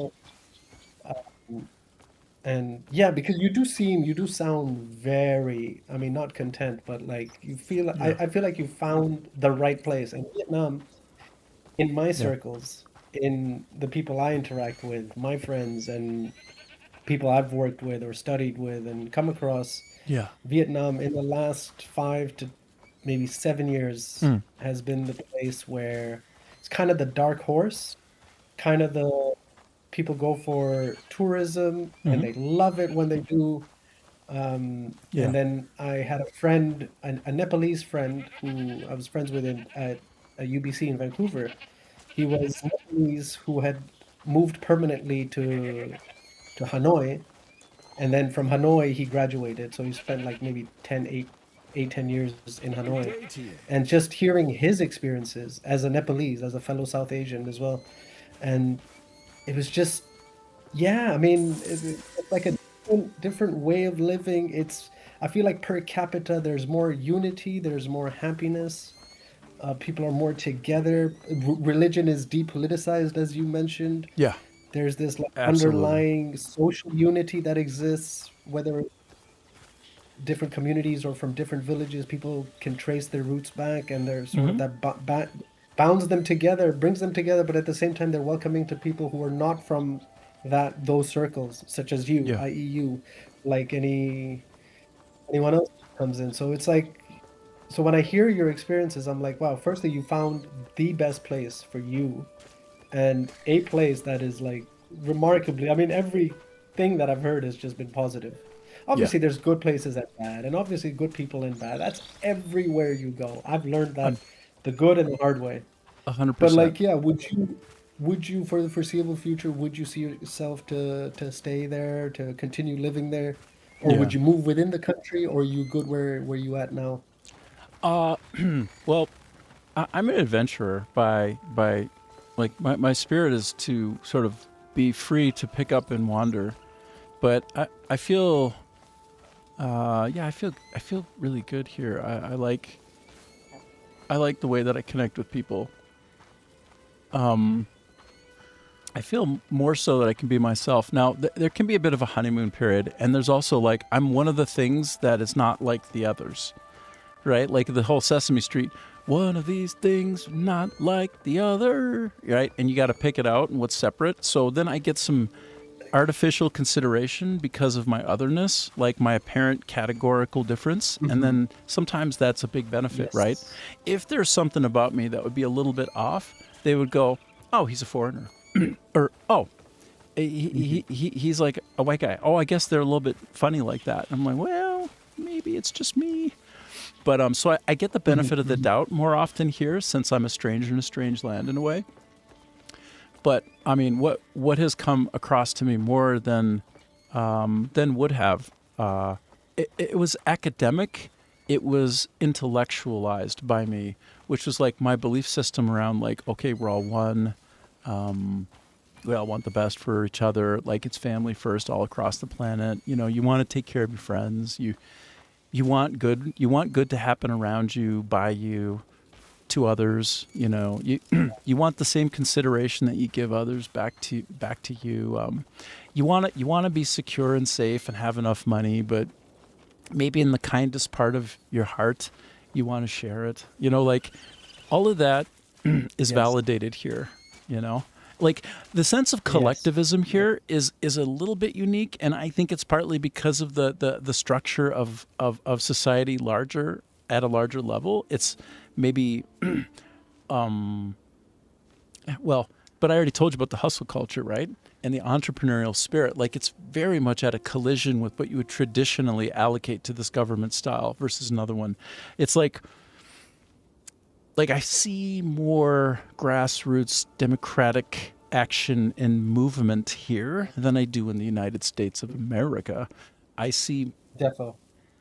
it, and it's Yeah. very paradoxical. And I'm saying this, and I spent most of my life in the West, so it's not like an uninformed position, right? It's not like I don't know what I'm talking about, and it's just me. So like, and I can be wrong, of course, wrong about a lot of things all the time. Take things the wrong way, right? Like, just anything but perfect, far, far from. But from what I'm seeing here is we have a lot more in common all around the world than we might by default think if we didn't get out and discover the differences for ourselves and the samenesses. Yeah, I feel like it's truly humbling to, I mean, see, the difference between traveling to a place for tourism and then moving to a place. Oh yeah. And then there's the other thing where when you move to a place and they don't speak English. Like you're literally starting, someone once told me, I think a refugee once told me, he's like, Ajab, I feel blind, deaf, and mute. Yeah. Because he couldn't understand the language.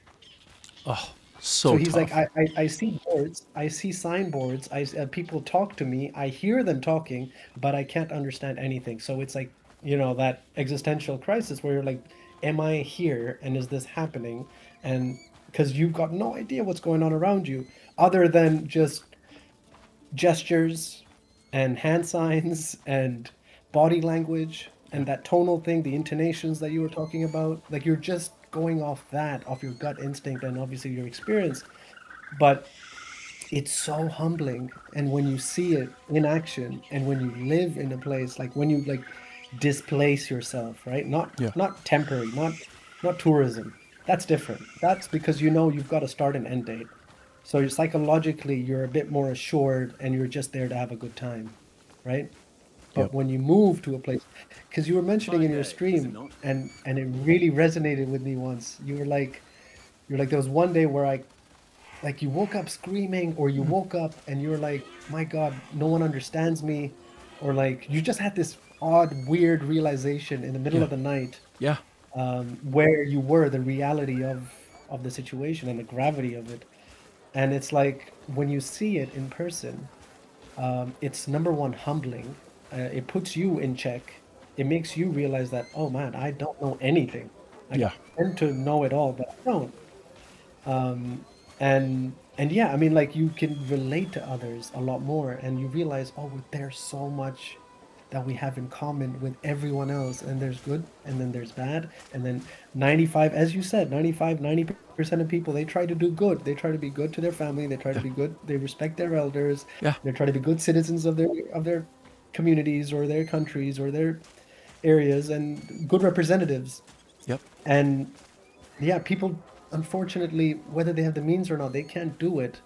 And then, like you said, it's hard to jump on board with that thought of like, oh, we are all one, when you yourself have not left. Like it's hard to relate to that. It's only when you've seen it, you're like, oh wait, there are true and genuine similarities. Like people are everywhere. Like in the words of Bill Burr, he's like, we're all eating a shit sandwich, right? Like we're all in this together, right? Like we're all in it together. We're all trying to pull through. So like, there's no point in trying to like draw lines and be like, no, I disapprove of you, and like try to be so divided. Yeah. Well, and you just pointed out a real good one right there. That's a fascinating. I'm sorry, everything you said is completely landed with me. I thought that was eloquent. And Gaming Malone is kind of reflecting with us, saying, I could be wrong, of course. It's a mindset many can't even begin to comprehend. Yeah, I mean, it's like what Ajib alluded to. I had what is something like an ego death on like the second or third night I got here when I realized like this is my new place. Exactly. I woke up and I felt myself dying. Like I could not tell if this was it. Like I felt like this was it.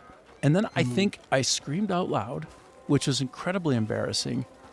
And I had this feeling, a certainty that part of me was dying. Maybe the most of me, like the most reference points that I had, it became clear those are no longer available to me.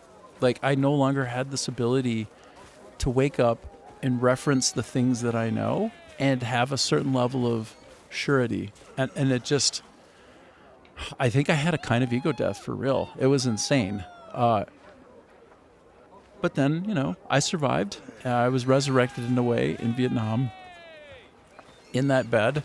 I had a laugh about it the next day. One of the guys with whom I worked, who was sleeping across in the other room, actually in a really nice little kind of propped up homestay, like actually very nice, multiple floors. He denied ever hearing me scream, but boy, I don't know who couldn't have heard me scream. Because I was screaming for bloody murder. It was the end for me. I feel like that was the rebirth, Yeah. the renaissance, if you will. Yes. Of Yes. Rick. Yes. At a very early point in my, I think it was early 20s, I had a couple of bad interactions with a fella. I know his name. I know everything about him. I could talk about him for about 30, 45 minutes. But he is an individual. And he was of South Korean descent. And I thought he was a nice guy. And he treated me well. But then there was a lot of backstabbing that occurred. And again, maybe I got that wrong. And I took that with me for a while. And I internalized it. And I put it into weird places in my brain. And like, if I had any of that in me, it died that night. It fully died. I don't know if you follow what I'm saying. I'm trying to be guarded in what I'm saying, but like I had a certain overgeneralized stereotype, and it wasn't an intellectual belief. It was an emotional gut feeling that I had, and it fucking died and fell off of me like a vestigial, like a lie that I had been telling myself a little bit, and I'm like. And then, you know, it's just some of the things that we live with as constants in our belief system are subject to scrutiny. And if you never scrutinize, ain't never going to see anything past where you're looking at, where you're looking from. Like if you're in your you're looking your little house out the window and you only get to see what's passing by and you have a lot of notions, but you're never going to have anything proven, disproven, supported, no other kind of illumination other than what passes by your porch or that sidewalk if you don't get out. And so, yeah, I wish for everybody the gift of clarity around exposure. Like, expose yourself to the world with your one life. Go live it. New people. Like, yeah, absolutely. Like, that's the God-given planet is yours. If that's your frame of reference, if that's your belief system, go celebrate God in all of the people and in all of the places. See God in everyone. Like most everyone's got God in them. And so 100%. Open your heart, man. Go see the world. And boy, you'll probably get an ego death. Maybe not as scary as the one I had, but you get something. You get something nice and you come out of it and you be like, oh, wow, that was very strange. For me, it was like an exorcism. It was like an exorcism, dude. Like a demon left me in the middle of the night. Yeah. So I would like to see some mass exorcisms in the States so that people stop thinking of each other as the enemy. Like to have one big night of exorcism. The visual of mass exorcisms taking place. Oh my goodness. Well, there's a lot of demon shit going on, man. It's like that's true. You look at somebody who doesn't look like you, and that's not your brother. Bullshit. What's wrong with it? It's like a planet full of our own people. Like, this is our planet. We are each other's brothers, sister, mother, father, all of that. Planet. I can't shake the belief. We just have one place. That's Absolutely. Right. Until Elon Musk gets us extra solar, brah. Trillionaire. Do you think we're gonna go to Mars, Rick? Well, there's like 6 different non-human, like robotic sorties going out. Like apparently there's 6 of them in the next few years going to Mars. Curiosity went there, right? In 2000. Totally. But I think Elon Musk even going to have some robots out there building some shit, getting ready for habitation. So I don't know. I hope so. It sounds awesome. I mean, can't we just take care of this planet first and then think of the others? Well, that's fair. How about a little bit of everything? How about we look inward and outward and make the best? But Gaming Absolutely. Malone says, let's not encourage exorcism. That shit was effed. Yeah, fair enough. Fair point. Fair point. In a manner of speaking, I don't actually want, I don't want any trauma Olympics where everybody's a participant. No trauma Olympics. But Yeah, no, but I totally understand. I Yeah. mean, like, people need to. I mean, yeah, in many ways, what you've experienced, what you've experienced with this move and all that comes with it, it's just you're very lucky. You're blessed, and like, it's what is it? Fortuitous that you've had this exorcism happen to you. Yeah. In many ways, like, yeah. like imagine living a life and not realizing that. Oh, okay, like I could have. You stink of trouble. Yeah, go ahead. Oh no, that was the game talk. Somebody said you stink of trouble as I walk by them. It's the game. Wasn't me. Sorry, keep going. Okay, I feel like my voice might be cutting in and out. It's my Wi-Fi is really shoddy now. Okay, so 95% of the time it's been pristine, but there's a 5% where you dropped out, but that was about 10 minutes ago. So you've been good ever since. Yeah. Yeah, that's right. Okay. What if I go up here? What's going on up here? This looks like a place I don't want to be suspended from. Cool. Hey, Ma, take a picture of me. Sir, I'm really enjoying this game. Yeah. Well, it's such an open world with so much to do that it is a great sounding board for anything. I could just go punch a cow right now if I want. You just punch a cow, bro. Rick, can I just ask you? Yeah. Maybe to improve the sound quality, or like to stop the buffering that's happening on my side. Maybe, but thank you for doing it in the first place. Yeah. Could you stop this stream? The screen share for me? Maybe that could be blocking because I'm still on the home broadband. Yes. The fiber optic hasn't started yet. They said it might take a few hours. Oh, okay. So I did it. I stopped the share of the screen, and now it should just be mostly audio data. Perfect. Oh, Gaming Malone. Okay, great. I'm happy. Yes. Gaming Malone says, ironically, for how I was raised to have a moral compass and be a decent person, which is more than most these days, so I don't regret.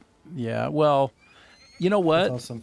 In life, sometimes you can find the silver lining in things, because I know that that Gaming Malone also went through some shit growing up, so I understand that as well. One of the gifts that we can have is to find the gratitude and learn both from the good and the bad, or it's not always good and bad. Sometimes it's just what are the trade-offs. So, like, if you come away with a real strong moral compass, you might be a bit rigid, and that might be okay. But I don't know. In the big wide world, there's room for all of us. Is, I guess, way I would like to go with it. No, I think Gaming Malone touches on it very well because it's a callback to what you mentioned earlier, like a few days ago. Yeah. About like if you were raised right, you know what I mean? Like it comes down to parenting, essentially. Right? Like I feel like a good person, or like forget law-abiding, but just a good-natured human is nurtured, right? I feel like yes, nature does play a part, but there's a lot of nurture in it, and I don't know if I'm getting to this age where it's like I have a hard time relating to, let's say, teenagers.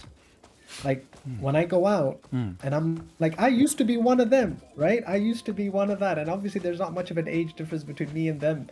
But it's like, I feel like at some point, if we were all raised right, or if like in an ideal world, if just anyone who had kids, or like was family planning, like if you just put in the effort, because I feel like here, especially in the UK, I feel like there's a lot of like this issue with like petty crimes, but also issues that tend to happen within the cities. And it's, at least from my empirical evidence and experience, is that it's between a certain demographic. It's the teens. They're the most problematic. And it's just, I go back to, maybe it's not the teenager's fault. Maybe it's not the person's fault. 9 out of 10 times, right? It's just how they were raised. Maybe there was something within the household that just wasn't there, something that was lacking. So yeah, I mean, like, absolutely, what Gaming Malone's saying, like, maybe you don't have to see the world and, like, look back into yourself, introspect, and be like, all right, maybe the way I was thinking was different, and I need to be a certain person. But it's just, if you were in a household where, like, principles and there were values and it was principally led, and there was certain rules, and you appreciated your fellow human. That's the best scenario. Very interesting. I mean, there's Because got to. I'm getting to this age where I can't relate to the teenagers now, to the teens. I can't, because I'm like, I was like, number one, I wasn't doing that. Number two, my friends weren't acting like that. Like the level of just, I'm broad brushing here, like it's complete generalization, but it's just my experience. Yeah. Right? It's just like, I feel like at some point, something happened with parenting. Like we dropped the ball on that. Well, did you know? Okay. First of all, what a meaty conversation, and what an interesting. Sorry. No, it's so good. Like the way that you're kind of putting it all together. And I don't want to. I'm following. I'm tracking what you're saying, Gaming Malone. I'm tracking it. But it's interesting. There's so many ways of looking at it, and I don't know what the right way is, but there has to be some truth in what you said. It has to be. Like, it has to be. I have this belief that, for one thing, I don't know, I think there might even be some recent scientific evidence to support it, but that the way that you're raised, the environment that you grow up in, the opportunities that you have, the microcosm of your surroundings, right? Like how you are supported or not, all that stuff, it has more of an effect than even your biology. So, like, biology and, like, your genes are considered to be, like the nature side, right? But the transmission of values, the success, the likelihood of outcomes will be so much more reinforced and set up for a kind of likelihood based upon just how you were raised. Like, and by the way, not just raised by your parents, but by, like, everything around you, right? Like, we are a product of our context, aren't we? Of course we are. Yeah. Like, how else do we learn shit, right? Like, we're not born magically having knowledge. Like, we are fed and ingest knowledge and morals and points of view. And so there is something to be said for, like, the impact of nature versus nurture looks like maybe more nurture. Maybe there is more there. Now, that doesn't mean that, like, sometimes people are just super resilient, right? Like, we also, I think, want to give credit to the individual. We want to say that somebody can go through hell and back and come out like a diamond, like pressurized, didn't break, survived, a diamond. And, like, I think we have to hold out hope for that too. Because some people, they're in the worst possible situation you can even imagine, like every kind of abuse, right? Every horror. And they come out the other side and they become a therapist. They spend their life, they put their energy into making other people whole, right? And that this is a person that could have been broken and become a criminal. And instead, somehow, could be one or two people in the path of what they were going through, gave them just the tiniest bit of hope. It's like, I see you. You can do it. Like, might be enough through all the hell to get from one end of it out, to climb up out of that mess. So, but I don't know. Maybe sometimes it's just some people are just built different, bro. Like, I don't know. But you're touching on a really strong point there. And the Hillary Clinton thing, it takes a village, but, like, bullshit if it doesn't. Of course it does. Of course it does. Yeah. Like, no, because we're I definitely, one. I think, like, I mean, it's that old adage of there's no bad dogs, there's just bad dog owners, right? Like, I still fundamentally, to my core, I believe there's no bad children, right? Like, a child innately is not evil. I believe that. We have to start from that, don't we? I think we have to start from there. Yes, exactly. We should believe that, ideally. Yeah. So I genuinely, of course, I mean, yeah, humanity, I feel like I do have a bit of sense of humanity still in me to say that, to give them the benefit of the doubt, right? To be like, yes, it's not them. Like, I didn't know who I was until like 29, 28, right? Like, what's a 14-year-old gonna know? But again, I don't put them under the lens, under the microscopic lens. I look at parents, I look at, again, society, Yeah. um, and then they are the result. They're the summation of all of that. They're the sum of everything around them. And specifically, I would put, again, very broad stroking, like parents. And then when I see them, right? Because obviously I don't want to jump to a conclusion and be like, oh, all teenagers bad. No, I see it, right? Like I see how the parents interact with, like, we're talking about this gen, the one that's, I think, maybe 2010 plus, let's say, right? Yeah, Or yeah, yeah, yeah, 2009 yeah. plus. Yeah, yeah. And it's like you see the parent or the parents in with the child, and you're like, okay, I see, just like, you know what I mean, like standard behaviors like negligence and just not being there, Yep. and just the kid doing whatever they want. And I was like, no, I mean, I'm not for corporal punishment, and I'm not for getting the childhood that I got. By no means was it fantastic. Mm, No, I mean, I also had my problems and whatnot, mm, but mm. still, I mean, there's like discipline, and then there's like, okay, this is good, and this is bad, Yeah. and let's encourage positive behavior and Huh. be a good citizen and law abiding, and these are why rules exist. There's a reason for them, and okay, my fine. Teenagers want to rebel. That's completely understandable. You can't stop that. I feel like that's maybe within our DNA, maybe at that stage in human development. But Mm. again, I scrutinize parents a lot more, and I'm just like, like you shouldn't have adopted a dog, for example, if you're not a good dog owner. You know what I mean? It Yeah. crushes me to Yeah. see a dog being poorly treated, because I'm like, someone should have done checks and balances with you, Yep. and like vetted you out. Like, you Yep. are not fit. Yep. But yeah, Yep. sorry. No. So interesting catching up with you. Like I mean, you've always had the depth of the thought process. Of course, I know. But it's nice. It's nice. Yeah, it's nice catching up and hearing you and just following your thinking. And I find a lot to agree with. I find a lot of insight. Do you know that more now than in recent history, people are kind of like hooked up to the chairs, even if they're remote working, to such an extent that you frequently don't have what approximates a family system anymore. Like, the family system has been seated. Like, now you have two people who work and have their kid go to daycare and get raised by people formulaically Yes. without that deep, close love and that need for the kid's Or a success. nanny. Yes. Or a nanny. And so, and then, by the way, when you do a CBA, the cost benefit analysis of this, so often, if you really run the numbers, it's like, holy shit, should we both be working? Yes. 70 to 85%. Almost all of the take-home dollars, especially when you factor in taxes at the end of the year. And by the way, the more kids you have, the less you get back. It's quite counterintuitive. I mean, it's a struggle. So everybody with a kid or kids is now struggling to be able to be there for them as a parent regularly, more time than not, because so much of what love is just quality time.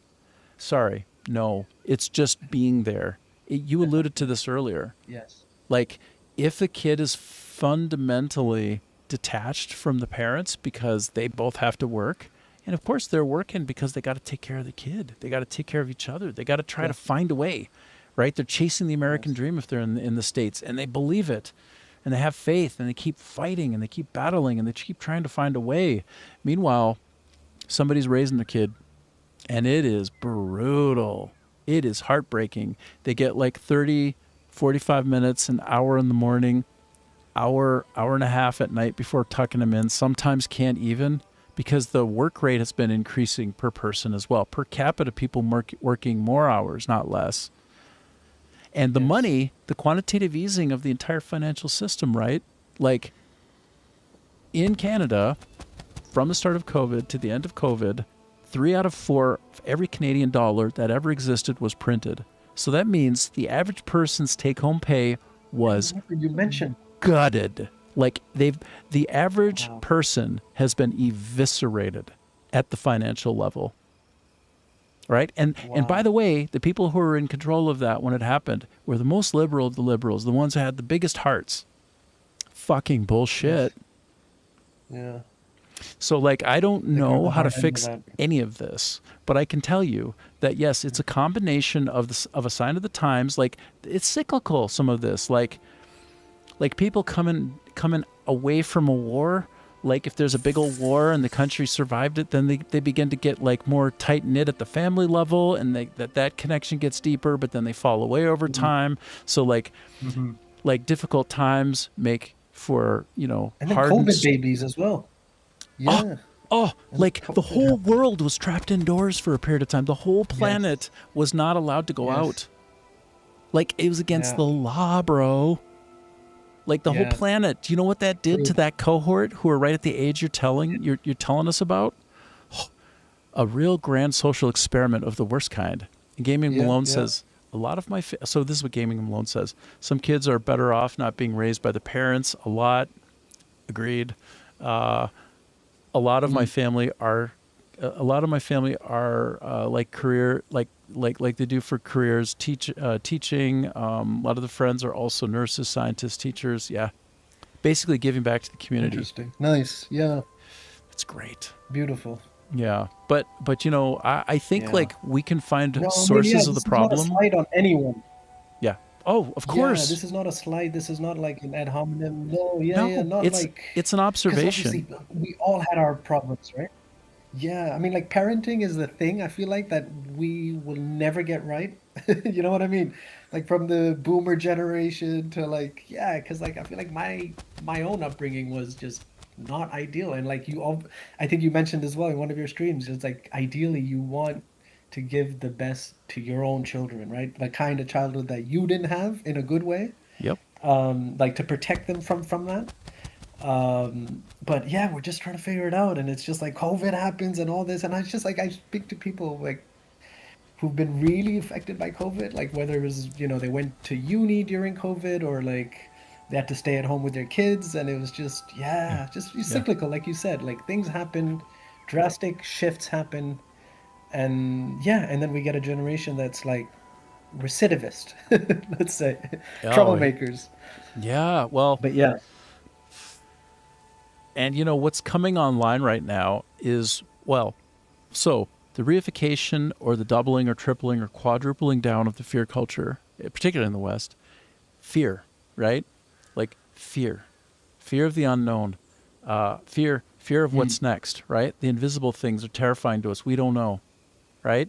And then also a disconnect from physicalization, intimacy, from an organic closeness. Like, literally sitting down and having dinner with somebody is so meaningful, is so special. And instead, a lot of people are sort of dining in. Like, that COVID pattern is not completely lost on a lot of people. Like, a great many people became far more reclusive, far more hidden in their box. And Gaming Malone says, by the way, check this out. Check out what Gaming Malone says. A lot of you can't get a pet in some European countries without a psych check. So why aren't we letting people breed with no limit, etc., often for money? How old are we all? Oh boy. So, like, 100%. I mean, that's 100%. I mean, not eugenics, not to the extreme. Right. Not to the extreme. Like, I don't want to take it to the extreme, right? Like, Yeah. I feel like people are good. Yep. At their core, people are good. Yep. But yeah.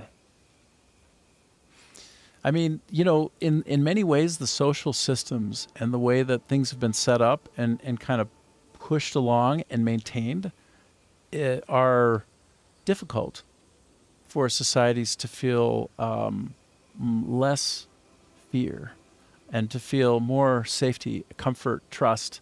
Like, the ways in which we can more comfortably reach out to people who are like us or even not like us, but basically get to know, like, be comfortable in the discovery. Like a lot of that is lost now. A lot of it is, I think it's just harder to reach out to people now. You remember I was telling you yesterday, or maybe it was the day before, but like walking down the street in Vancouver, in the greater mainland area of Vancouver, like, dude, yes, without eye contact. Nobody makes eye contact. Like once in a while, and it's a freak fest. Like when it happens, it's a freak fest. It's like, wow, that's not right. How come literally nobody will look at each other as they pass by? And by the way, people try to defeat that in every way that they can, right? Like sometimes they'll wear something really flamboyant and funny and cute. Like they'll wear a thing to try to get you to look at them, and then they'll connect, or they'll have a dog with, right? Dogs are social lubricants, right? So ways of being open to the world. But boy, they feel kind of far and few between, right? Like it's, some people are just like I feel very unsafe and very like they want to just kind of live with blinders on and know what they know and be around who they're comfortable with being around, instead of like spending their one life in a state of discovery, like trying to find more enlightenment, trying to find new ways of looking at stuff. Like, oh, I guess I was wrong about that. Well, geez, that's so wonderful. If you discover that you weren't seeing it quite the right way and somebody helps you see it in a different way, well, that's the way I want to spend my one life. Yeah. I think it's subjective, because like I do have friends who are like, I want to mind my business. To each their own, and I'm happy, and I'm like, good for you. Like, you know what you want, and you're getting what you want. Like, you are in your safe space, and that's great. Like, wonderful. But a guy like me moves in next door to you, and we'll be sharing experiences, like, the same weather, the same day. You'll be doing your thing, I'll be doing my thing, but I'll be living a total sad existence. I'll be like, why is my neighbor not looking at me? Why can't we just... I'm an introvert, right? Like I mentioned this, like I'm an introvert. So like in my most organic state, I might not open a conversation with someone. Right. Which is ironic because of what I do and like the life I've lived and the places I've been. But still, I think it's just people catch on, right? Like they look at my eyes, they look at my facial expressions. They're like, all right, this guy has a lot of facial muscles working, and like, all right, we can talk to him. And then obviously once they start, then I'll reciprocate and I'll engage with them. But I'm just like, yeah, you could be like, to my friend, I'll be like, you could be completely comfortable and happy with your blinders on, whereas there's someone else, maybe me, next door to you, just being like, no one wants to talk to me, or like no one just says hi, and if they do say hi, it's a very shallow hi. So it's just how different we are, but similar. Back to what you said, so different but so same. And like there's epic amounts of other variables in play. Oh, sorry. Everything that you said, I was right there with you, and I'm visualizing you and imagining you interacting with somebody. And you like you're a very expressive person, right? Like I worked with you. I know. Like you got like that very open. You're very open, right? You're very socially open to people, which is a wonderful thing. Hey, Wild Arms 420. So good to see you. So good. Thanks for hanging out. Talking with one of my buddies. I used to work with him. He's such good people. And we've just been kind of like comparing notes, catching up about the world and like the way we think of things, the way we look at it, like family, friends, countries. Everything is so cool. And Gaming Alone just says, recurring conversation I have over the last few months, effort to type.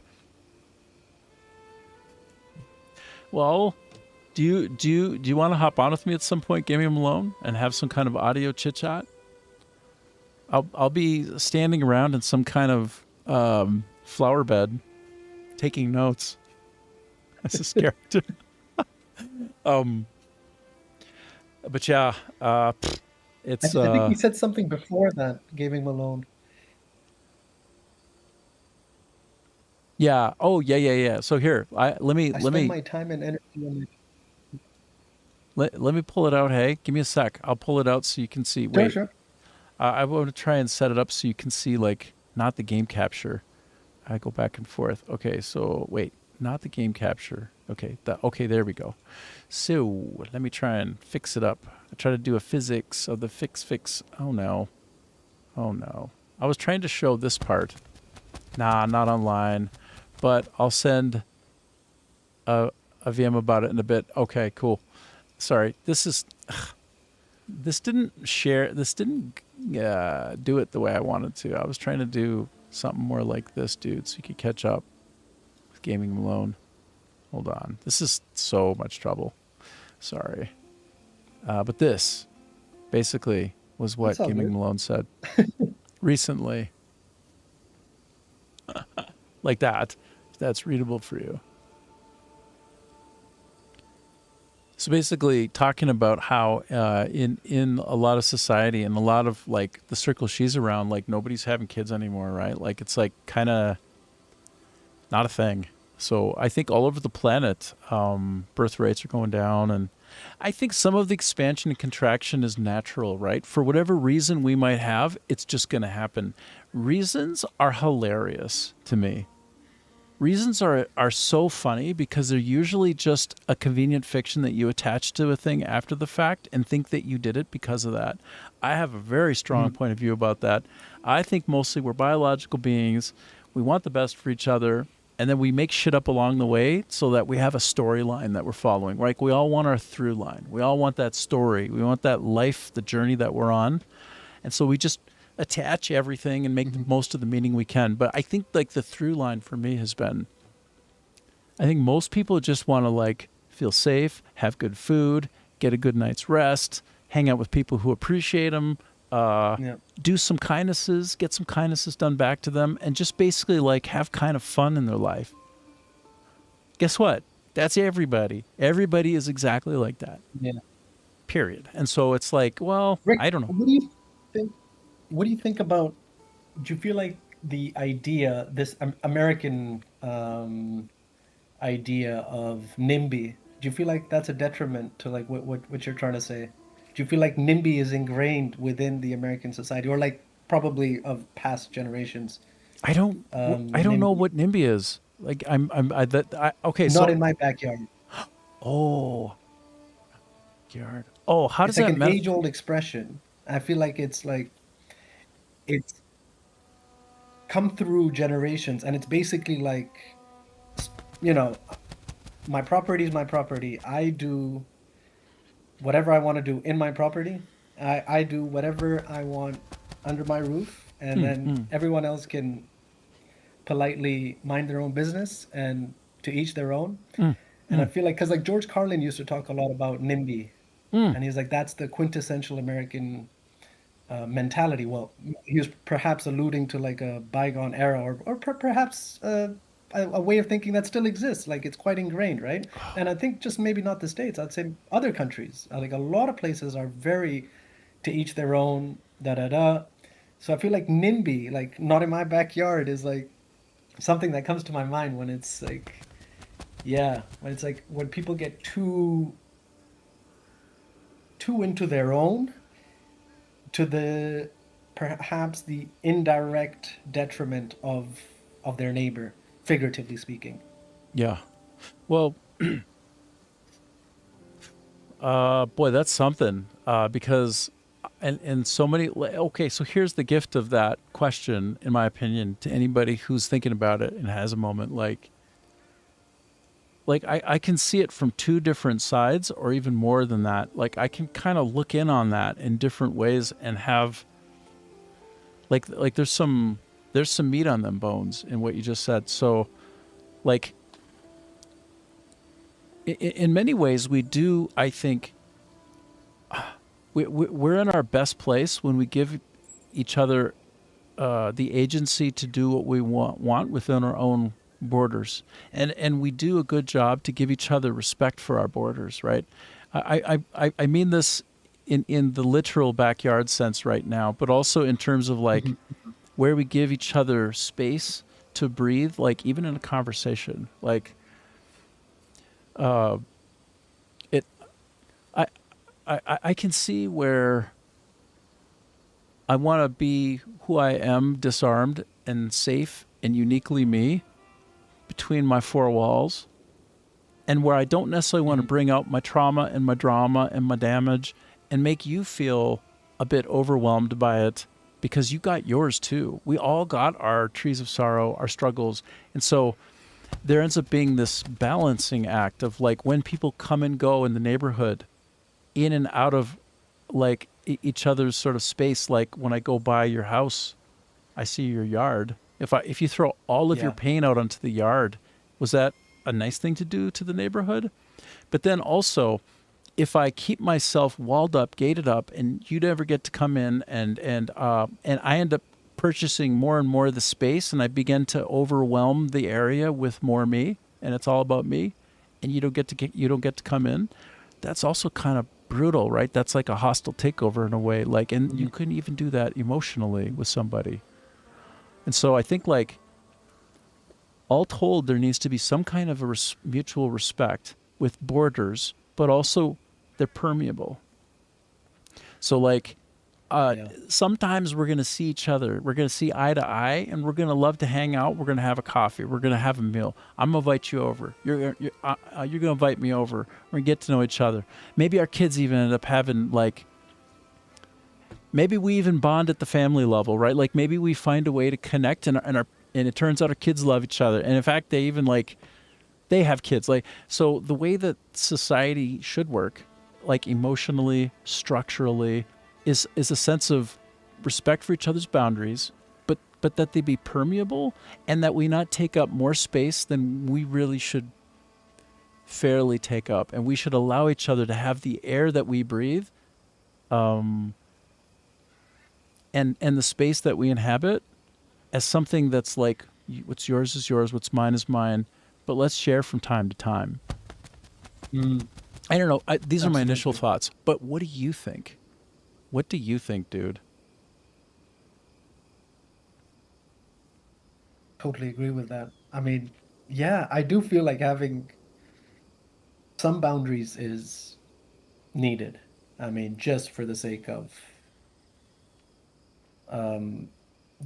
just for the sake of living your own life and whatever, and individuality. But by individuality, I mean like your own family and your own close ones, like keeping them close and looking after them and prioritizing them.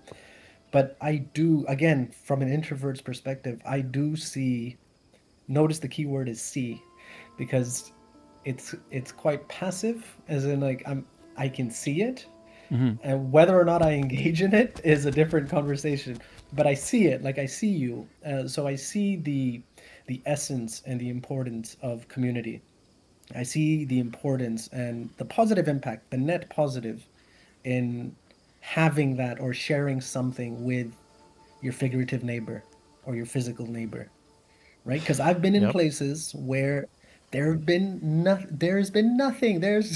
I've been in a desert, right, for like 3 years, in the Sahara. Damn, yeah. Let's say, and wow, and 6 months of the last 3 years were during COVID. So picture nothing, just tumbleweed and just sand being blown in every direction. But even in that Mars-like topography and environment, I still had my neighbor checking in on me. A family of 4, father, mother, 2 kids. Yep. 2 boys, teenagers, but I could see how well they were raised. Just the respect they had and all that. And they would just check on me. And they would bring me food, like if it would be Ramadan, for the breaking of the fast at sundown, they'd bring me like a tray over with like rice and couscous and soup and like lentil soup, like every day for 29 days of the month of Ramadan. And it was just like, okay, do you know what I mean? Like, it was kind of like God giving me an experiential lesson in like, Ajab, maybe open up a little bit more than you already have. Like, yes, you help people for a living and you're a humanitarian, whatever that means, or you're a philanthropist and all that comes with it contractually, legally, professionally. But you're still very entrenched in the way you think about others, your figurative neighbor.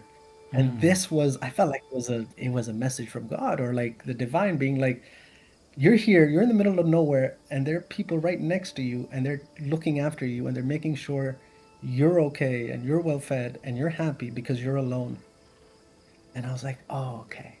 So I agree with you. I totally agree. And like I see it again, my own composition, how I am, I might not necessarily go with it, just like intuitively. I might not just jump on it.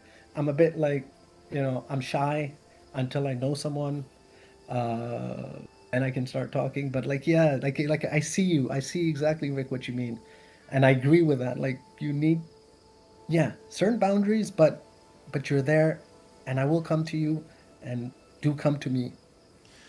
And I think some of the best relationships of all types are the ones where you've got sort of a complementary yin yang in swirling, right? And so what it means is like, do you want to just like go date yourself, or you just want to like marry yourself, or do you just want to only know you, or do you want to like blow that shit up and like open it up and flip everything around and be like, let's build some Legos, baby. Let's make some cool shit. And I don't need more of me, right? Like Guardians of the Galaxy 2, right? Like the father of Star-Lord ends up being like, oh, he's a tyrant, he's a maniac. He just finally realized as an omniscient being that he's the best and he should just manifest himself everywhere. It's his destiny and it's the universe's destiny. And it's like, well, that's fucked up. That's completely the opposite of way everybody in the right mind thinks on the planet. Like, that's the polar opposite of being like spiritually clean. So everything falls out of that kind of approach, which is like, boy, with that story that you told me about those people for 29 days in their most special period of time in Ramadan, coming and giving you food, knowing that you're alone, giving you fellowship is just like, oh, that's how that's how the world is beautiful all over the planet, and everybody is trying to obtain to kindness and love. And whatever your prism is that you pass through, whatever faith it is that you have, you're just trying to reach out to somebody and give a shit. And so some of us do it for a living, like you, and then question whether you're doing enough in your spare time, which is great. Exactly. Good for you. But some people just like stay holed up, and they're like, yeah, I'm gonna keep all my demons inside, and there's even more demons outside, and boy, do I hate everything, starting with myself. Boy, is this world a hateful place. And it's like, oh, the greatest tragedy of them all. Because like that was a baby who just needed a mama to love him. Yes. And really just needed a lovely family from a different race right next to them. And it just kind of like grow to love each other and realize that you got each other's backs and that it is one planet with one people. And it's like, oh my God, the tragedy of being locked in like that, filled with hate. What a desperate criminal thing to have happen onto the onto humanity. And I don't know that COVID helped it, by the way. Like nationalism spiked like holy hell during that time. Yeah. And by the way, I don't just mean nationalism. I mean what it also implies. You know, like that stereotyping, like that skin type, like all that stuff getting locked in and rolled into it all. It's like, boy, was that a pressure cooker that didn't turn a lot of people into diamonds. So yeah, I don't know how to fix it, man. I just know like to talk about it in the way that I can and like meet up with folks like you, and I don't know. But you know, sir, it's been a pleasure. It has. Thank you, though. By the way, I'm Thank you. I'm gonna leave on a super high note with you. I'm gonna hop off here. And boy, what a wonderful conversation with you. Boy, your little anecdote, I could do with more anecdotes in your life that have helped form your identity, who you are. Because that one right there, that one, anybody who got to hear that is lucky. So if I were more of a baby, I would be crying right now. I'll save it for off stream. It gives me hope. You know, it's yeah, I think about it often. But yeah, thank you. Thanks, Rick. This has been, I mean, I've taken up like an hour and a half of your time. I don't know what the chat's like. Is there That's a like good I'm start. just- Well, so Gaming Malone is popping in and out and just kind of tracking on it, and anybody else Mhm. hanging out listening. Like, I think it's a unique opportunity to listen to somebody. And by the way, this guy's backstory and his family and all of that is like a bag of chips that you would just crunch down, man. Like, this guy is a cool dude. He's had quite the life and done a lot of good for the world. Like, if you had the chance to do the good in the world that he's done, and like we all kind of did maybe half of it that he's done, the whole world would be transformed. It'd be a different world. So thanks, Ajib. Thank you, Rick. This has been too nice. It's lovely hearing from you. Yeah, same. You've always been very kind with your words. Yeah. And the feeling's mutual. All right. Well, let's do it again. For sure. All right. See you, Thank buddy. you so much. Yeah, have a good one. Take care. Signing off, folks. Yeah, you too. I'll get back to you, gaming, but see ya. Bye, Ajib.